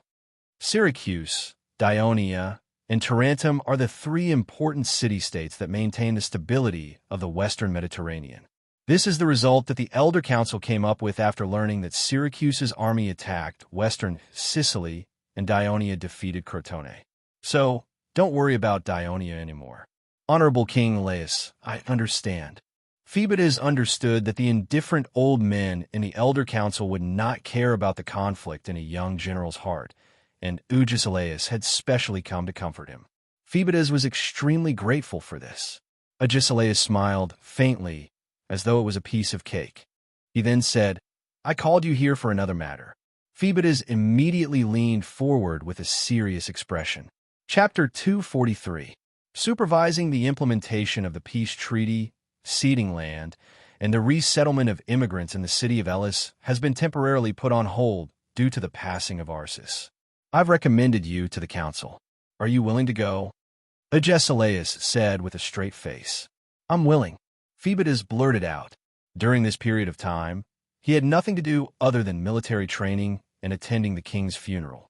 He could not help but feel disappointed as he watched others being sent overseas to carry out important missions one by one. Now, Agesilaus had placed such a lucrative job in front of him. How could he not be moved and grateful? Thank you, King Agesilaus, for your trust in me. You becoming our king is a gift from Zeus to Sparta.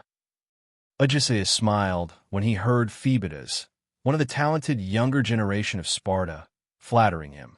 After Agesilaus and Phoebidas left, there were only a few dozen people in the canteen. A young man with a linen draped over his head sneaked out from behind pillar. He looked at Agesilaus back with hatred. He hurriedly went to get his meal. The chef who distributed the food joked, "Leotikides, why are you dressed like this? You look like a woman." A Peri-Asian dared to make fun of him. If it was before, Leotikides would have beaten him up or even chopped off his arms and legs. But now, the former king's son did not have the mood to argue. He found a corner, sat down, and munched on his bread. For some reason, tears welled up in his eyes.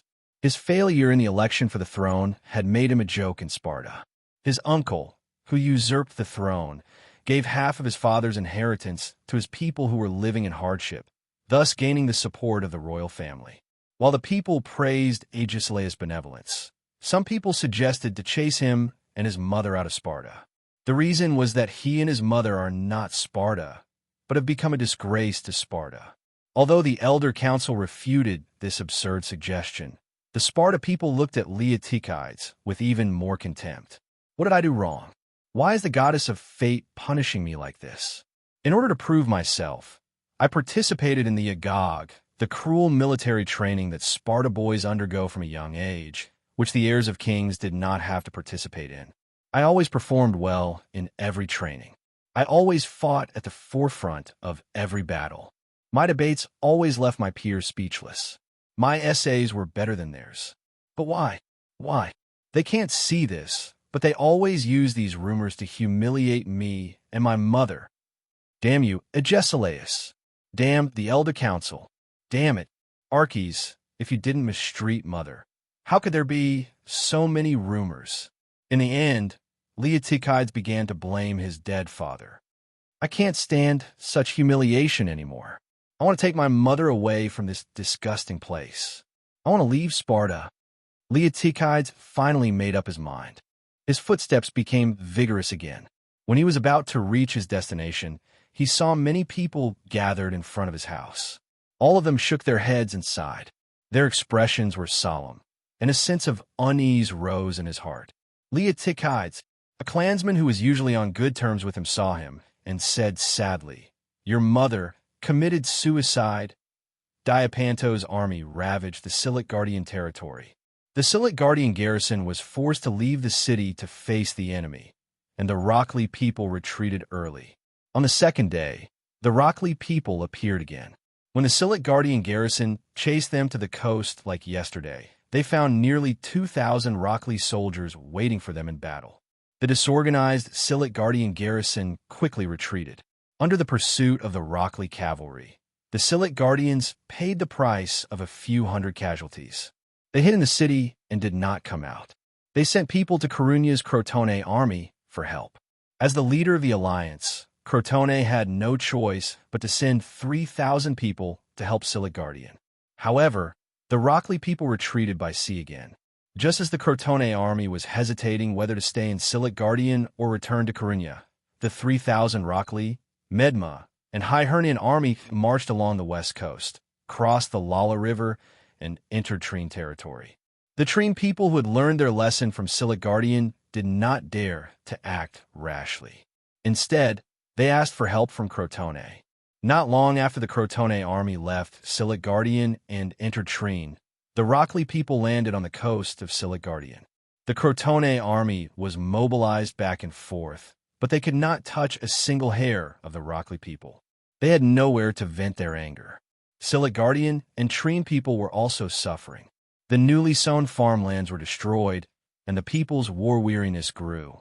At this time, the Crotone people finally realized that the 20 warships that suddenly appeared at sea were not secretly built by Rockley in the past year. They were Syracuse's help. This news caused the Crotone emissaries to panic. During this period of time, the Devers who returned to Thurii, apart from dealing with the alliance's affairs, stayed at home to accompany their wives, take care of their newborn children, and educate their adopted children. Their days were quite fulfilling and happy. Even when the Crotone emissaries came to Thurii and asked for help from Dionia, they did not cause any anxiety. This was because Helos and assists quickly forced the Rockley people who invaded Crotone's territory to retreat. For this, the Senate elders praised the Devers for choosing the right chief executive of Asplustum.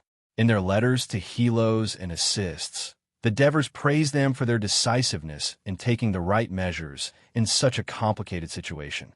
They also encouraged them to act boldly in times of crisis. They did not care too much about their own feelings and wait for the Senate's orders.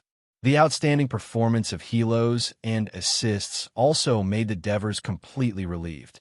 They put more energy into the resettlement work of Esplustum and Cremissa.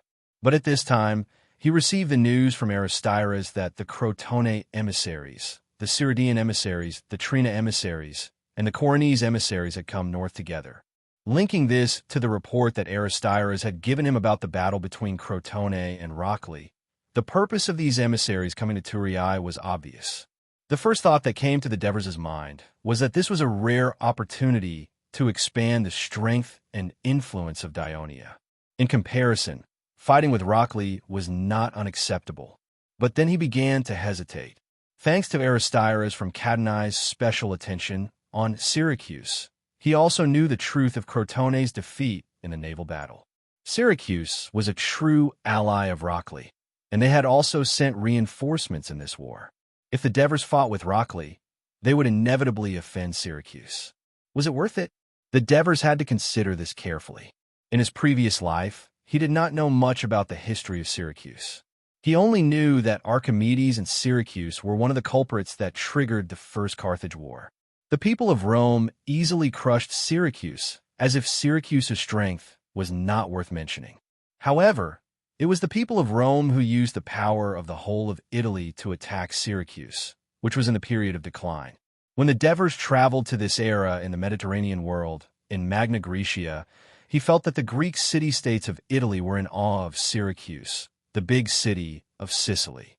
A few decades ago, Syracuse defeated Carthage and dominated Sicily and Magna Graecia.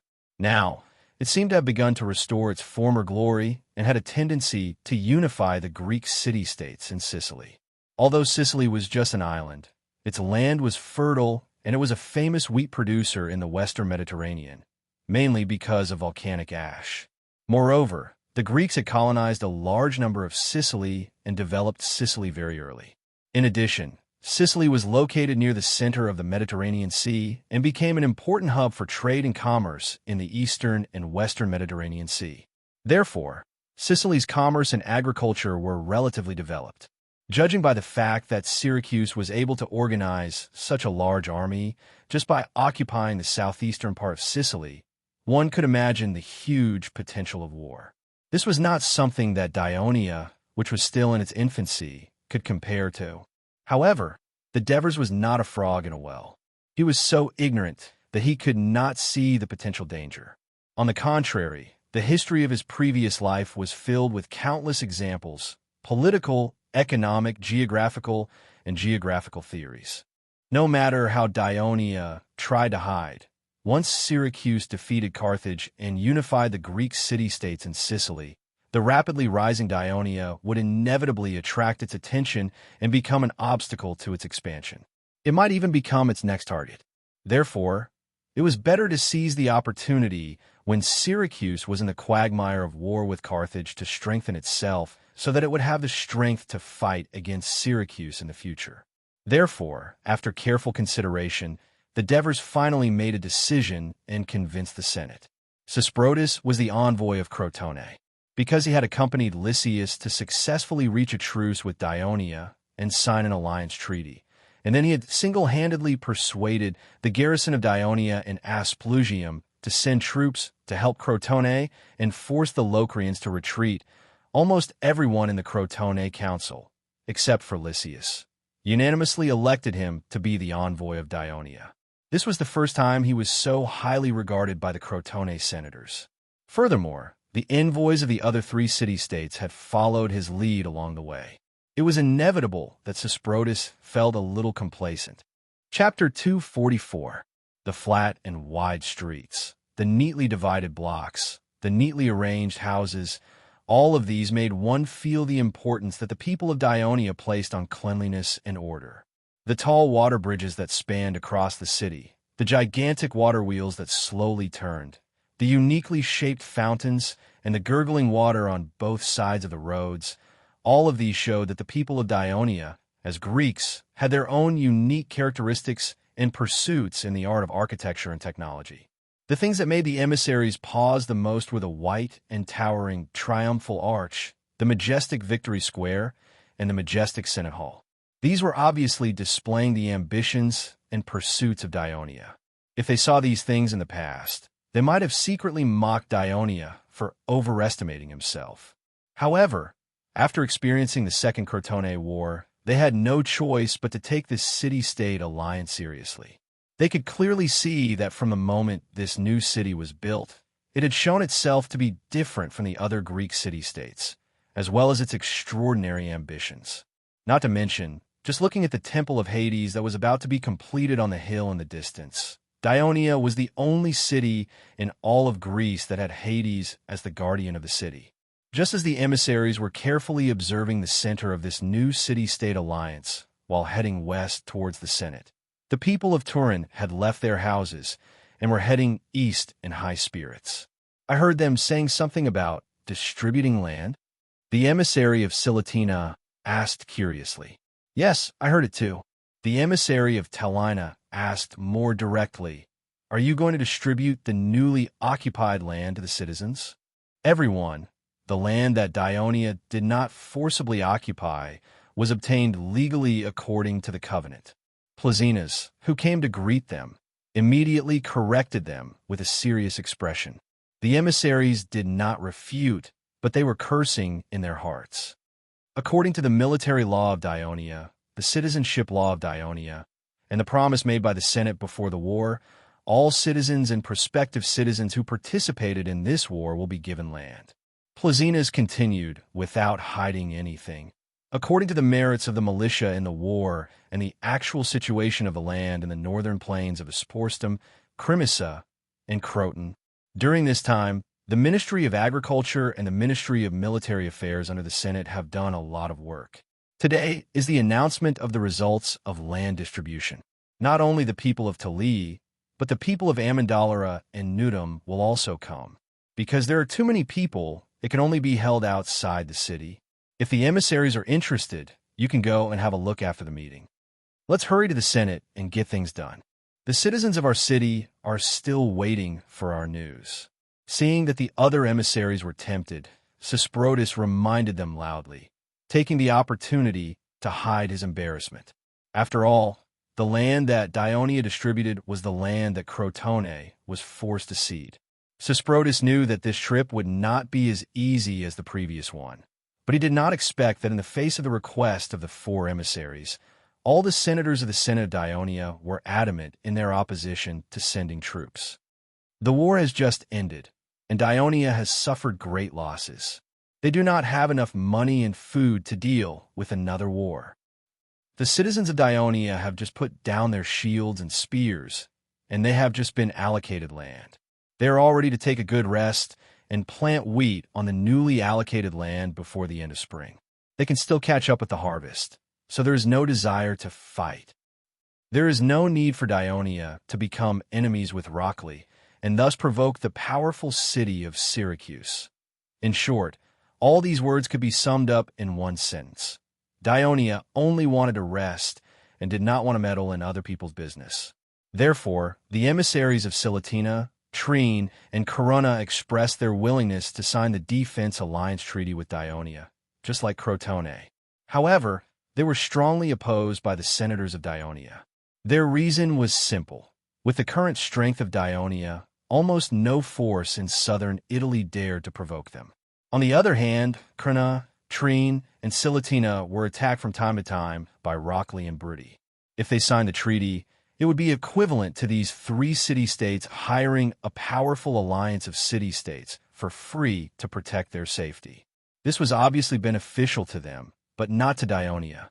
The negotiations in the Senate reached an impasse. Sesprotus was anxious, but there was nothing he could do. At this time, the Trine emissary said eagerly, "What if I request to join the alliance of Dionia?" The Trine emissary did not come on a whim. When they passed by Castellan, Amicals and the others had treated them with great hospitality. During the banquet, the senators of Castellan mentioned the many benefits that Castellan had obtained after joining the alliance of Dionia. At the same time, they had seen the stability and prosperity of the people in Castellan with their own eyes, and this had touched the emissaries. When Sesprotus heard this, he was shocked and subconsciously shouted, "Sesprotus, do you know what you are talking about?" "To save Trine." The emissary, Sesprotus, said righteously, "We, the people of Trine, have always abided by the covenant in the alliance, responding to the call of Crotone, paying tribute on time every year, and in every war, we have actively sent troops and food. Now, in exchange, the people of Rockley have wantonly destroyed the territory of Trine. Trine is a small city-state, living in the gap between Hibernian, a city-state in the Rockley Alliance, south of Trine, and the Brudi. If we do not defeat Rockley as soon as possible and the Brudi attack, I am afraid that the people of Torrillo will starve to death." Sesprotus wanted to say that if Trine ran out of food, Crotone could help, but he immediately swallowed the words that were on the tip of his tongue. Crotone had experienced 2 wars with Dionia and suffered heavy losses. Because of the blockade by the fleet of Rockley, the people in the city were also facing a food shortage. This was the main reason why Crotone was so eager to agree to their 3 allies to ask for help from Dionia. He warned loudly, "Don't you know that after joining the alliance of Dionia, you can no longer have any alliance relationship with other city-states? If Trine leaves the alliance of Crotone, then Crotone will immediately retreat the troops of Crotone who are defending Trine. In the future, if the enemy invades, we will not give any help to Trine." Sesprotus' words were not only directed at Trine, but also to the emissaries of Syracuse and Corunna, and even the Senate of Dionia.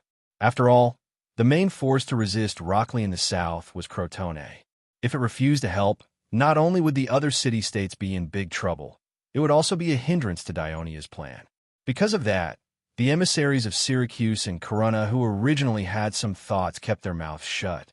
The emissary of Trine, Cypros, was also in a difficult position.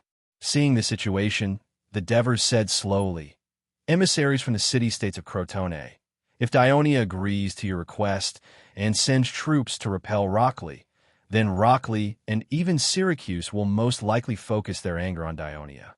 Any rational citizen of Dionia will not allow us to make such a foolish decision to help you, which is completely detrimental to the interests of our alliance."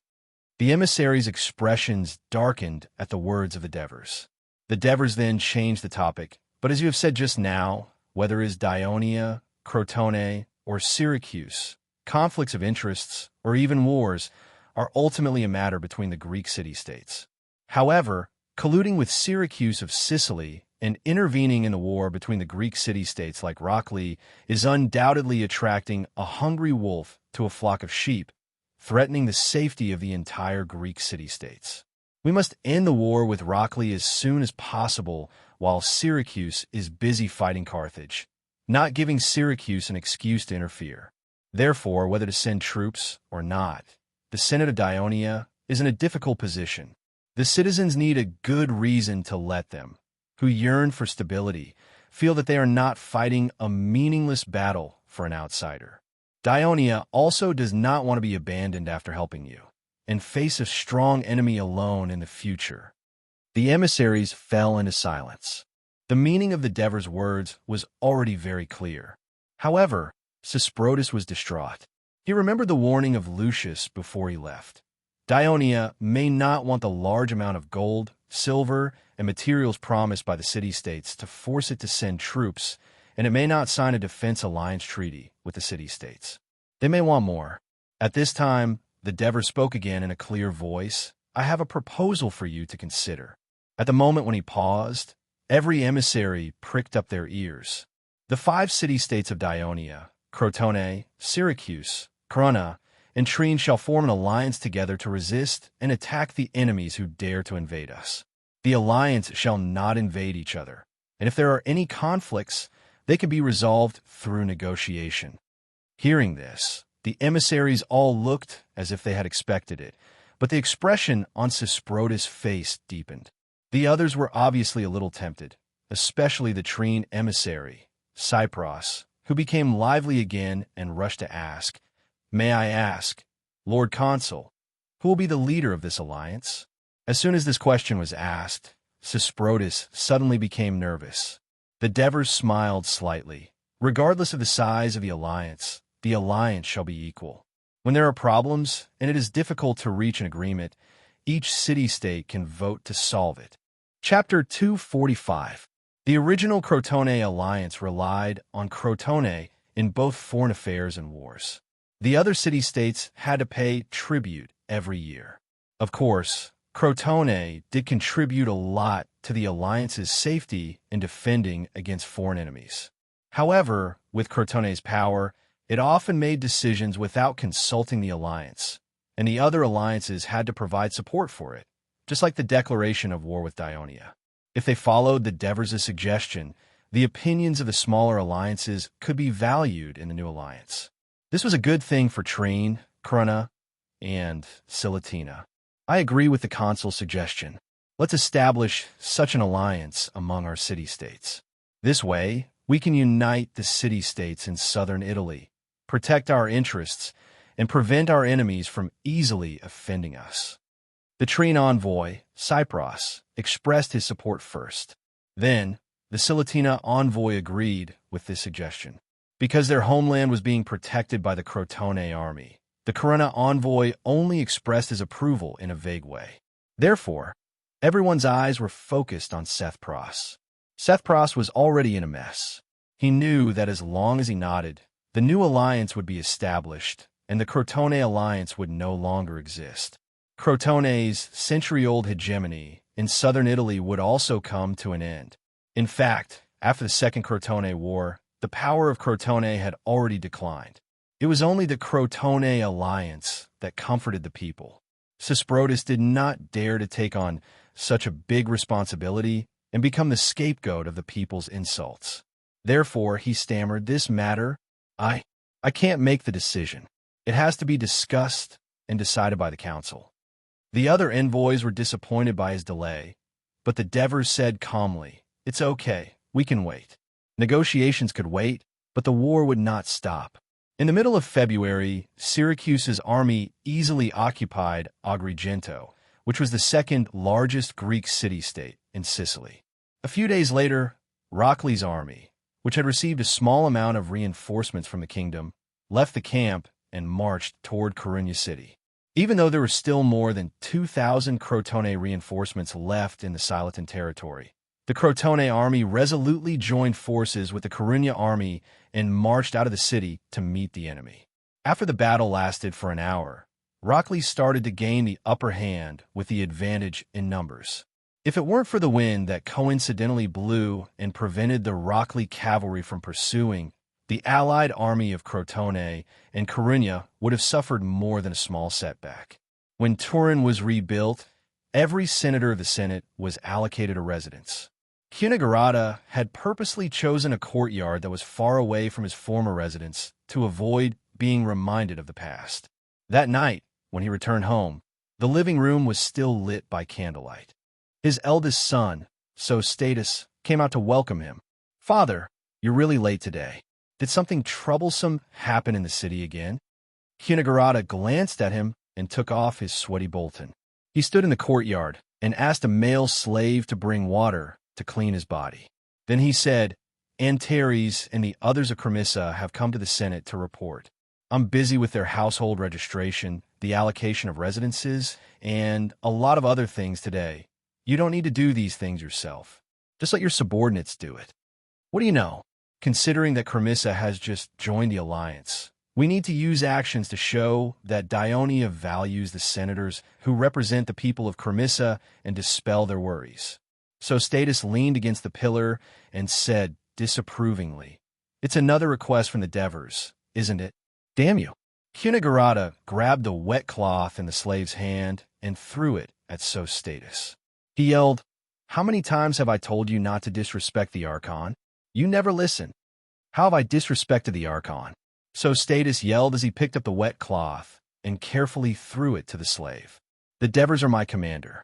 I've always followed military law and listened to orders. However, this is how I speak. I can't change it. Kunigarata looked at his son's lazy expression even when he was seriously rebuking him. He couldn't help but sigh. This son of his really isn't cut out for politics. Thinking of this, he asked, "Why aren't you sleeping and waiting for me here? Are you thinking of borrowing money from me again?" "You're underestimating me, father. The last time I borrowed money from you, I contracted the warehouse and hotel in Amendola. Other than repaying you and paying the rent, guess how much money I earned?" So Status asked proudly. Kunigarata ignored him. 1 talent and 20 minus. So Status wagged his finger and said proudly, "If it wasn't for the war with Crotone and the blockade of the port of Turiai, I could have earned even more." He paused and said, "Father, I have something to discuss with you." "Go ahead." Kunigarata knew that his father had something to say, so he pretended to be indifferent. So Status looked at his father and said carefully, "After this war, the Union will give you and me a total of 4 acres of land in the northern plains of Croton. I want to use it to exchange for land in Amendola." "What? You want to use the fertile land of Croton to exchange for the barren land of Amendola?" Even though Kunigarata didn't care about money, he had to be careful when it came to land. Land was the lifeblood of the Greeks. "Father, listen to me." So Status said hurriedly. Kunigarata knew that his son must have a reason for saying that, so he cleaned himself and changed into clean clothes. He sat in the living room and listened to his son carefully. "Father, you are the governor of Turiai. You should know that the port's trade has been increasing since the reconstruction of Turiai last year." Kunigarata snorted at so Status' words. How could he not know? He could even tell the number of cargo ships that entered and left Turiai every month and the amount of trade taxes. Marigi had made a detailed plan to revitalize the Union's trade, and he had put in a lot of effort to realize it. Why can I earn money? It's because Turiai's port can't accommodate so many goods and foreigners anymore. That's why the warehouses and hotels under Amendola are so popular. Now that we've defeated Crotone, not only have we expanded our territory again, but we've also become the strongest nation in southern Italy. Merchants and freedmen will flock here, but the Senate has made a law that forbids the use of the fertile land of Sabari Plain for other purposes. Otherwise, the land will be taken back. Yes, Berks is in charge of this. It's also to protect the arable land of Turiai. Kunigarata interrupted. "I think this is the right thing to do." So Status flattered him before saying, "This way, a Mendeler has become the inevitable choice for these foreign merchants and freedmen. The industrial area that Marigi started last year has been auctioned off. I want to take a look a few days ago. There's already a weapons workshop, a pottery workshop, and a stone carving shop. These are all large-scale workshops that require a lot of labor and slaves. Hence, there's a huge demand for lodging, food, and entertainment. I've discussed it with others before. 4 acres of land in Crotone Plain can be exchanged for 8 acres of land in Amendola near the industrial area. With such a large piece of land, I can build a large number of cheap houses and warehouses. The annual rent alone will not be a small amount. I can also build some small shops and rent them out as bakeries and clothing shops. When I have money in the future, I can even buy many slaves and rent them out for profit." So Status gushed about his dream. "Father, no matter how fertile the land is, it'll still suffer heavy losses in a disaster year. According to my plan, as long as the Dionia alliance remains strong, our family's annual income will be much greater than farming." Kunigarata looked at his son's high-spirited face and thought for a long time. He said, "So Status, you'll be in charge of the family's finances from now on. I'll announce this at home tomorrow and have Croisos, Kunigarata's slave butler, listen to your arrangements." "Really?" So Status could not believe his ears. "Of course. Since you have the talent for business, I won't let you bury it. But," Kunigarata said, "after I die, you'll have to give half of the assets you earned to your brother. Can you agree to that?" Under Kunigarata's gaze, so Status calmed down.